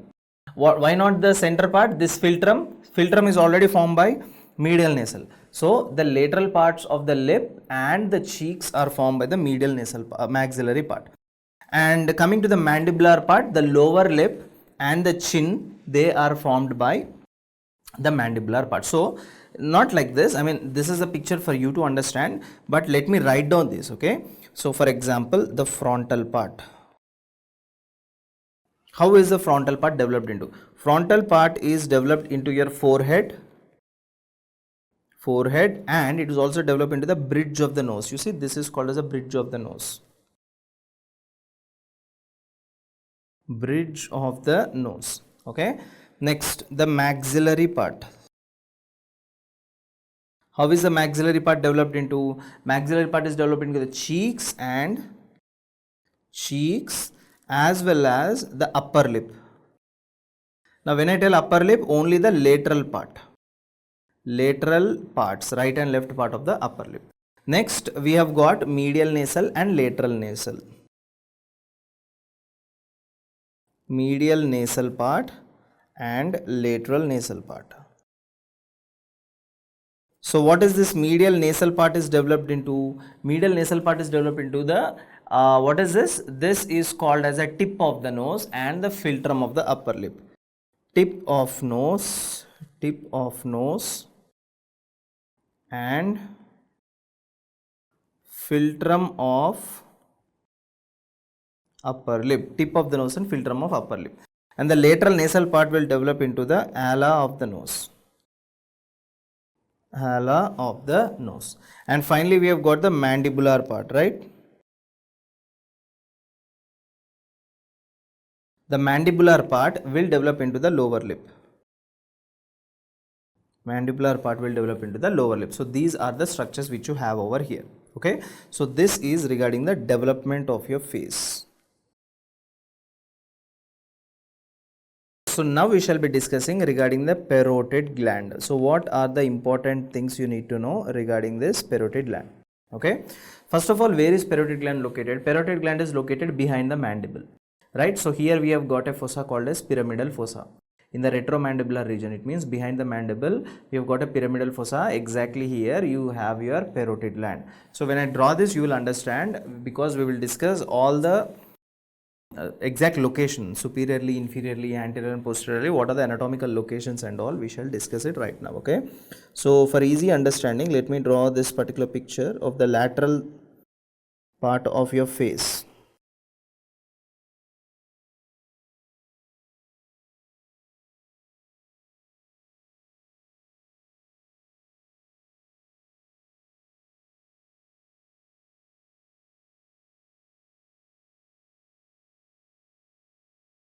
So let us say that this is your mandible over here. Okay, and remember one thing, that this is your zygomatic arch, like this zygomatic arch over here. Okay, and exactly where is your gland? So this is the location of your gland. So it is somewhat triangular in shape. Okay, so this is the location of your parotid gland over here. Now you should know that on the back here you have got what? Mastoid process. Okay, so all the way from the mastoid process there is a muscle that is coming all the way down, and this muscle over here is called as your sternocleidomastoid muscle. What is this? Sternocleidomastoid muscle. Okay, next important thing is that you have also come across another muscle that is located over the mandible over here. Okay, so what is this particular muscle that is located over the mandible? Yes, what is this particular muscle that is located over the mandible over here? This is called as your masseter muscle. Okay, next in the buccal region you have got one more muscle over here. So this muscle that is located in the buccal region is called as buccinator muscle. So in the buccal region the muscle which you have is your buccinator muscle. Let me write down these things. So this muscle over here is called as sternocleidomastoid, and this muscle over here is called as your masseter muscle, and this muscle over here is called as your buccinator muscle.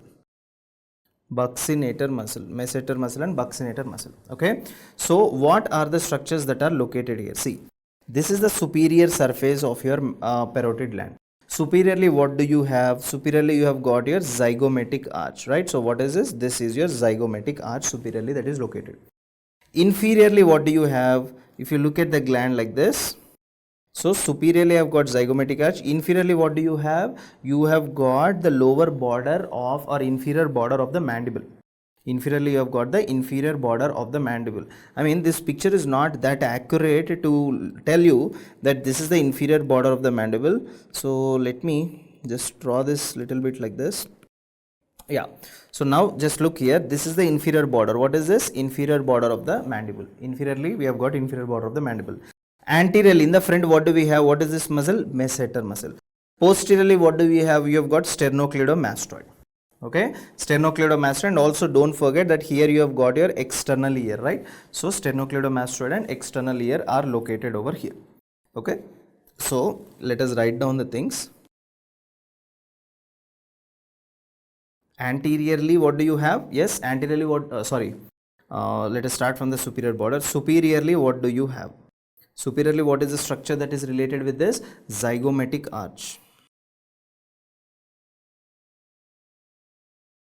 Superiorly, you have got zygomatic arch. Inferiorly, what do you have? Inferiorly over here, inferiorly, what is the structure you have got? Inferior border of mandible. Inferior border of mandible. Inferior border of mandible. Okay, next anteriorly what do you have, and even posteriorly also what do you have? Anteriorly and posteriorly, what do you? Anteriorly you have got the masseter muscle. Posteriorly you have got what? Sternocleidomastoid muscle and external ear. Posteriorly you have got sternocleidomastoid and external ear. Okay, now I am telling you there is one duct. Okay, so that duct is the duct of your parotid gland. So this is how the duct is moving. Just look at the picture now. So this is that particular duct. You see this?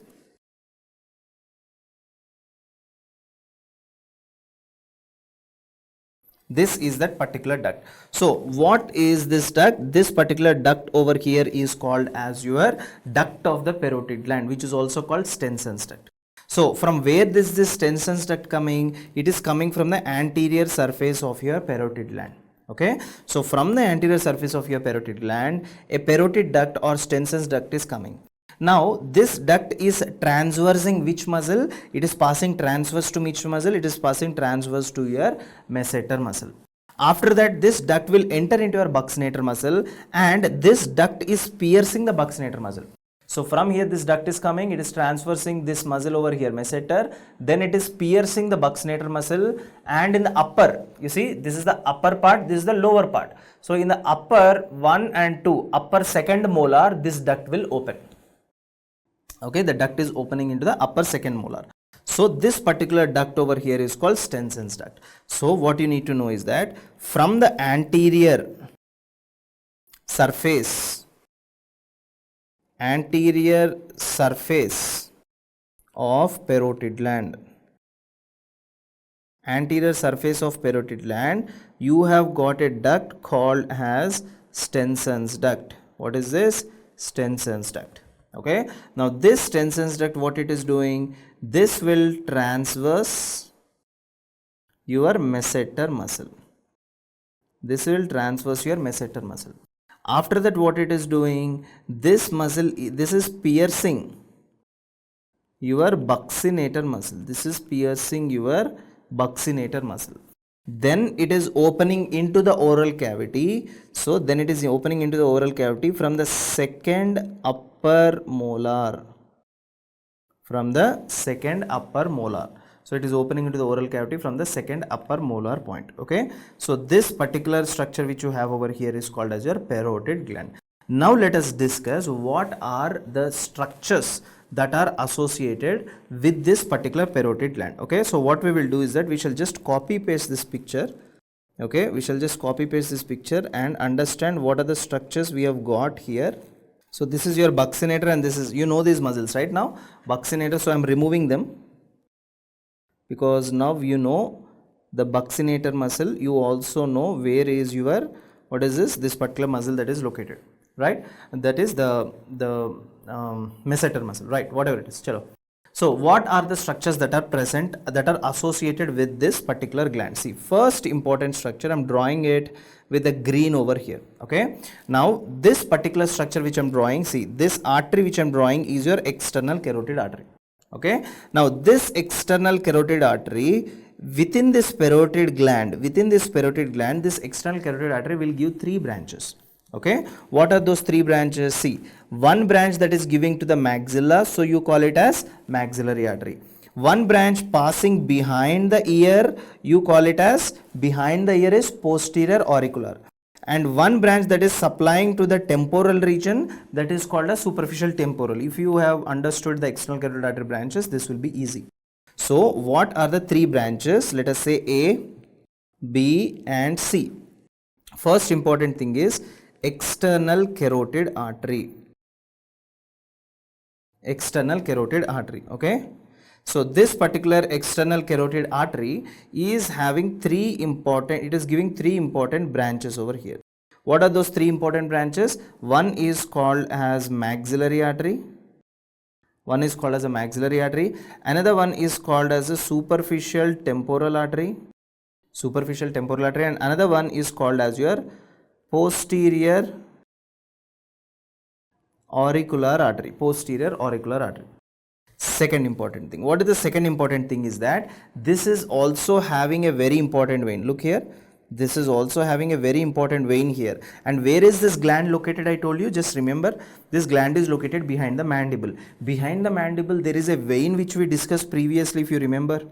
Right? What is the vein that we discussed here that is located behind the mandible? What is this vein located behind the mandible? Retromandibular vein. So it means behind the mandible you have got parotid gland, and within this parotid gland you come across a vein over here, and this vein is your retromandibular vein, RMV, retromandibular vein. Third important thing is that even the facial nerve will not supply the parotid gland, but facial nerve will divide into 5 branches. Facial nerve is going to divide into 5 branches within the parotid gland. So what are these 5 branches? For example, if I have to draw this particular, what is this? Yeah, if I have to draw this particular parotid gland over here, this is your parotid gland over here. Now this, within this parotid gland, you see this is a facial nerve that is entering into the parotid gland. It is not supplying the parotid gland. It is giving branches. So 1, 2, 3, 4 as well as 5. Okay. So what are these 5 important branches? Okay, before I have to, if you want to understand these 5 important branches easily, so what we will do is that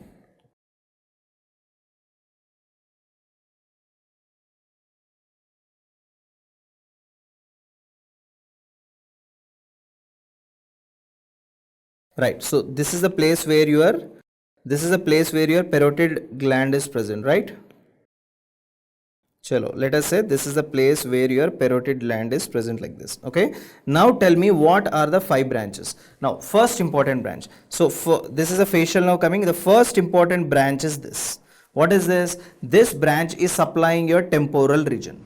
Okay. So that is why you call this as temporal branch. What is this? This is called as a temporal branch. Next, after the temporal region, here you have got what? The zygomatic arch. So near this zygomatic arch, there is one more branch like this. So this branch near the zygomatic arch should be called as zygomatic branch. This is what? This is your zygomatic branch. One is temporal branch, another one is zygomatic branch. Next important branch is that you see a branch that is entering into the buccal region. Okay, so what is this branch that is entering into your buccal region? This is called as your buccal branch. This is called as your buccal branch. After this buccal branch, you see a branch that is entering into your mandibular region. So what is this particular branch that is entering into the mandibular region? Mandibular branch. Okay, and finally you come across the last branch that is entering into your cervical region, so you call it as a cervical branch. Cervical branch. So what are the important branches? Temporal, zygomatic, buccal, mandibular, as well as the cervical branch. So all these are also related with this. Yes or no? All these are also related with this. So these are the three important structures that are in relation with your parotid gland over here. Okay. Now after this, let us discuss about what is the blood supply. Okay. Let us discuss about what is the blood supply of this particular parotid gland over here. So regarding this blood supply, what are the important things you need to know? So what is the blood supply? Remember this thing, that the blood supply is done by two important arteries. What are those two important arteries? One is posterior auricular artery, as well as superficial temporal artery. These two supply the blood to the parotid gland.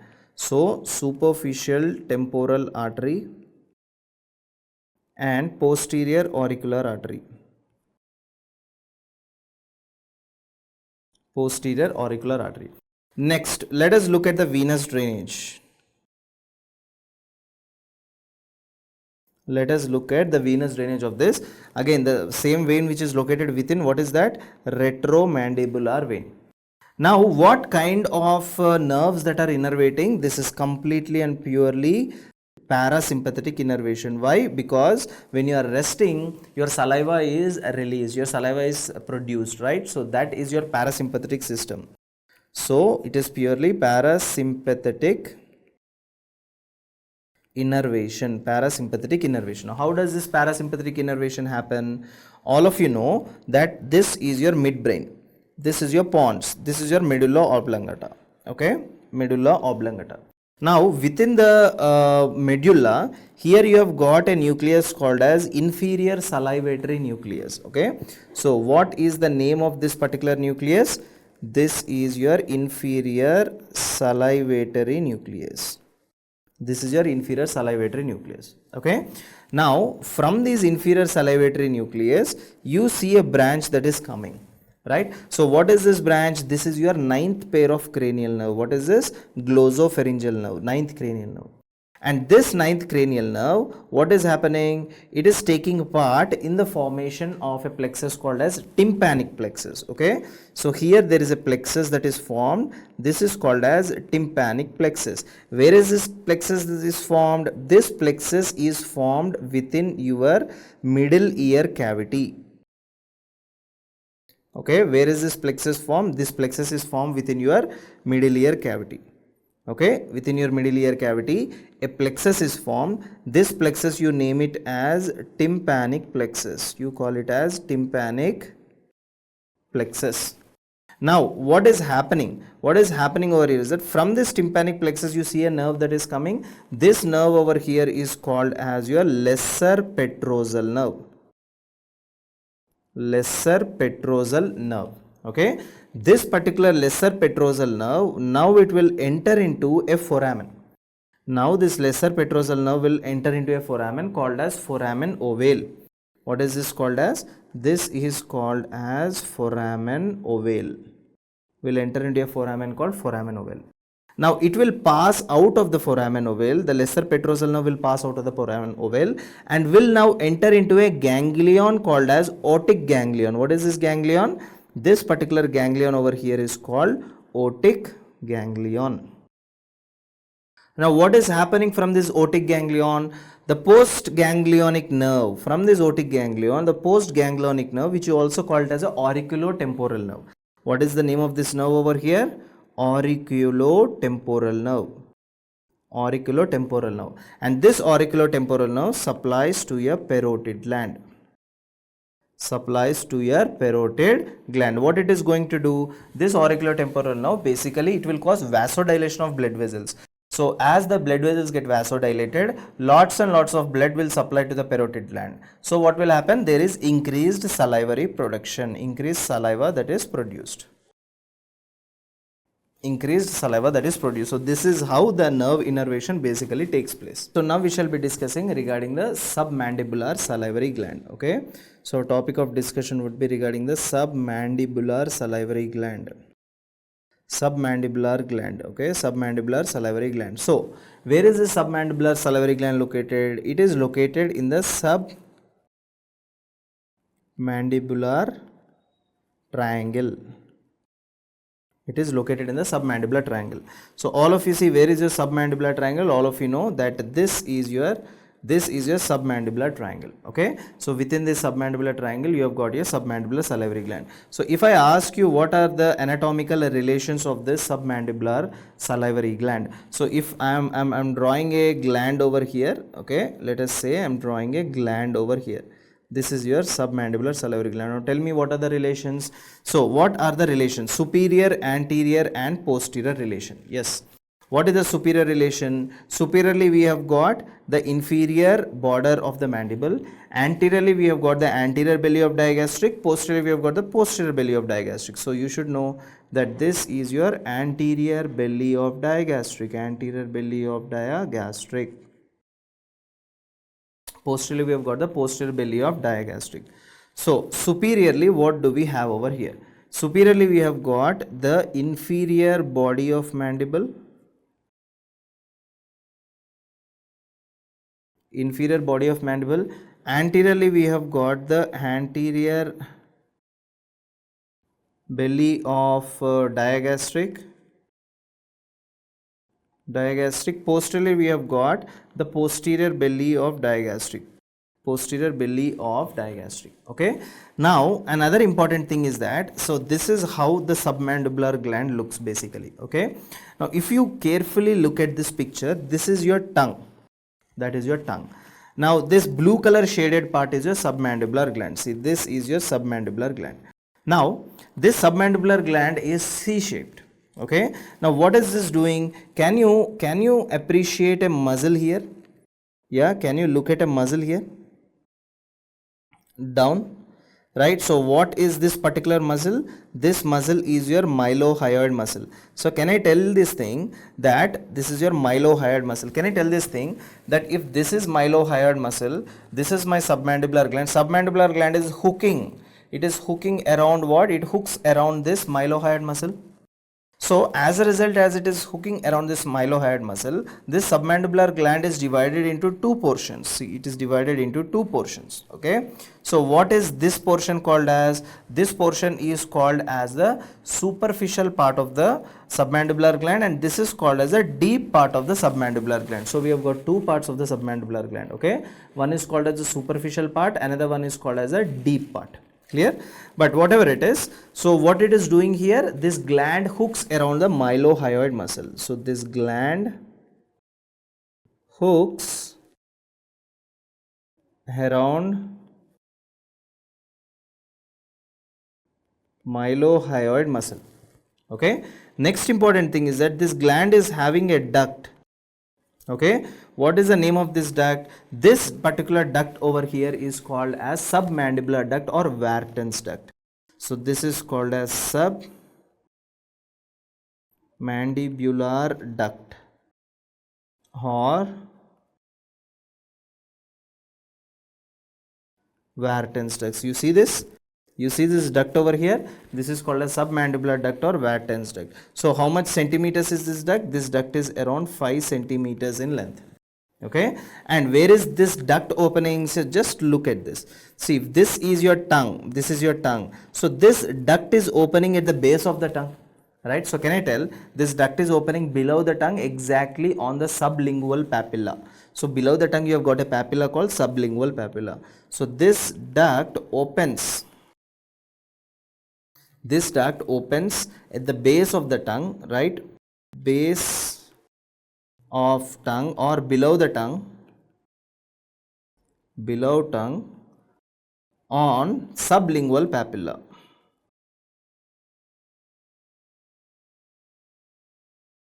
On the sublingual papilla.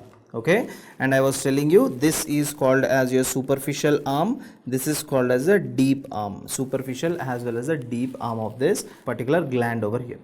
Now if you look at the relations, what are the relations of this particular gland? So what are the relations of this particular gland? You basically have got three important relations. Okay, three important nerves are related with this. So what are those three important nerves? See, first important nerve over here, okay, that is called as, see, where is this? All of you just concentrate on this particular gland. This is your gland here. Okay, you see, this is your gland. Now if you particularly concentrate here, near to this gland you see a nerve. What is this? Lingual nerve. What is this lingual nerve doing? Lingual nerve is looping around your submandibular gland. You see, looping around your submandibular gland. I mean, it is exactly looping around your duct, Vartan's duct, and then this lingual nerve is going and supplying your anterior part of your tongue, anterior 2/3 of your tongue. Okay, so what it is doing, this lingual nerve is coming down like this. You see, it is looping around a duct, right? What is this duct? Vartan's duct. You see, submandibular duct. What is this duct? Submandibular duct or Vartan's duct. And after looping, it is coming out and supplying to the anterior 2/3 of your tongue. So lingual nerve is associated. First thing is lingual nerve. First thing is lingual nerve. What it is doing, this loops beneath your duct, Vartan's duct, loops beneath your Vartan's duct and innervates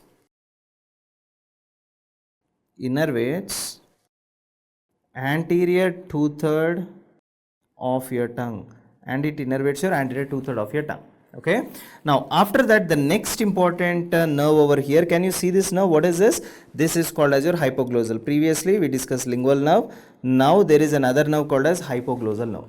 Now this hypoglossal nerve is passing near to this submandibular gland, right? So submandibular gland, and this is passing below. This is what muscle? This is your hyoglossus. Now tell me, this hypoglossal nerve is passing below hyoglossus or above? It is passing above hyoglossus muscle or superior to hyoglossus. And also remember one thing, it is passing deep to digastric muscle. I cannot show it to you here, but just remember that point, it is passing deep to digastric. So the next important nerve over here is your hyoglossal nerve. So this particular hyoglossal nerve passes deep to submandibular gland, SMG is submandibular gland, superior to hyoglossus muscle, and also deep to digastric muscle, Okay, next important nerve over here, it is not given, but just remember, next important nerve is your facial nerve, right? Your facial nerve. In your facial nerve also, which branch of facial nerve? Just look here. See, here there was a gland called as parotid gland. So there, what did we discuss? We discussed that facial nerve association with the parotid gland is dividing into 5 branches, I told you. But where is submandibular gland? Below the mandible. Below the mandible, in the sense, which branch of facial nerve will come? The last branch, the last but one. The last branch, this one is your cervical branch, you remember? Last but one is your submandibular gland or mandibular branch. You see, this mandibular branch is passing through the submandibular gland. So that is the reason why, which part of the facial nerve is involved? That is, only the mandibular branch is involved. Mandibular branch of your facial nerve is involved over here. Okay, fine. What will happen if the lingual nerve is damaged? If lingual nerve is damaged, patient will have loss of taste and paresthesia in the anterior two-thirds of the tongue. If lingual nerve is damaged, patient will have paresthesia and loss of taste in the anterior two-thirds of the tongue. Paresthesia and loss of taste in the anterior two-thirds of the tongue. What will happen if this hypoglossal nerve is damaged? If this hypoglossal nerve is damaged, you know it will supply all your intrinsic muscles, right? So paralysis of all intrinsic muscles. For example, if right hypoglossal nerve is damaged, then the tongue will be deviated to the right. Left hypoglossal nerve is damaged, tongue will be deviated to the left. So you need to remember that if hypoglossal nerve is damaged, this would lead to paralysis of all intrinsic muscles of tongue. Paralysis of all intrinsic muscles of tongue. Not only that, there will also be deviation of tongue on one side, deviation of tongue to one side, right? Side deviation of tongue onto side of the lesion, to one side of the lesion. Next, what will happen if your facial nerve is damaged? You know facial nerve, which branch? Mandibular branch. Mandibular branch supplies to your lower lip, to your chin, and here if you remember the muscles around the mouth I discussed, right? I told you there are a pair of muscles here. When you contract, your lower lip will be depressed. This is called as depressor labii inferioris, if you remember. So if all these muscles are not working, let us say if mandibular branch is gone, then the lower lip, right, the lower lip sensations are lost, the chin, all the muscles that are present attached to the lower lip, everything are gone. So what will happen? Will the lower lip stay like this, or it will droop down? It will droop down. There will be drooping of your lower lip. Okay. So facial mandibular branch, if this part is damaged, then what is going to happen? Then mandibular branch normally supplies your lower lip, chin, the motor supply here is gone. Why? Because the depressor muscle, the depressor labii superioris. If you remember that when I was discussing muscles of facial expression, I told you there are two muscles here that is causing elevation of upper lip. So levator labii superioris. Here depressor labii inferioris. Okay. And the third important thing is drooping of your lower lip. Drooping of your lower lip. So these are the things which we have over here. Okay, these are the things which we have over here. And remember one thing, but if this facial nerve is damaged, the symptoms will be very temporary. Okay, around 6 to 12 weeks only, not more than that. Okay, again the patient will have a normal motor supply here. Now coming to the artery, what is a vasculature? What is the artery that is basically supplying over here? All of you know an artery called as facial artery. Right? What is this facial artery? It is a branch of external carotid, if you remember. Go back to that external carotid lecture. There I told you one of the branch of facial artery supplying the mental region is submental artery. You remember I told you facial artery branches, medial angular artery, lateral lateral artery, superior labial, inferior labial, mental, right? So those are the branches. Next, another artery is lingual artery. Lingual artery is also the same thing, right? It is also a branch of external carotid. So sublingual artery, branch of lingual artery, sublingual artery. So these are the two arteries that supply to your submandibular gland. Now coming to the veins, what will be the veins? If there is facial artery, there will be facial vein. If there is sublingual artery, there is sublingual vein. Sublingual vein. Okay. Innervation is important here. Now all of you look at the innervation part. Let us say this is your midbrain, pons, medulla oblongata and spinal cord. Okay. Let us say that here you have got your mandible. Here you have got your mandible over here, and let us say the gland which you have over here is a submandibular gland. Okay. So this is your submandibular gland over here.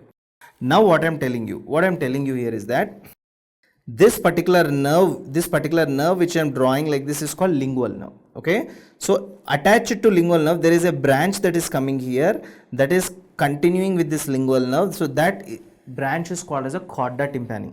Chorda tympani is a branch of facial nerve, you know. It will join with the lingual nerve. Okay. Chorda tympani is a branch of facial nerve that is joining with the lingual nerve. So this is your lingual nerve. And what is this branch over here? This is your chorda tympani. Chorda tympani. Okay, and now I am drawing in the pons. There is a nucleus over here. This particular nucleus over here is called as superior salivatory nucleus. Superior salivatory nucleus. What is this? Superior salivatory nucleus.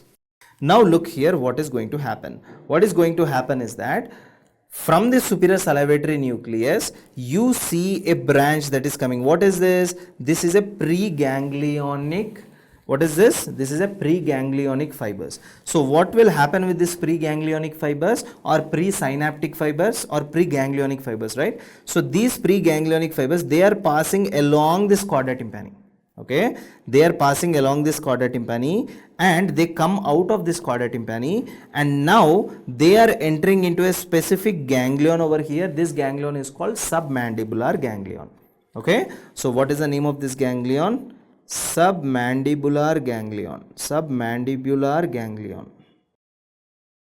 So again, what I am telling you, from the superior salivatory nucleus in the pons, the preganglionic fibers are coming along and they are passing along with chorda tympani and entering into submandibular ganglion.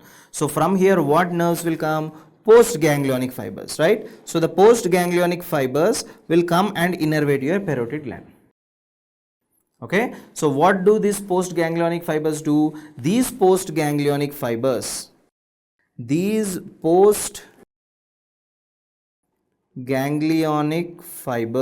postganglionic fibers are also called as secretomotor fibers. Secretomotor fibers. These are also called as secretomotor fibers. So these secretomotor fibers, what do? They increase the saliva secretion. Increase the saliva secretion. Why? Because these fibers are parasympathetic. They will cause dilation or constriction of blood vessels. They will cause dilation of blood vessels. When the blood vessels get dilated, what will happen? More blood supplies to your submandibular gland. Then obviously more saliva is released. On the other hand, here we have got another group here. All the way from C1 to C3, you remember we have got a ganglia over here called as superior cervical ganglia. Down here we have got middle cervical, and down here we have got inferior cervical ganglia, if you remember this thing, right? Now I am also drawing two arteries over here. See, one artery over here is your carotid artery.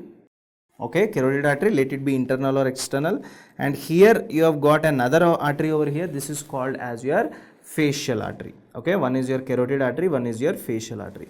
So what is happening here? What is happening here is that from the superior cervical ganglion, this is already a ganglion, superior cervical ganglion. From the superior cervical ganglion, what is happening? Postganglionic fibers are coming out. These postganglionic fibers, what do? They completely surround your carotid artery. They completely form a plexus around carotid artery, and then they form a plexus around your facial artery like this. Okay, they form a plexus around facial artery, and then they enter into your gland. Okay, what do these fibers do? Yes, so first they are forming a plexus around carotid artery called as carotid plexus. Then they are forming a plexus around facial artery. Now what do?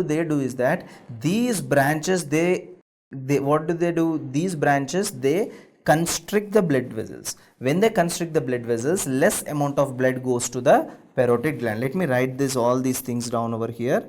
So from the superior salivatory ganglion, you see the postganglionic fibers.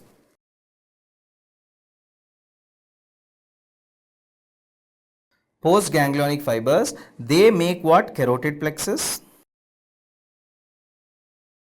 And they make a plexus around the facial artery,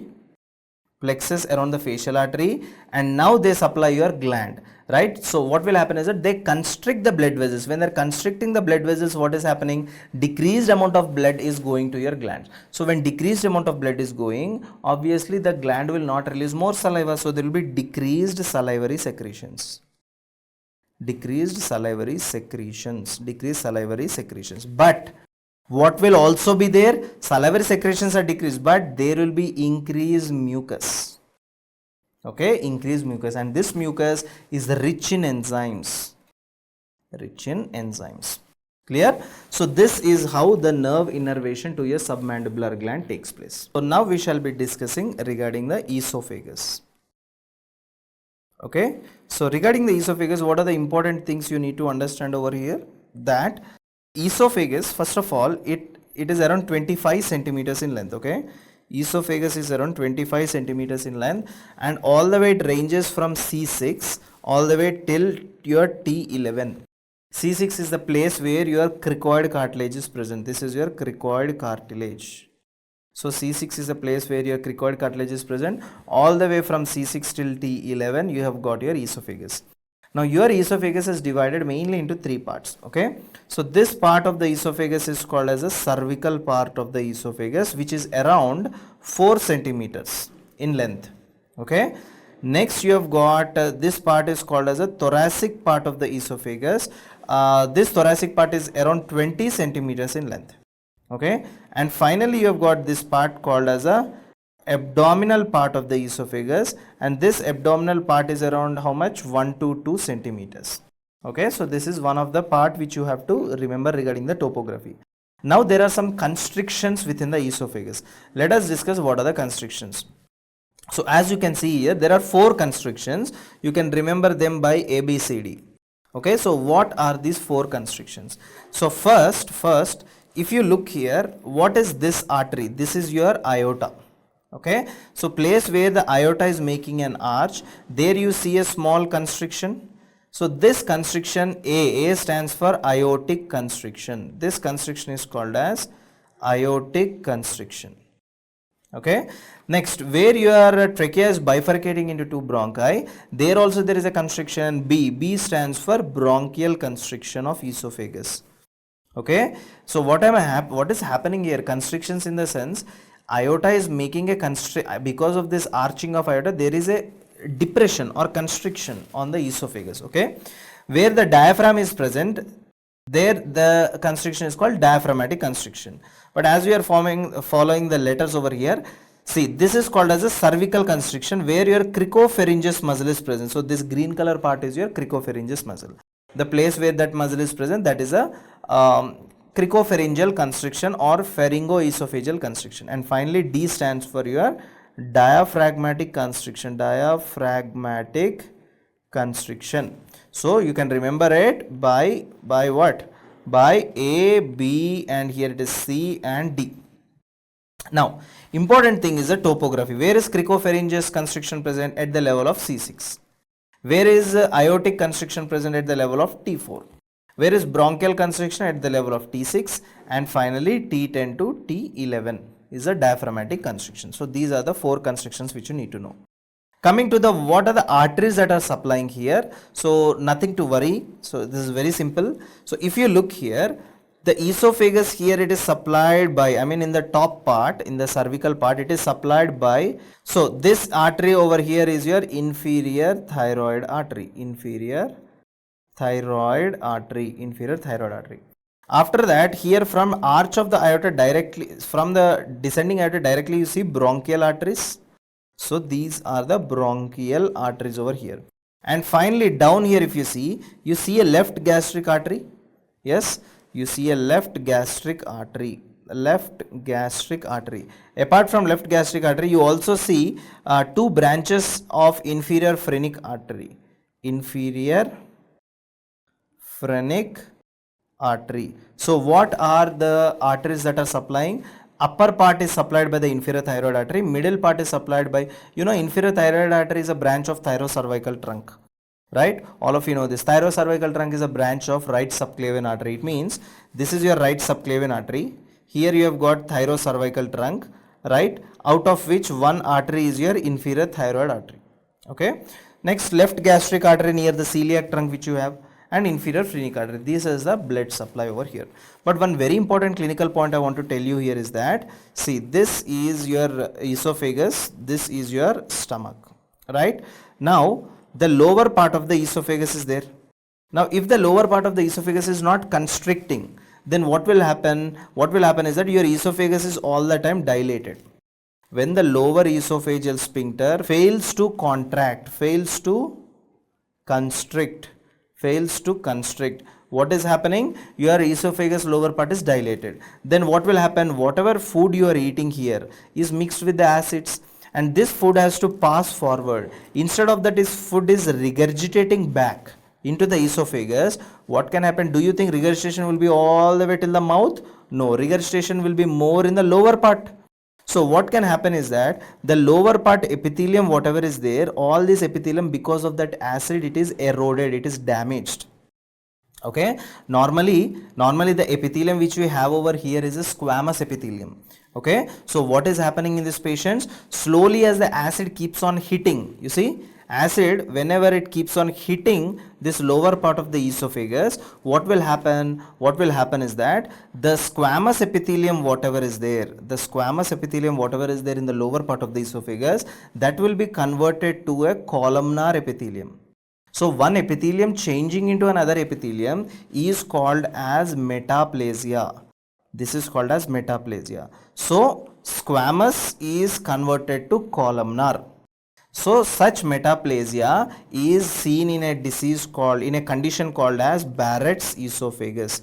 This particular condition is called Barrett's esophagus. What is this? Barrett's esophagus.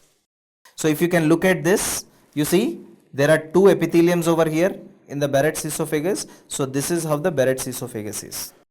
Okay, so Barrett's esophagus is a pre-malignant condition. Yes, it is a pre-malignant condition. It means later on it can convert into squamous cell carcinoma, right, in the lower part of the esophagus. Later on it can convert into a cancer in the lower part of the esophagus. So this squamous epithelium is converted into columnar epithelium, right? So this condition where continuously you see the acid is getting reflexed back, so that is why this condition is called as GERD. GERD in the sense gastroesophageal reflex disease, because of the contents from the gastric part are getting regurgitated back into the esophagus.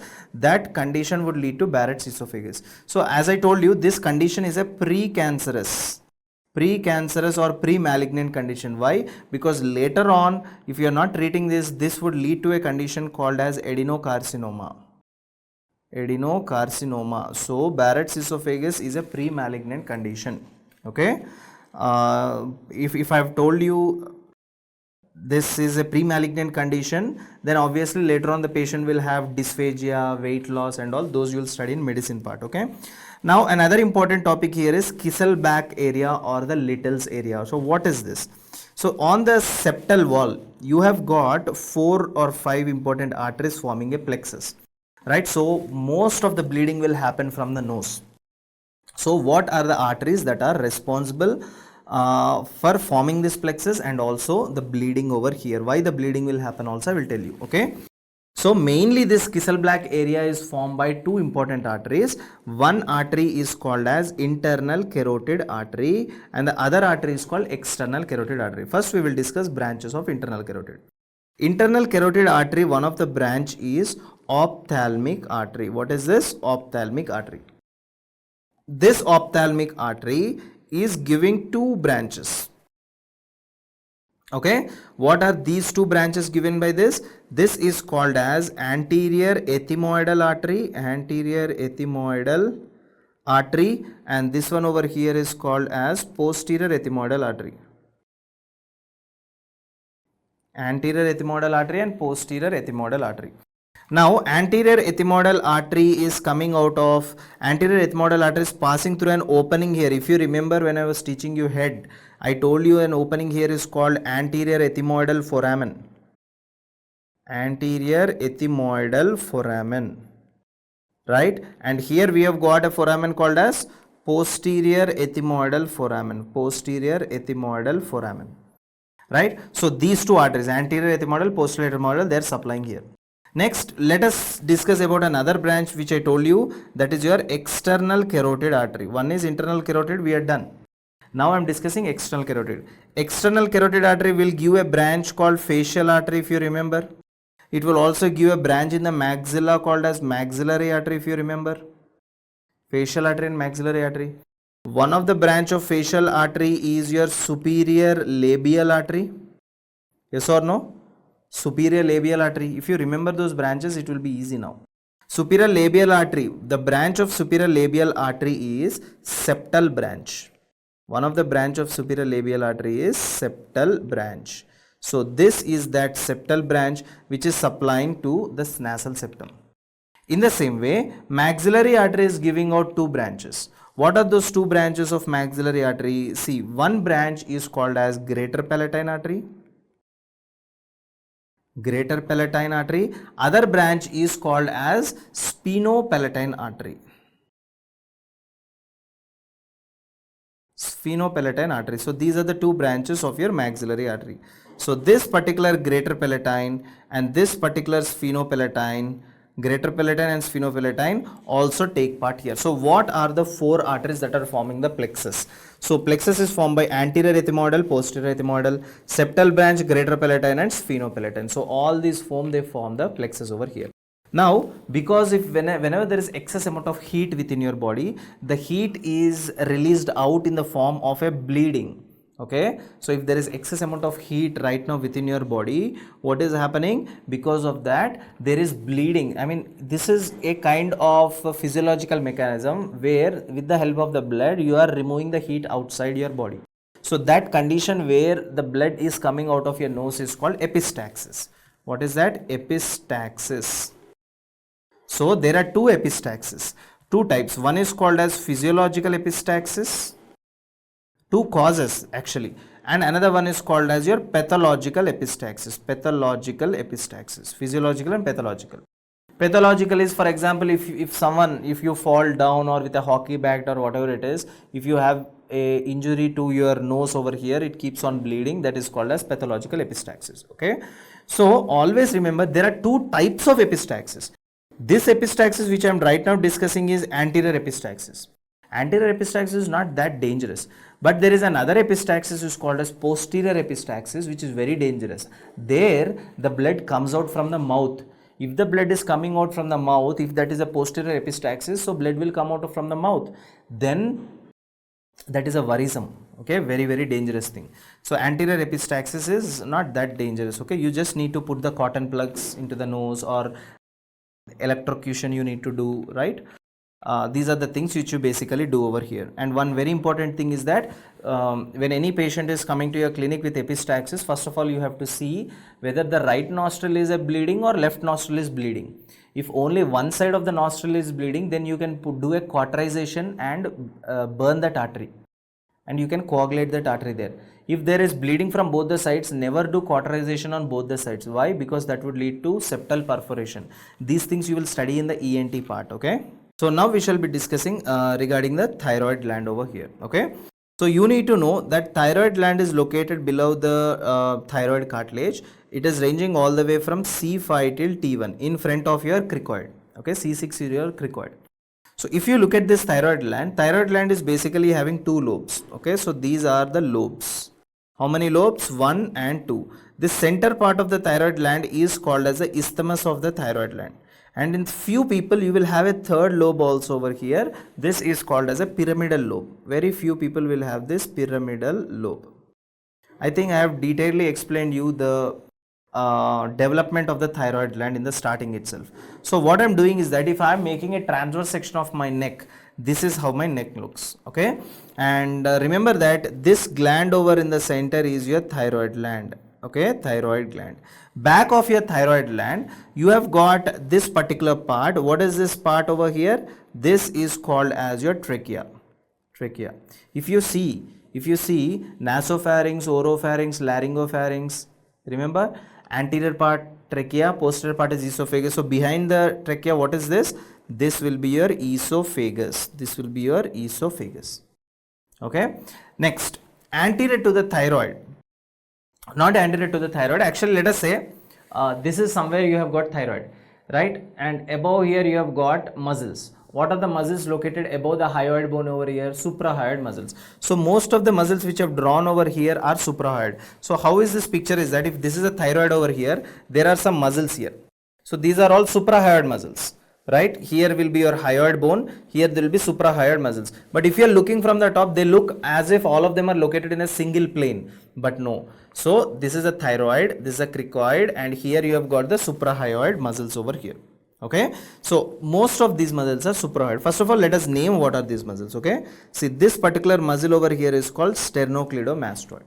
Okay, this muscle over here connects the sternum to the hyoid bone, so you call it as sternohyoid. We have drawn these muscles previously, right? And this muscle over here is called as your omohyoid muscle. Omohyoid muscle. What is this muscle? Omohyoid muscle. Omohyoid will have two bellies, superior and inferior belly. So if this is superior belly, this is inferior belly. If you are looking from the top, if I am making a section like this looking from the top, which belly will you see? Superior belly. So this is a superior belly of omohyoid. Okay, and down here, what is this particular muscle? Sternothyroid muscle. Sternothyroid muscle. Okay, sternothyroid muscle. Now covering this sternocleidomastoid muscle, you see a fascia. That fascia, this particular fascia over here is called as a deep cervical fascia. That is your investing layer of a deep cervical fascia. Investing layer of deep cervical fascia. Investing layer of a deep cervical fascia. Okay, next, in front of trachea, see, if this is trachea, in front of trachea, can you see a red color fascia over here? In front is called pretracheal, so this is called as pretracheal fascia. So you have got what? You have got deep cervical fascia, you have got pretracheal fascia. Now here you have got a very important gland over here. What is this gland? This particular gland over here is called as your parathyroid gland. What is this? Parathyroid gland. And what is this nerve? This is called as your recurrent laryngeal nerve. It is a branch of your vagus nerve, if you remember, right? Recurrent laryngeal nerve. Branch of your vagus nerve. So now what we will do is that after looking at this picture, we shall discuss what are the structures that are associated with the thyroid gland. Okay, so let us say first, anterior to the thyroid gland, what structures do we have? So now you tell me, anterior to the thyroid gland, you have this bunch of muscles like this, all these muscles over here, what are they? Yeah, these muscles, all these muscles over here, what are they? These are called as your infrahyoid muscles. What are your infrahyoid muscles? Sternohyoid, omohyoid, sternothyroid. Okay, so anteriorly what do you have? Anteriorly you have got infrahyoid muscles. So you have got your infrahyoid muscles over here anteriorly, right? So here you are dividing these into three. What are those three? What are those three over here? One is called as your sternohyoid. Sternohyoid we have seen omohyoid, that is superior belly. Omohyoid, that is superior belly we have seen. We have also seen sterno, what was this? Sternohyoid as sternothyroid, this was sternothyroid, right? Sternothyroid muscle. Okay, so these are the muscles anteriorly.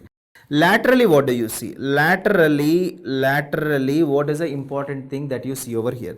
So lateral to the thyroid gland, already there is a structure, you see, this is a structure that is present on both the sides like this. Okay, so I'm removing on one side because it is very difficult here to put this picture on one side because these things will be overlapping over here. Chalo, what are the structures which you have on the lateral side? Lateral side, this is the lateral side. Lateral side, what do you have got? You have got a sheath called carotid sheath. If you remember, I told you what are the items that are located within the carotid sheath, right? What is this? Internal jugular vein. This is your vagus nerve. And what is this artery? This artery is your common carotid artery. Okay. So laterally, what do you have? Laterally, you have got carotid sheath plus its contents. Okay. Medially, what do you have? Medially, what is the structure that is present over here? Medially, what is the structure which you have? Medially in the sense, what is medially? If this is your thyroid gland, this is lateral. See, if this is your thyroid gland like this, these structures are lateral, but these structures are medial. So what are the structures you have got medially? You have got larynx, right? What is this? Trachea. Trachea, you have got esophagus. Not only that, not only trachea, esophagus. You cannot see the remaining pictures here, right? But other important things are, you have even got pharynx and you have even got larynx. So these are also that are located over here medially, right? Now, not only that, and other structures are also located medially. What are they? You have got your what is this? Recurrent laryngeal nerve. What is this? Recurrent laryngeal nerve. So you even have got recurrent laryngeal nerve and right also external laryngeal nerve. I did not draw there, but external laryngeal nerve is also a part. Coming to the blood supply, look at this. These arteries are very, very simple. You know that what are these arteries over here? This is your, what is this? This is your brachiocephalic trunk, divided into two. This is your right subclavian artery. This is your left subclavian artery. Okay. This is your common carotid artery on the right. This is your common carotid artery on the left. Now this particular artery over here is called as thyrocervical trunk. So a branch of thyrocervical trunk is your inferior thyroid artery. Branch of thyrocervical trunk is your inferior thyroid artery. In the same way, what is this? This is our external carotid artery. Branch of external carotid artery is superior thyroid artery. So the blood supply to the thyroid gland is by inferior thyroid and superior thyroid artery, which I want you to remember. Okay, so this is all you need to know regarding the thyroid gland.